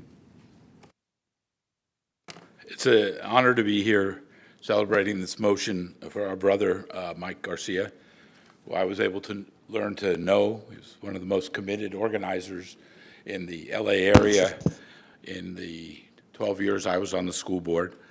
He was action-oriented, passionate, dynamic, and above all, thoughtful, always thoughtful. In fact, even when SEIU 99 didn't know that janitors inside this building were not organized, Mike stepped up to start the campaign. He filled gaps in the labor movement. His passions were tremendous. And hopefully we can clean up the graffiti off the front of that school that we're naming. Secondly, maybe somebody will amend the motion that only affiliated charter schools could be in that building rather than non-union charter schools in that building. It's kind of ironic to name a building after him and then have a non-union labor force in his own building, in our own building. So I always give a little food for thought, but como siempre, presente, Mike Garcia con nosotros. I'd like to also dive in my remaining half to say that today's board meeting and many issues, Mr. Superintendent and board, that you were very impressive. I think some of the conversation around the continued lack of effort and success with African-American male students and your comments, Mr. Superintendent, were right on. We spent 20 years in a consent decree, and the only item we couldn't get out of was the disproportionate number of African-American males that were wrongly identified in the emotionally disturbed category. So your commitment and your words today in the board conversation were right on. The discussion on tutoring was right on. Brought by a board and then handled by the superintendent, who also was frustrated last board meeting, along with Mr. Malvoin and many of you. Today's presentation, I think, is still missing a lot of ingredients. Who organized the $19 million for that one company? Who approved? Why did only 10 or so of the companies get presented to the superintendent when 33 are on the bench? Might be time to also be looking at the F word, which is fingerprinting. That issue has been slowing down a lot of things here. I understand that all fingerprints, whether they're in Idaho, Illinois, or California, go into the FBI database. Your work on affiliated charters, your comments today on affiliation were right on, and I thank you for your leadership and for the leadership on this particular one, Ms. Garcia, for doing the right thing. Hopefully there'll be an amendment. Thank you for your time. Luis Sandoval, I see you're back on the line. Luis Sandoval, please press *6 to unmute yourself, and you will have 3 minutes to speak once you begin. Mr. Sandoval, if you can hear me, please go ahead. I can't hear you. Can you hear? I can't hear you. Can you hear me? We sure can. Go ahead, please. Thank you. Thank you. I apologize. I'm having technical issues. So again, my name is Luis Sandoval. I'm Executive Director with Building Schools Partnership. BSP is an organization serving thousands of property service workers in LA with free educational programs. I'm really encouraged by the proposal that the trustee here in Garcia has put forward. The programs are focused on improving the lives of property service workers, members of SEIU, USWW, and low-wage industries and their families. We center our work on workforce development, immigrant inclusion, and community advancement. Through the vision and commitment of Mark Garcia, we have been able to develop an organization that addresses the needs of workers and their families. Building Skills Partnership was focused with the vision to create access for economic mobility and break cycles of poverty. At the center of this was Mike's vision. One of our parent university programs that we currently have is specifically designed to tailor programming, but also address the needs of LA families with resources and information about navigating LAUSD and college. Our parent education and the program that we have offers workers information about how to get to college, how to make sure that parents get the information about navigating and encouraging their children to go to college or, career technical education, how to make sure that they become involved in the children's education while LAUSD. BSP also offers the Mike Garcia Scholarship, which provides financial support to the children of property service workers to obtain a higher education. This opens up opportunities for a successful future for the families that BSP serve in LA. Mike Garcia was a great leader who helped thousands of property service workers in a movement that helped workers achieve a more just way of living and working. Today, his legacy continues through the scholarship, which Aida mentioned earlier, and we're proud to continue to live that legacy of Mike Garcia. It is also notable that LAUSD School may also carry Mike Garcia's name, and I strongly believe that other children who are going to be going into that school will see Mike Garcia's commitment to the community, but also to the children, as Aida mentioned. For BSP, since 2008, with donations from individuals, employers, and labor, BSP has been able to provide over 500,000 scholarships to students. Just last Thursday, we celebrated the Mike Garcia Scholarship Gala in downtown LA to continue to raise and serve hundreds of students, in this coming year.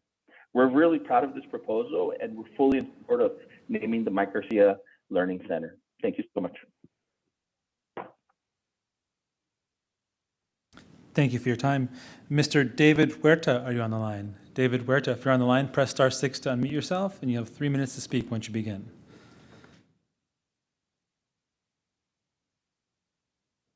Mr. Huerta, I see that you're with us. If you press *6 to unmute yourself, you should be able to speak.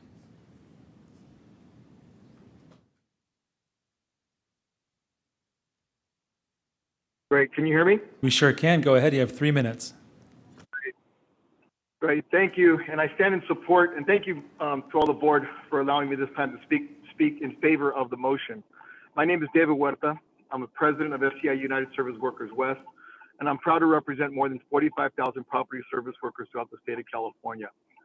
I'm also president of SEIU State Council, and I have the honor of representing more than 700,000 essential workers across our state. I also have had the privilege of serving side by side my friend Mike Garcia, my mentor, my friend, my leader for over 14 years, and in his retirement to be able to continue to work with him on everything that both Aida and Luis mentioned earlier. The motion you are considering today to name an educational center after labor leader Mike Garcia is important, not just to honor his legacy and the workers of previous generations that made our present possible. It symbolizes how our communities will build a brighter future for the generations to come. USWW members make tremendous sacrifices so their children can have more opportunities, but they are often unfamiliar with the hurdles that exist. That is why parent education programs such as computer literacy and ESL, to name a few, are critical to removing the barriers our members and their families face when unlocking the full potential of their and their children's educations. Mike Garcia was a leader who knew well how important it is for our members and their families to have access to more educational tools and eliminating barriers. Mike's vision was always to bring workers of all different races and backgrounds to fight together for the common good. Mike guided SCI-USWW through years of dramatic growth, building a powerful union, empowering workers to lead and lifting working families out of poverty, empowering them to harness the power of education. Even into retirement, Mike stood firm and fought the criminalization of immigrants by shining light to the economic and physical exploitation of our most marginalized communities. He was a lifelong champion for comprehensive immigration reform and fought hard for people of color to have a voice in electoral politics and society. At a time when our city and our nation is grappling with how to build a multiracial society that lifts everyone up, naming this school will make due justice to the legacy and the fight that Mike Garcia had throughout his career. I believe we can follow Mike Garcia's example, and I urge you to approve this motion. Thank you. Thank you for your time. That concludes public speakers on this item. Ms. Godinez, board members, we will not show the video today, and if I can just share a little bit, thank you to the speakers that joined us. There is a book that documents Mike's work. It talks about the legendary Justice for Janitors movement in California, mobilizing thousands of immigrant workers to build one of the most powerful and dynamic unions in the country. The Justice for Janitors Union conducted a strike that reverberated across the country, achieved path-breaking victories, and transformed the way labor organizes and moved political campaigns that won victories for millions of immigrants and low-wage workers across the country and shifted political power in California to the left. While there were many things to admire about Mike, his tenacity, his drive, his strategic mind, his compassion, his legacy is grounded in his ability to get his members to believe that anything is possible when they stand together to take on powerful forces aligned against them. Under Mike's leadership, a union of immigrants rose to become one of the strongest voices for workers' rights and social justice in the state of California. Those members believed in Mike, and Mike got them to believe in themselves no matter the odds. Mike was a friend, he was a brother, and he was one hell of an organizer. We mourn his passing, but we celebrate his life. We know his spirit lives on in the hearts of every immigrant and worker who organized for justice. It lives on in every family uplifted out of poverty because they got a union on the job or just greater confidence in their ability. It lives on with every family through the social justice movement that Mike helped build and gave voice to the voiceless and power to the exploited and vulnerable. I do feel very fortunate that when I started considering running for office, I got to meet with Mike, and he said, if you're going to take the job, do everything possible in your power to interrupt poverty. Help our children go to school where there is high quality, high expectations, and support for their human worth.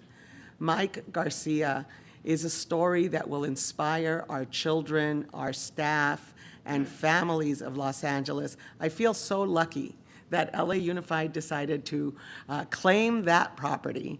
And I look forward to the superintendent's conversation with this board about what services we will offer there. But for today, board members, all I'm asking is that you support the naming of this property for a person who reminds our students who often see themselves as needing great support and needing to overcome great odds.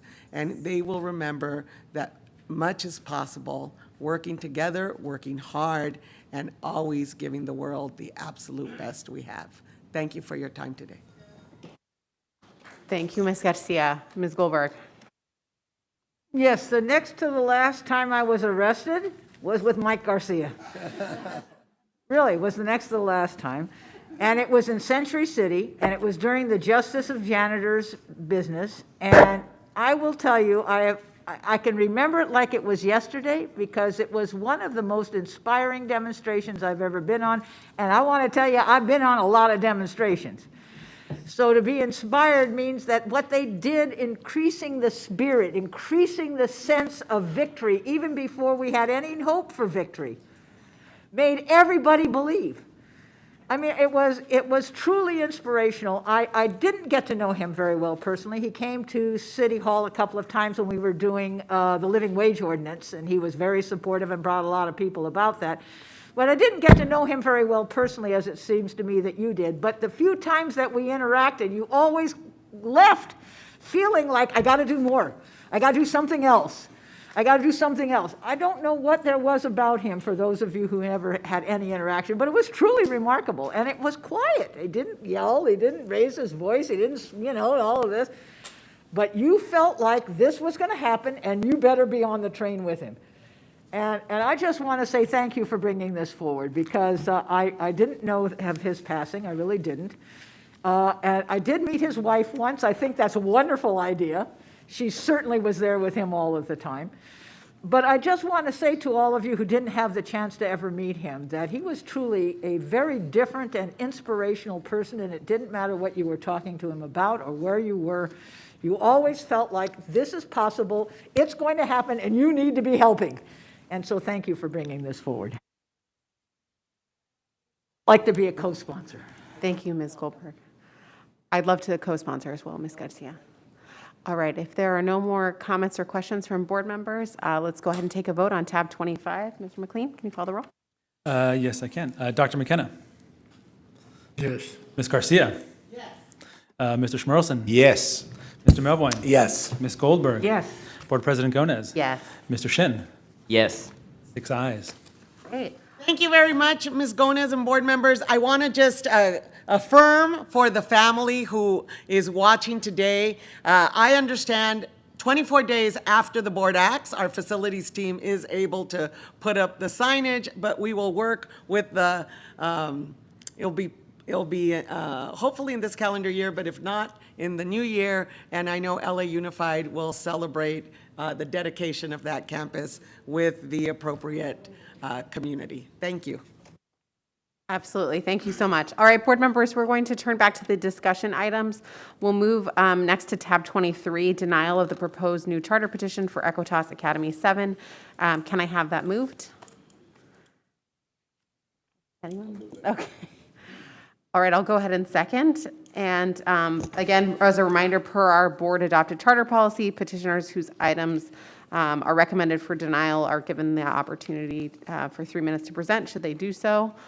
So we'll open it up if the petitioners would like to speak now or hear speakers first. You want to come up now? Okay.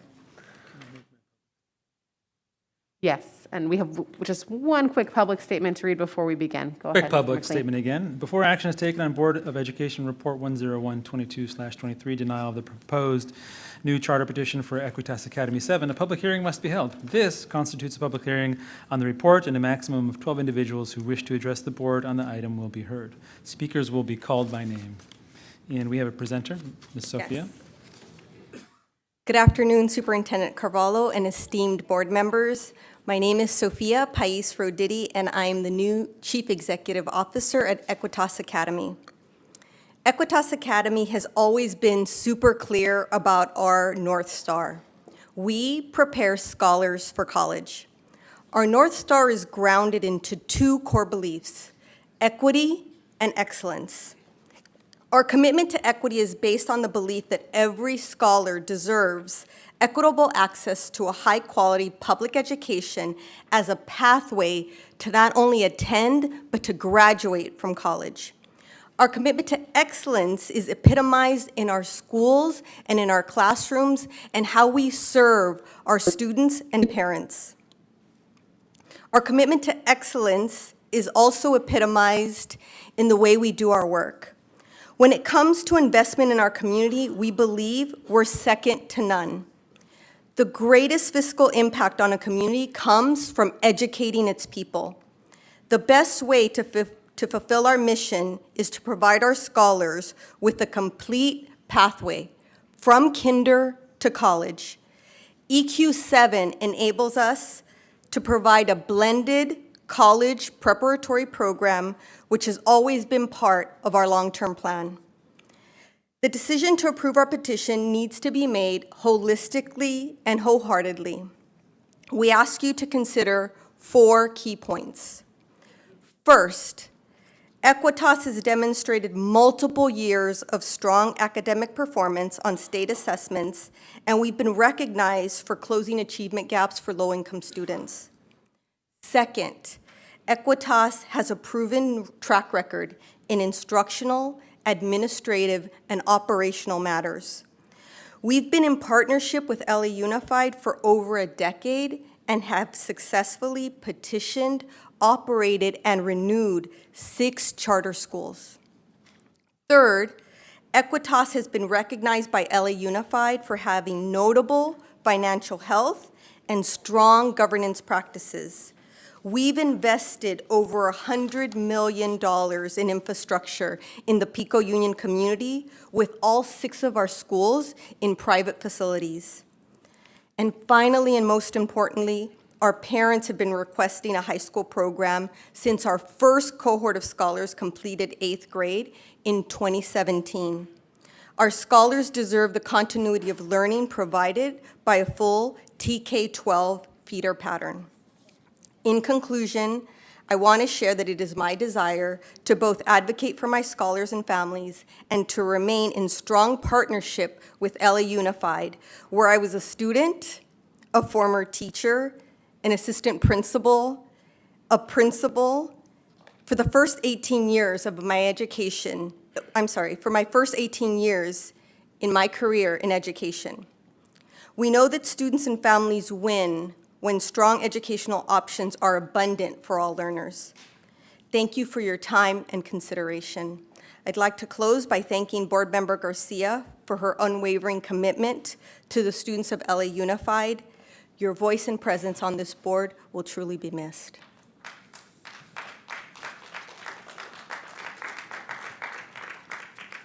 Thank you very much. We'll now open it up to the speakers who have signed up for this item. Mr. McLean? Okay. Rose Reese, are you here? Rose, are you here? If you're on the line, press *6 to unmute yourself, and you will have 3 minutes to speak once you begin. Can you hear me? I sure can. Hello? Hi. Okay, great.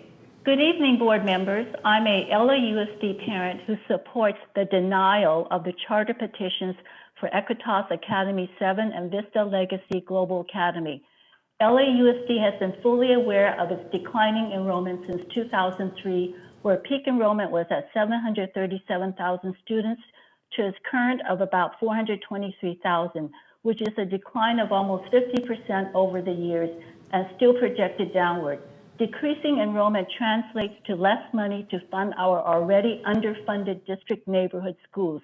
Despite the enrollment decline in independent charter schools, LAUSD appears to favor closing some of its district neighborhood schools, such as Wright Middle School and Pio Pico Middle School in Board 4.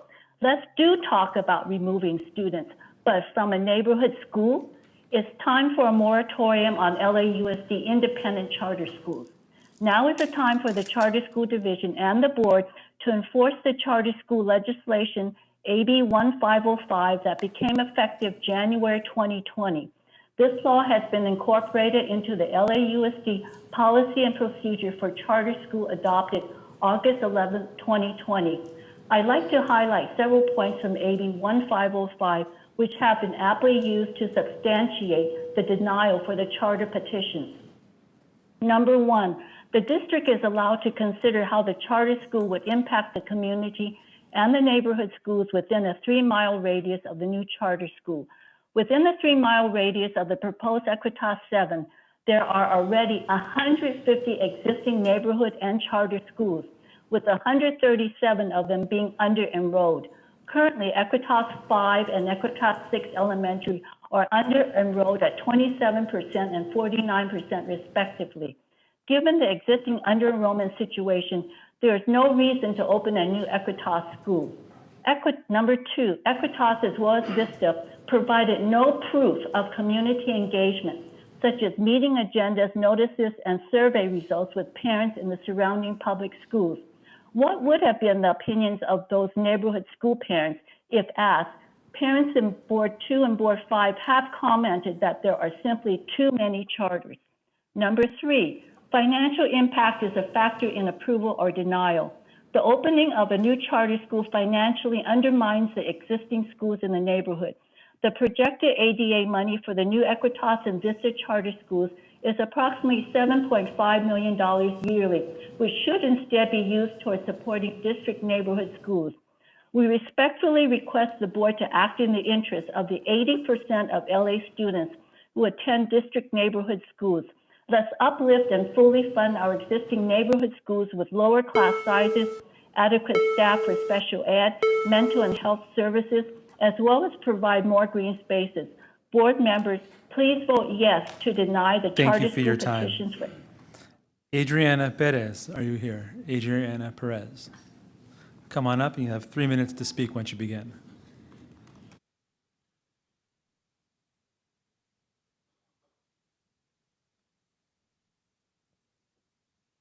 Good evening, LAUSD board members. My name is Adriana Perez. I am here today as a proud parent of Equitas Academy and staff member for Equitas Academy Charter Schools.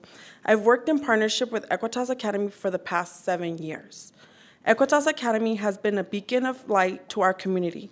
We focus on providing the best education for our scholars. We provide all the support possible for our families in our Pico Union community. As a parent of Equitas Academy, my son started his first time in school virtually during the pandemic. He logged on in every day with joy. He felt included. He received all the academic support from his teacher, and I saw the development and the growth he made. Today, my first grader, which is my son, is reading at a 3rd grade level. Equitas made this new virtual learning experience memorable for my scholar and efficient where he is thriving now. My daughter, in 7th grade at Equitas Academy 2, is now top in her class and learning so much from her teachers and the experiences she has had with her classmates. They have built her confidence and teamwork skills that she will need in the future in college. These examples highlight the commitments that Equitas Academy has to the community, not only in Equitas Academy giving scholars a high-quality education, but also building their skills for college and their future. Our families and our community deserve the best education for the children. Our families have asked Equitas to open a high school and a hybrid school for many years now. And as a commitment to our families and our community, we would like to provide that. Today, I ask you to please support Equitas Academy 7. Thank you. Thank you. Adelaide Gonzalez. Adelaide Gonzalez, are you here? Come on up, and you have 3 minutes to speak once you begin.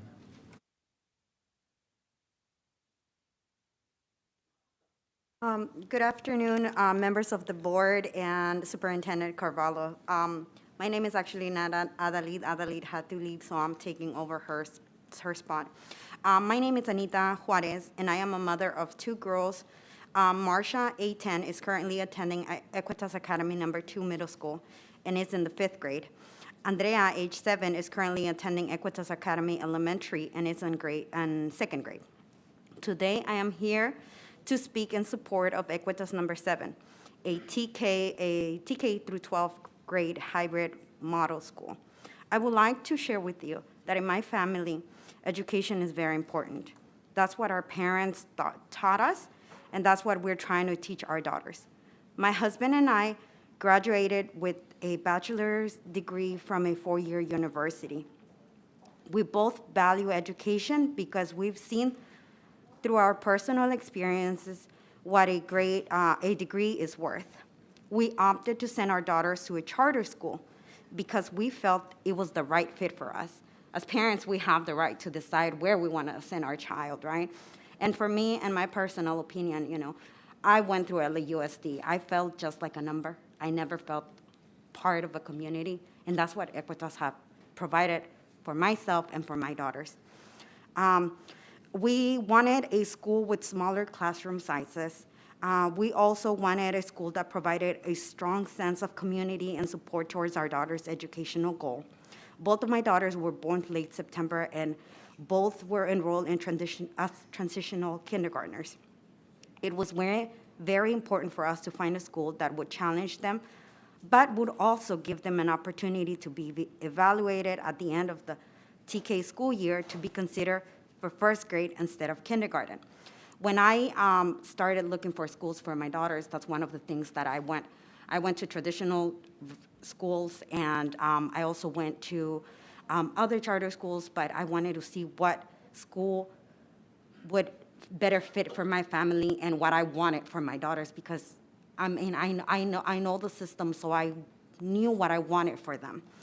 And so with the help of, it was very important for us to find the school that would challenge and give them an opportunity to be evaluated at the end of TK. With the help of their teachers, they began showing signs of advancement, and both were eventually placed in first grade. Since they were both academically and socially ready, this allowed them to have a head start in their education. Equitas teachers have been a great support not only for my family, but to many families in our community. They have created a safe learning environment for our children. At Equitas, my daughters feel at home. As a parent, I feel heard and valued, and I have a direct line of communication with both teachers and administration. Today, I ask your support for parents like me to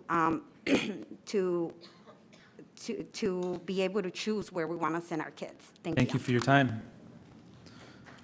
Kylie Magdalena, are you here? Kylie Magdalena? Come on down, and you'll have 3 minutes to speak once you begin.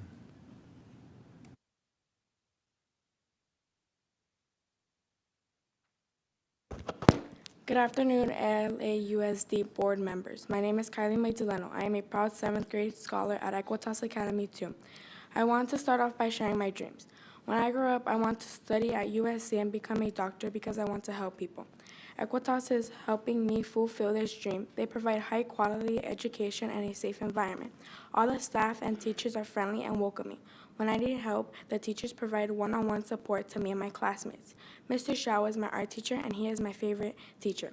His classes are creative and insightful. He gives us lessons and also creates videos that we access after class to learn the material. Last week, the whole 7th grade went on a field trip to Semi Valley. There we did rope courses, rock climbing, and hiking. This was my first time experiencing this, and it taught me that in life I need to take things one step at a time. When I first saw the rock climbing wall, I was excited. But then as I got closer, I got nervous. I pushed myself to do it because everyone encouraged me. As I was climbing the wall, in the middle of it, I wanted to come back down, but my teacher encouraged me to keep going. When I got to the top, it made me realize that my experience at Equitas will motivate me to go to USC and become the doctor that I want to be. I would like other students to be able to experience the same thing I have gone through in my education at Equitas. Equitas Academy 7 will provide an opportunity for scholars to start in TK and go all the way to high school. Please help make more scholars' dream come true by approving Equitas Academy 7. Thank you very much. Thank you. Yahaira Perez. Yahaira, are you here?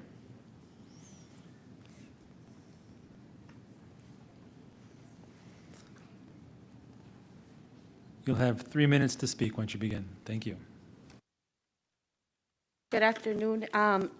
LAUSD Board and Superintendent Carvalho. My name is Jahaira Perez. I have two daughters attending the Equitas Academy Charter Schools.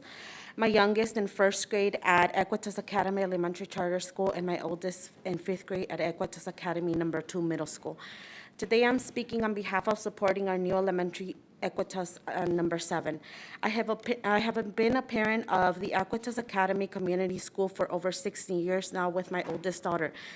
But today I am here to share my experience as a parent of a child who has an IEP service. My daughter, Haley Hernandez, who is currently 7 years old, was born with a congenital heart defect called tetralogy of Fallot. And due to multiple open heart surgeries and delays at birth, she had speech and other health delays. Due to her health condition, she had never been to a campus site learning environment until her first year of kindergarten at Equitas Academy Elementary Charter School. As a parent of a child with special needs, it can be challenging to find a school that is willing to offer all of our services that my daughter needs. But after a thorough evaluation at Equitas Academy Elementary School, my daughter's IEP qualified her for the correct services and accommodations that provide her with extra time to eat, restroom support from a trusted culture coordinator, and due to eligibility of her other health impairments, she also receives RSP, occupational therapy, and speech and language support on weekly sessions that are one-on-one. Prior to starting school physically, my daughter's only way of communicating was pointing at objects or using sign language. Today, not only has my daughter's speech progressed in a way that she can pronounce her needs, but has also developed the confidence on herself to attempt to become more independent in school and even at home. As her mother, I know my daughter's accomplishments have had a great impact in her life. Being part of a charter school in a small campus has allowed her to feel safer with the additional staff, helped her academic focus, and allowed her to perform positive growth in her abilities. Equitas Academy provides a structured, achievement-based community that prepares students to graduate from four-year colleges and universities as their mission states. I can say this with confidence because my oldest, who is also a fifth grader, is currently in a middle school site that also resides in Pico Union, and her structured schedule is preparing her for greater opportunities in the future to attend a university one day. For this, I ask your support for schools like mine and any community that has and wants a good charter school in the future. I thank you for your time and consideration. Thank you. Robert Spencer, are you on the line? Robert Spencer, if you're on the line, please press *6 to unmute yourself, and then you'll have 3 minutes to speak once you begin.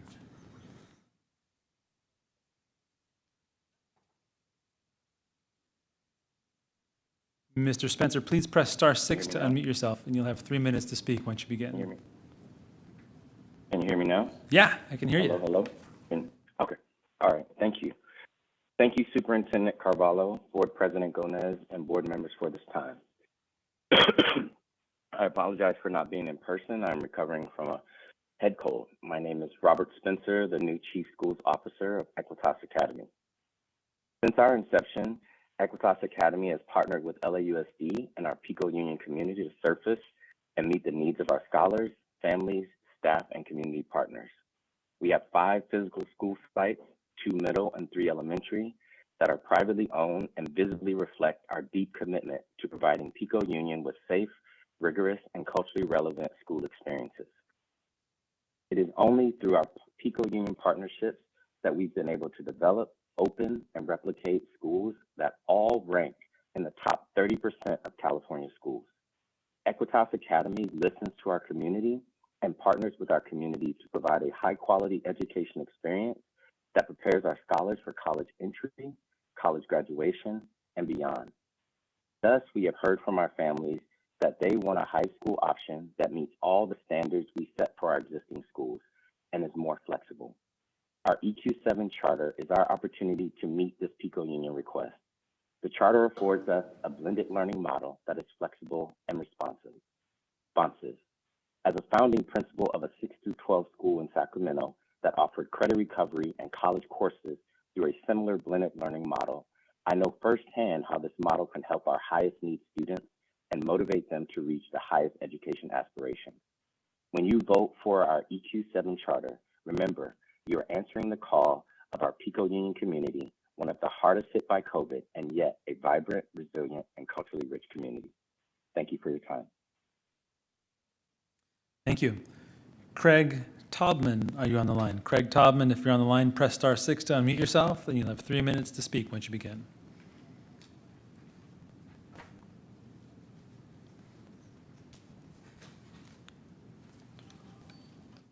Mr. Craig Taubman, are you on the line? Press star 6 to unmute yourself, and you'll have 3 minutes to speak once you begin. Good morning, evening, afternoon. It's a pleasure to be here. I've been deeply moved by all of the passionate speeches the last 2 hours. Extraordinary. My name is Craig, and I'm the founder of the Pico Union Project, a nonprofit that is located in Pico Union, an area that I feel is one of the most diverse, economically challenged, and beautiful neighborhoods in Los Angeles. Our project, our nonprofit, strives to be a source of light and joy, equity for our neighborhood. And I am calling, as the founder of this nonprofit, to support Equitas number 7, that will hopefully offer more students and families a high school in the Pico Union community. I've worked many, many years, I believe 6 years, and have seen firsthand the commitment that they have as students, parents, and a school to build community. My father-in-law was Dr. Eli Brent. He was the founder and president of ALA, the Associated Administrators of Los Angeles, that unionized the principals in the LA Unified School District. It was a trip to watch him talk with my mother-in-law, who was a teacher in LA Unified School District. I learned from him that educating children ensures the personal success in their lives and collectively can contribute to the development of our community, nation, and world. I believe in my heart that Equitas has been and will continue to be a powerful force in teaching, reaching, embracing, nurturing, loving our children. And I commit to continue supporting their efforts. I thank you for your time. I hope that you will join us in building a brighter future for our students and Pico Union community and larger world. Thank you, and God bless all of us in this wonderful journey we call life. Thank you. Anita Baltazar Juarez, are you here? Anita Baltazar Juarez. Oh, you already went. Okay, thank you. Cecilia Melgares, are you here? Good afternoon, LAUSD board members, superintendent, and staff. My name is Cecilia Melgares, and I've had the privilege of working with Equitas Academy Charter Schools for the last 7.5 years. Today, I'm speaking on behalf of supporting Equitas Academy number 7.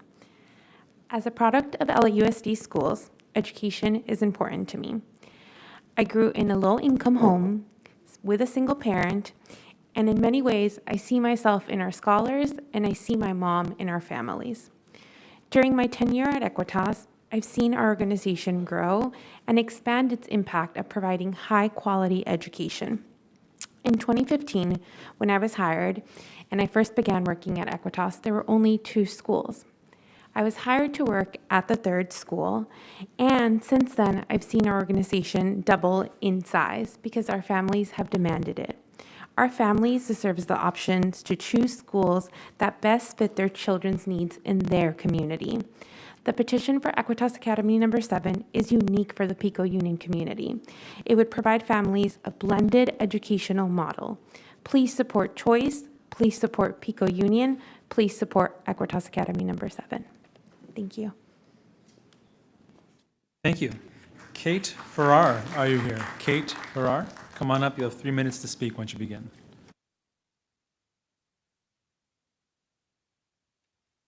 Good evening, honorable board members, Superintendent Carvalho, and staff. My name is Kate Farrar. I have the honor of being part of the leadership team of Equitas Academy Charter Schools as the Chief of Staff. Since our flagship school first opened its doors in 2009, Equitas has provided excellence in the Pico Union community, as you heard our CEO, Dr. Roditi, say. excellence in providing instructional programs which have resulted in multiple years of stellar performance on state assessments and recognition for closing opportunity gaps for low-income students. Excellence in preparing our scholars for college, which we hope could dramatically increase the college-educated population in Pico Union community. Excellence in providing employment opportunities where a meaningful number of our colleagues are from the local area. And we've tried to be an excellent neighbor in these trying recent years as we supported our community during the pandemic by serving over 250,000 free meals to families in need. The Equitas 7 Charter Petition is an opportunity for our organization to be authorized not only to continue to strive for a high bar of excellence, but also to provide an educational option that will permit greater innovation for the students and families of our community. We're seeking the opportunity to offer a school model that we believe will build on lessons learned through these challenging recent years. The Equitas 7 model would meet the needs of scholars in our community in new and different ways through a model founded on principles of individualization and flexibility. This model would also allow us to fill the longstanding wishes of our dedicated families, just a few of whom you've heard from today. It's our sincere hope that these wishes will be heard and responded to with an affirmation of the Equitas 7 petition. Thank you for your time and your thoughtful consideration. Thank you. Lilia Miter, are you here? Lilia? I'm sorry about that pronunciation. Okay. You'll have 3 minutes to speak once you begin. Thank you. Thank you. Good afternoon, board members and Superintendent Carvalho. My name is Lilia Mitre, and I attended LAUSD schools from kindergarten to 12th grade. I am a first-generation Latina college graduate and the first in my family to go to college. My family mirrors the families that I have the honor of serving at Equitas Academy for over 8 years as the Director of Family, Alumni, and Community Engagement. For years, our families have asked for Equitas to open a high school that will help scholars continue to receive the level of academic excellence and support they receive at Equitas Academy on their trajectory to college and beyond. Uplifting family voices is at the core of family partnerships and my work at Equitas. Family voices matter, and their hopes and dreams for their children will become a reality with Equitas Academy number 7. When families speak, we listen. As you can see, some of them have been here waiting patiently since 1 o'clock this afternoon and have spoken on their desire to have a high school for their children to continue their journey to college. Equitas Academy number 7 would offer our families choice in having a school in their community that meets the many needs of our scholars and flexibility in learning through a hybrid model. What we learned through the pandemic is that some students need the flexibility to be able to learn from home, whether it's for medical reasons or social emotional needs. Equitas has forged strong partnerships with community organizations that help support the whole child and the needs of our families, thus creating an impact in the Pico Union community. Today, I ask for your full support of Equitas Academy number 7 in order to show our families that their voice matters and to continue to grow our impact in the community. Thank you for your time and consideration in this matter. Thank you. Brenda Campos, are you here? Brenda Campos. Señora, ¿va a querer interpretación? Ok, yo le ayudo. Buenas tardes a todos. Gracias por tener la intención de escucharnos. Yo como madre... Good afternoon, everyone, and thank you for having the consideration to listen to us. Yo vengo de nuevo a pedirles a ustedes que nos apoyen. No estamos tratando de competir con ninguno. Simplemente tenemos ahorita como padre la decisión de ver qué es lo mejor para nuestros hijos. Es como en la tienda. Vas y compras una manzana de una marca y agarras de otra. Eso es lo que estamos haciendo. Permítame. So I'm here again to ask you to support us. I'm not here to compete with anyone. As parents, you know, we have the right to choice. It's just like shopping in a market. I can choose this apple or I can choose this other apple. It's the same thing. Estoy muy contenta con LAUSD. Tengo una hija en el grado 10 en West Adams High School. Entonces, I'm very happy with LAUSD. I have a daughter in the 10th grade at West Adams. pero tengo una chiquita que le encanta la escuela. Ella no la puedo mover porque ella está creciendo con sus amistades que ella se ha relacionado desde el kinder. But I have a little one who's super happy, and I can't move her. She's learning and growing with her friends she's had since kinder. Te los mencioné un día. Ella conoce el mundo a través de su escuela, a través de su maestra. I've told you before that she has come to learn and know the whole world through her teacher. No solo educan a nuestros hijos. Yo también tengo talleres con ellos donde he aprendido inglés. Me han inculcado que también puedo hacerlo y no importa la edad. And they're not only teaching our children, they're teaching the parents. I have taken workshops on English, and they teach us that no matter your age, you can still learn. Lo mismo estoy tomando los talleres como ustedes saben que los están dando para los niños de LAUSD. También estoy asistiendo a los mismos talleres. And the workshops that they provide, you know, for the LAUSD children, I go to the same workshops. Lo único que les pido es no paren el futuro de mi hija. Ella quiere seguir en esa escuela y crecer con sus compañeros, porque esa es la manera en que todos hemos crecido en un neighborhood. Para ella la escuela es su casa, es su vecindario, son So sus amigos. all I ask for you is don't stop, don't put a pause on her future. She's at a school where she has friends and she's learning and she's happy, just like we all grew up in a neighborhood where we know everyone and we're happy. Yo puedo irme con la tranquilidad de dejar a mi hija en la escuela, irme a trabajar porque sé que no tiene maestros. Sé que tiene tías, tíos y hasta los abuelos cuando son las maestras más grandes. And I can go to work really relaxed and confident that my daughter is not just with teachers. They're like her aunts and uncles and even grandparents because some of the teachers are older. Sé que si ella cae, ellos la van a levantar. No me la van a dejar caer porque ella tiene en mente que ella va a ir al colegio y a la universidad. And I know if she falls down, they'll help pick her up. They're not going to let her fall. She has in mind to go to college, to go to university. Ella me ha empujado a que yo lo haga. Estoy inscrita en el colegio, tomando clases también de ESL y de todo lo que me pongan enfrente para ser un buen ejemplo para ella, porque ella es el futuro. And she pushes me also to go to college. I'm taking ESL courses. I am the role model for her, and she is the role model for all of us. Yo he escuchado al superintendente decir muchas cosas en el poco tiempo que tengo de conocerlo. I have heard the superintendent say many things in the short time I've known him. A ustedes también en mucho tiempo que he venido a este lugar con diferentes escuelas a tomar apoyo.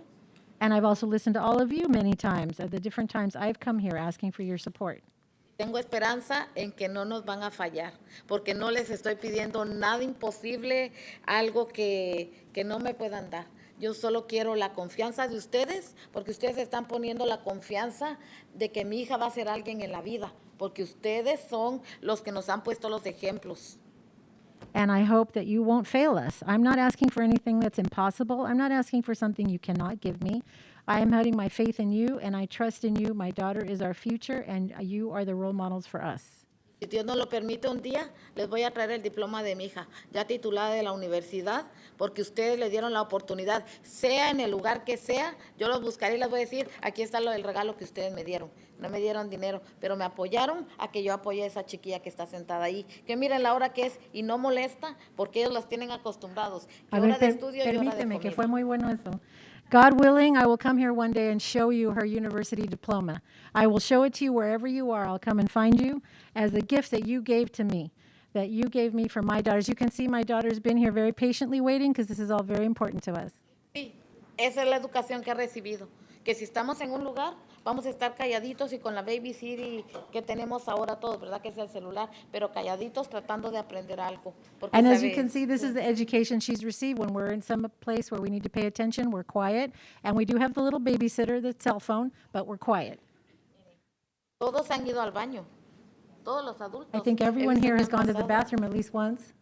Pero ella no, porque ella tiene esa educación de que es tiempo de estar calladita y sentadita porque estamos en algo importante. But not her, because she knows we're supposed to be here paying attention, quiet, and not getting up.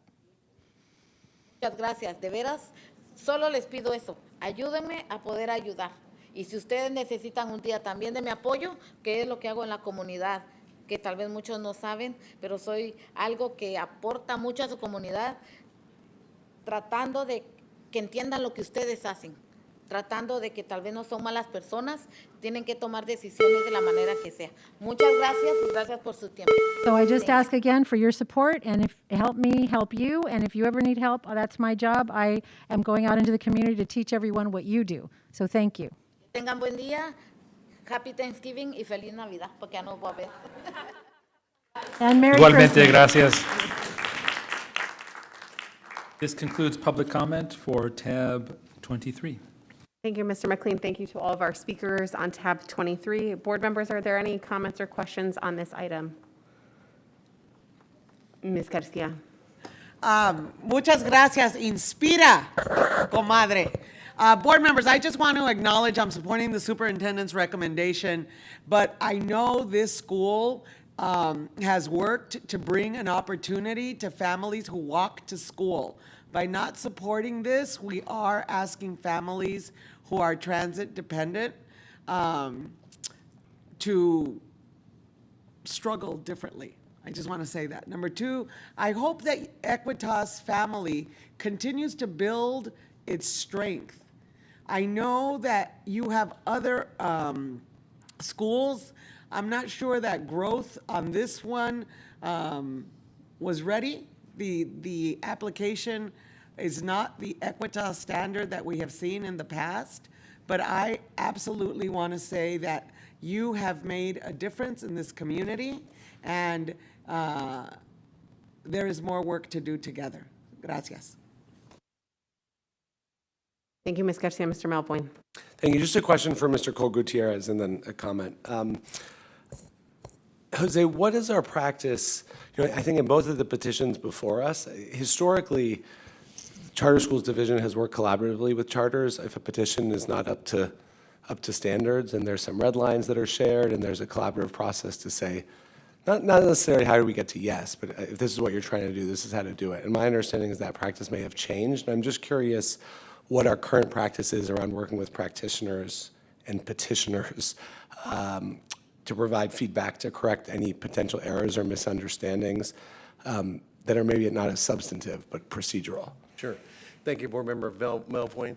Our practice actually continues with this policy as it was in the prior, and that's if a school is going to be recommended for denial after our review, there is no back and forth process. If substantively meets the legal criteria, and then there are some minor issues, at that point, there could be that iterative process toward the end.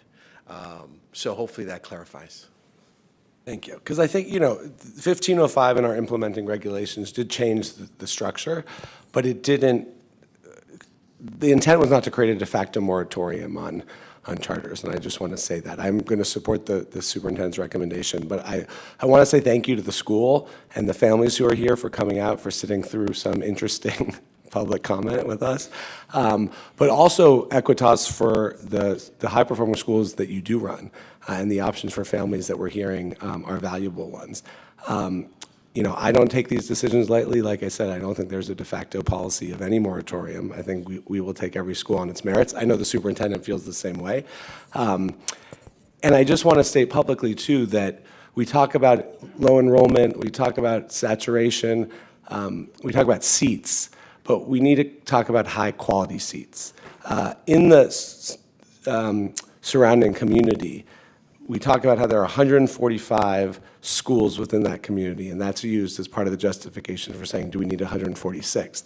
But 112 of those 145 are underperforming the state average for English, and it's around the same for math. So I put that there. I'm going to support the superintendent's recommendation on this, but as we look internally at our own schools, it's one thing to say, oh, there are 145 schools, we don't need another one. But it's a completely different conversation that this district can help lead on to say, well, when 112 of those, when the vast majority are not beating the state average for kids, and these parents are saying we want better, then what we're saying today is we're closing one door, but we need to make sure we're opening another. And it's that work that I am confident in the superintendent's ability to do, is we should already showed that in the first 9 months, but we need to do more of so that these families who are here today and the ones they represent feel that we're not just shutting the door in their face. So, thank you. Mr. Superintendent, sorry, very briefly, I think just to Mr. Melvoin's point, just to note, we agree with that point. And the board's policy, I would say, notes that. Under-enrollment is only one factor in the community impact assessment. The board also requires staff to look at fiscal impact, not the fiscal impact vis-a-vis another denial requirement, whether the board can absorb the fiscal impact. No. There's impact to revenues, staffing, academic achievement. The board does ask us to look at what is the current state and how would this operator assist, facilities plan, community engagement, and then obviously duplication.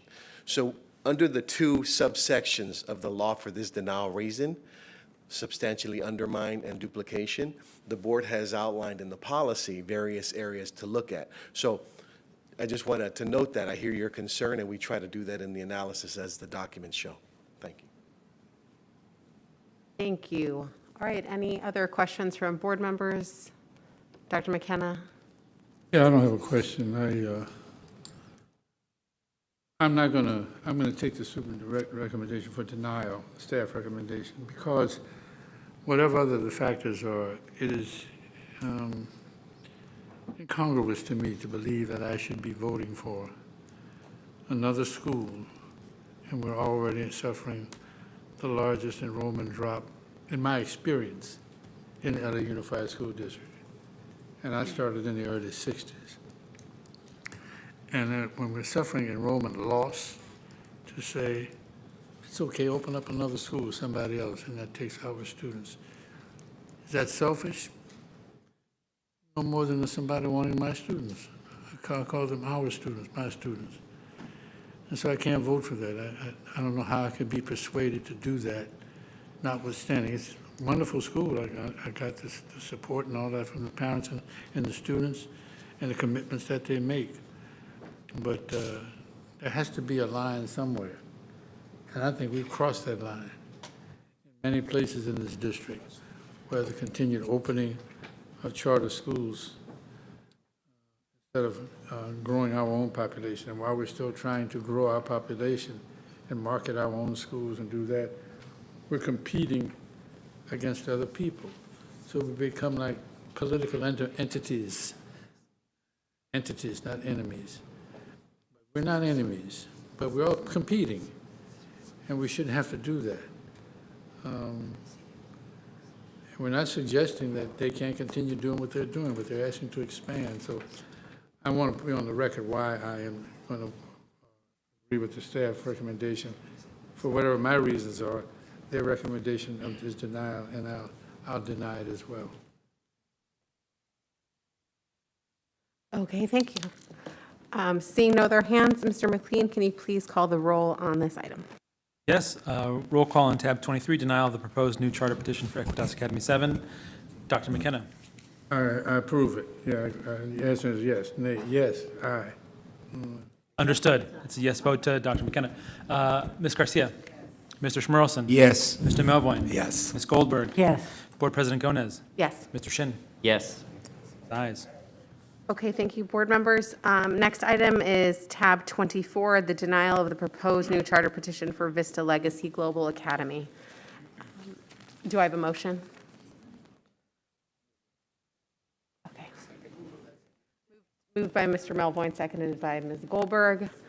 And you have a public statement to read. To go I'll read ahead. the public statement, and we also have a presenter to go before the public comment. Tab 24. Before action is taken on Board of Education Report 102-22/23, denial of the proposed new charter petition for Vista Legacy Global Academy, a public hearing must be held. This constitutes a public hearing on the report, and a maximum of 12 individuals who wish to address the board on this item will be heard. Speakers will be called by name. And I believe Dr. Donald Wilson will be making a presentation initially with his 3 minutes.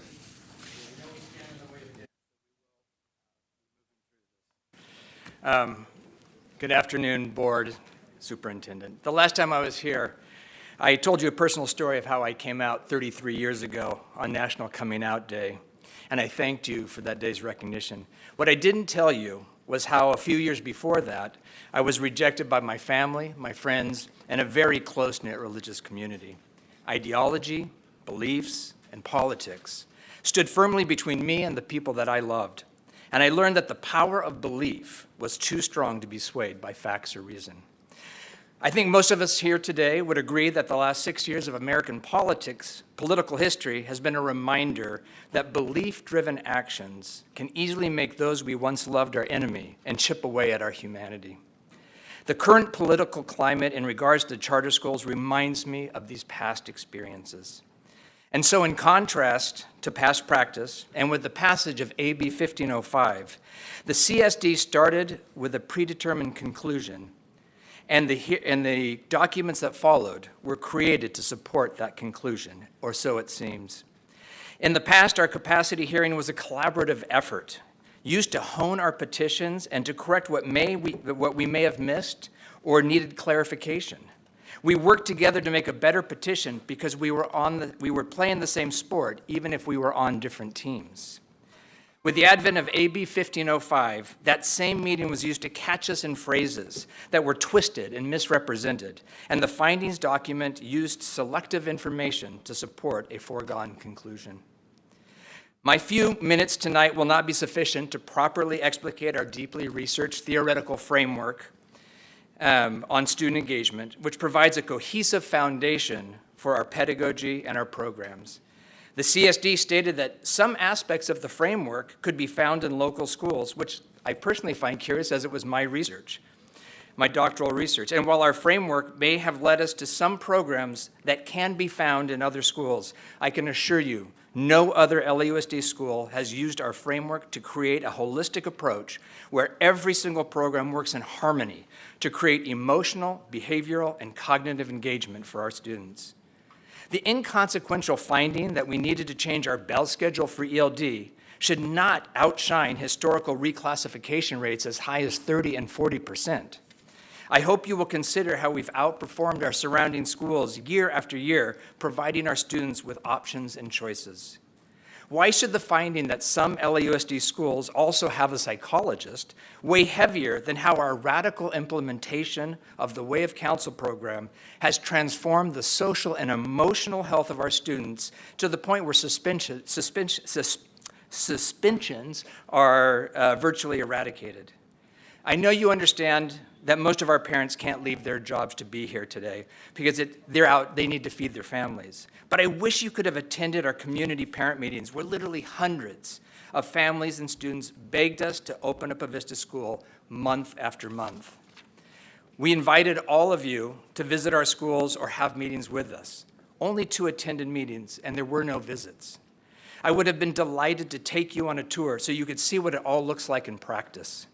The CSD has actually done that for 12 years in a row and has always given us high marks. This last year at the middle school, we received the highest score possible with all 4s. We have proven our capacity. There are 12 years of deep and successful partnership between us.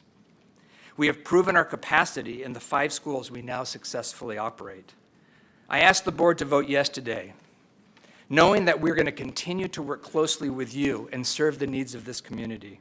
They deserve options, the parents deserve choices, and students deserve an opportunity to find a school that is right for them and not just assigned to them because of their zip code that dictates their scholastic fate. I thank you for your time, and I can't believe I made it under 3 minutes, or the timer was not on. It was very close to 3 minutes. All right, well, thank you very much.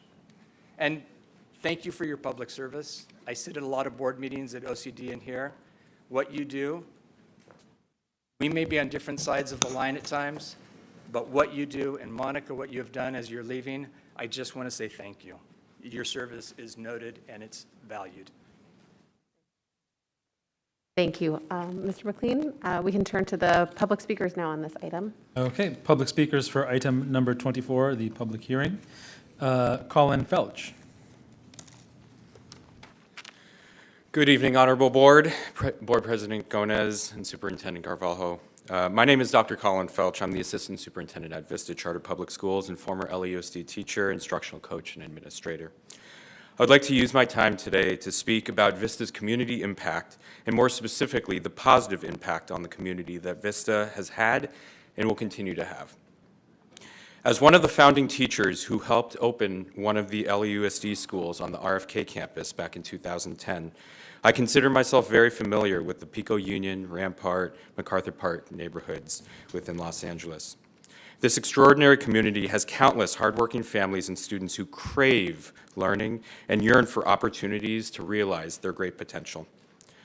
During my time at the Ambassador School of Global Leadership, we were an integral part of the International Study Schools Network, educating kids from this very same community to be the next generation of global leaders. However, this community no longer has any high schools within this network using this framework of educating for global competence outside of, hopefully, Vista Legacy. In fact, a high school student would have to travel all the way out to Pacoima at Vaughn International Studies Academy to receive the same education using this framework. This is just one example of Vista's profoundly important and transformative programs that are truly unique to this community, and that does not begin to scratch the surface of the positive impacts that Vista has made in the community, including comprehensive mental health support services, employing families from the community, providing a safe and rigorous learning environment, and will provide dual enrollment and college credit opportunities for students in this underserved community. My point is, Vista has been doing an amazing work for the community and will continue to do so. This is why a recent Vista alum will be receiving the United Nations Youth Humanitarian Award next month. This is why Vista is the first and only K-12 organization working with UC Irvine to develop the first ever climate change leadership CTE pathway in California as part of the state's Eclipse initiative. This is why year after year, parents have asked and pleaded for us to open a high school in Los Angeles to enroll their children after they culminate from 8th grade. And that is why I'm here to say, parents, we hear you loud and clear. And we hope that we have the opportunity to continue to serve your children in this extraordinary community in grades 9 through 12 at Vista Legacy. Board members, we hope you listen to our parents in this community and approve the Vista Legacy petition. The parents want nothing more than to stay within the Vista family and call Vista Legacy home for their children during their all-important high school years. Thank you. Thank you for your time. Anthony Flores, are you here? Anthony Flores, come on up. You'll have 3 minutes to speak once you begin.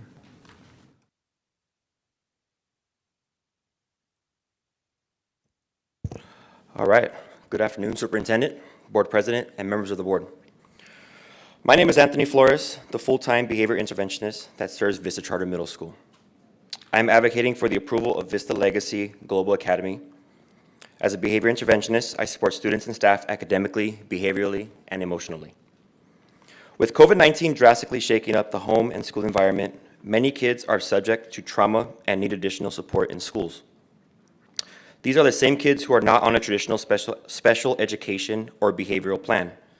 These are the students who slip through the cracks and become forgotten, if not in a nurturing environment like Vista Charter Middle School.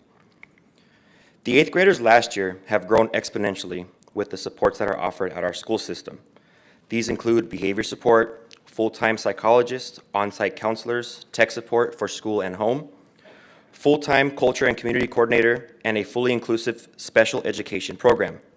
Unfortunately, those same individuals all went on their own way into different high schools with unfamiliar peers and teachers. We help our students with education, but leave an impression on them to be better individuals serving their community. Our focus is building lasting relationships and wish to continue to do that with the pillars we are building in their middle school lives. With the future high school for our students, we can continue and build on top of those existing pillars into infinite possibilities. Without the high school, they are left in the abyss of not knowing what is next. The data that I collected further supports the power of relationship building, as I have collected data on work completion, time on task, and attendance with the students I serve. All have shown an increase of improvement after the relationship was built. The National Center on Safe Supportive Learning Environments further exemplifies this by stating that students who feel connected to school are more likely to succeed as they have better school attendance, grades, test scores, and stay in school longer. This is everything we value in Vista Charter Public Schools. The only piece of the puzzle that is missing in order to keep on making a lasting difference for our students is the high school, Vista Legacy Global Academy. This is your call to action. Your vote for approval today ensures that the work we've began to implement can continue and prepare them for college. Thank you. Thank you. Karen Amaya, are you here? Karen Amaya? Come on up. You'll have 3 minutes to speak once you begin.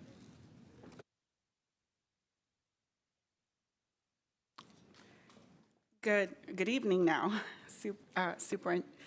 Superintendent, Board President, and members of the board. My name is Karen Amaya, and I have had the pleasure of serving the community of this, I'm sorry.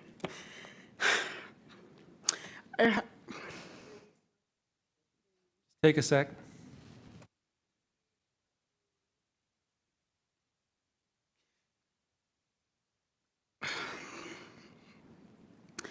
I've had the pleasure of serving the community of Vista Charter Middle School for 8 years now, as assistant principal and as principal.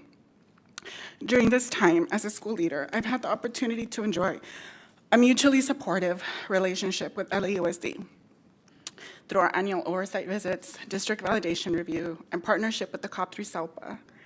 I have benefited from reflection and improvement through feedback and support, as evidenced by upward trends in our CAST data since 2015, showing double-digit growth from 29 to 39% in ELA and 16% to 27% in math.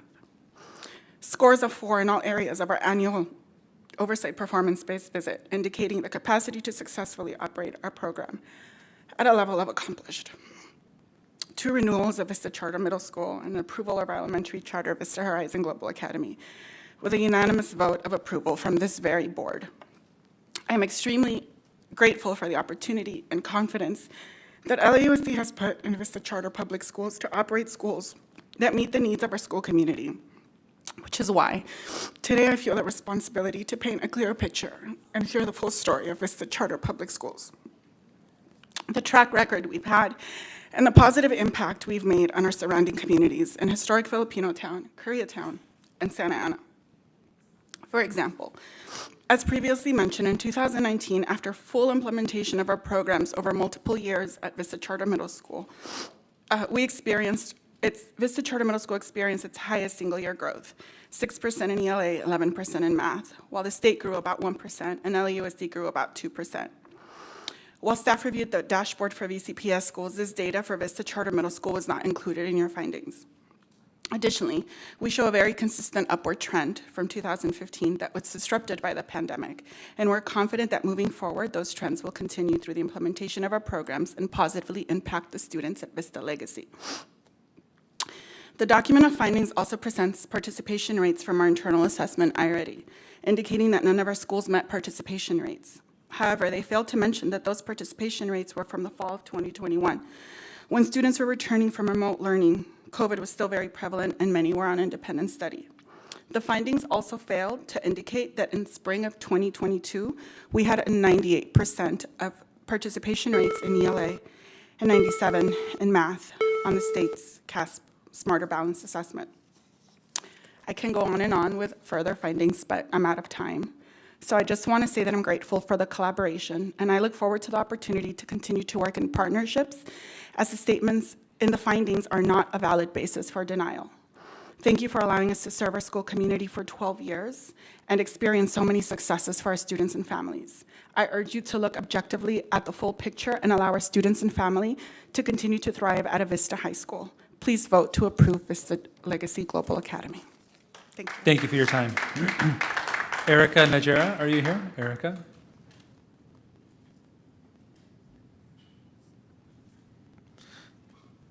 You'll have 3 minutes to speak once you begin.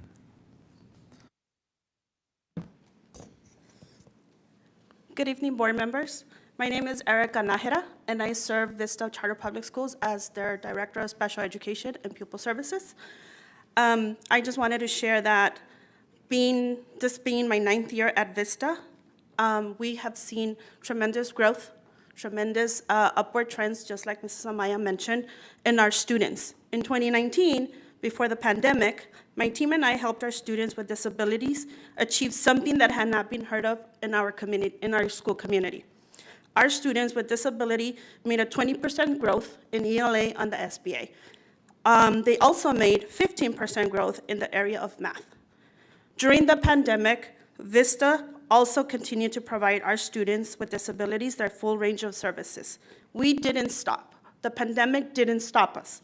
At our annual oversight meeting, that was an area of strength, and it was also a highlight from our visiting oversight committee.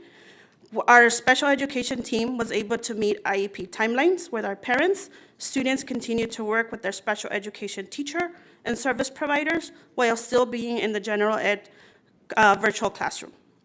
Vista offers our students, their families, and our community a place they can count on for various supports. At Vista, our students with disabilities receive a range of services in the general education setting in our inclusive educational program. Our students are fully included in the gen ed setting, and students will normally come up to me and say, hey, Ms. Nahera, I feel like a typical student. I don't feel different, and that's important for us at Vista. We have seen our students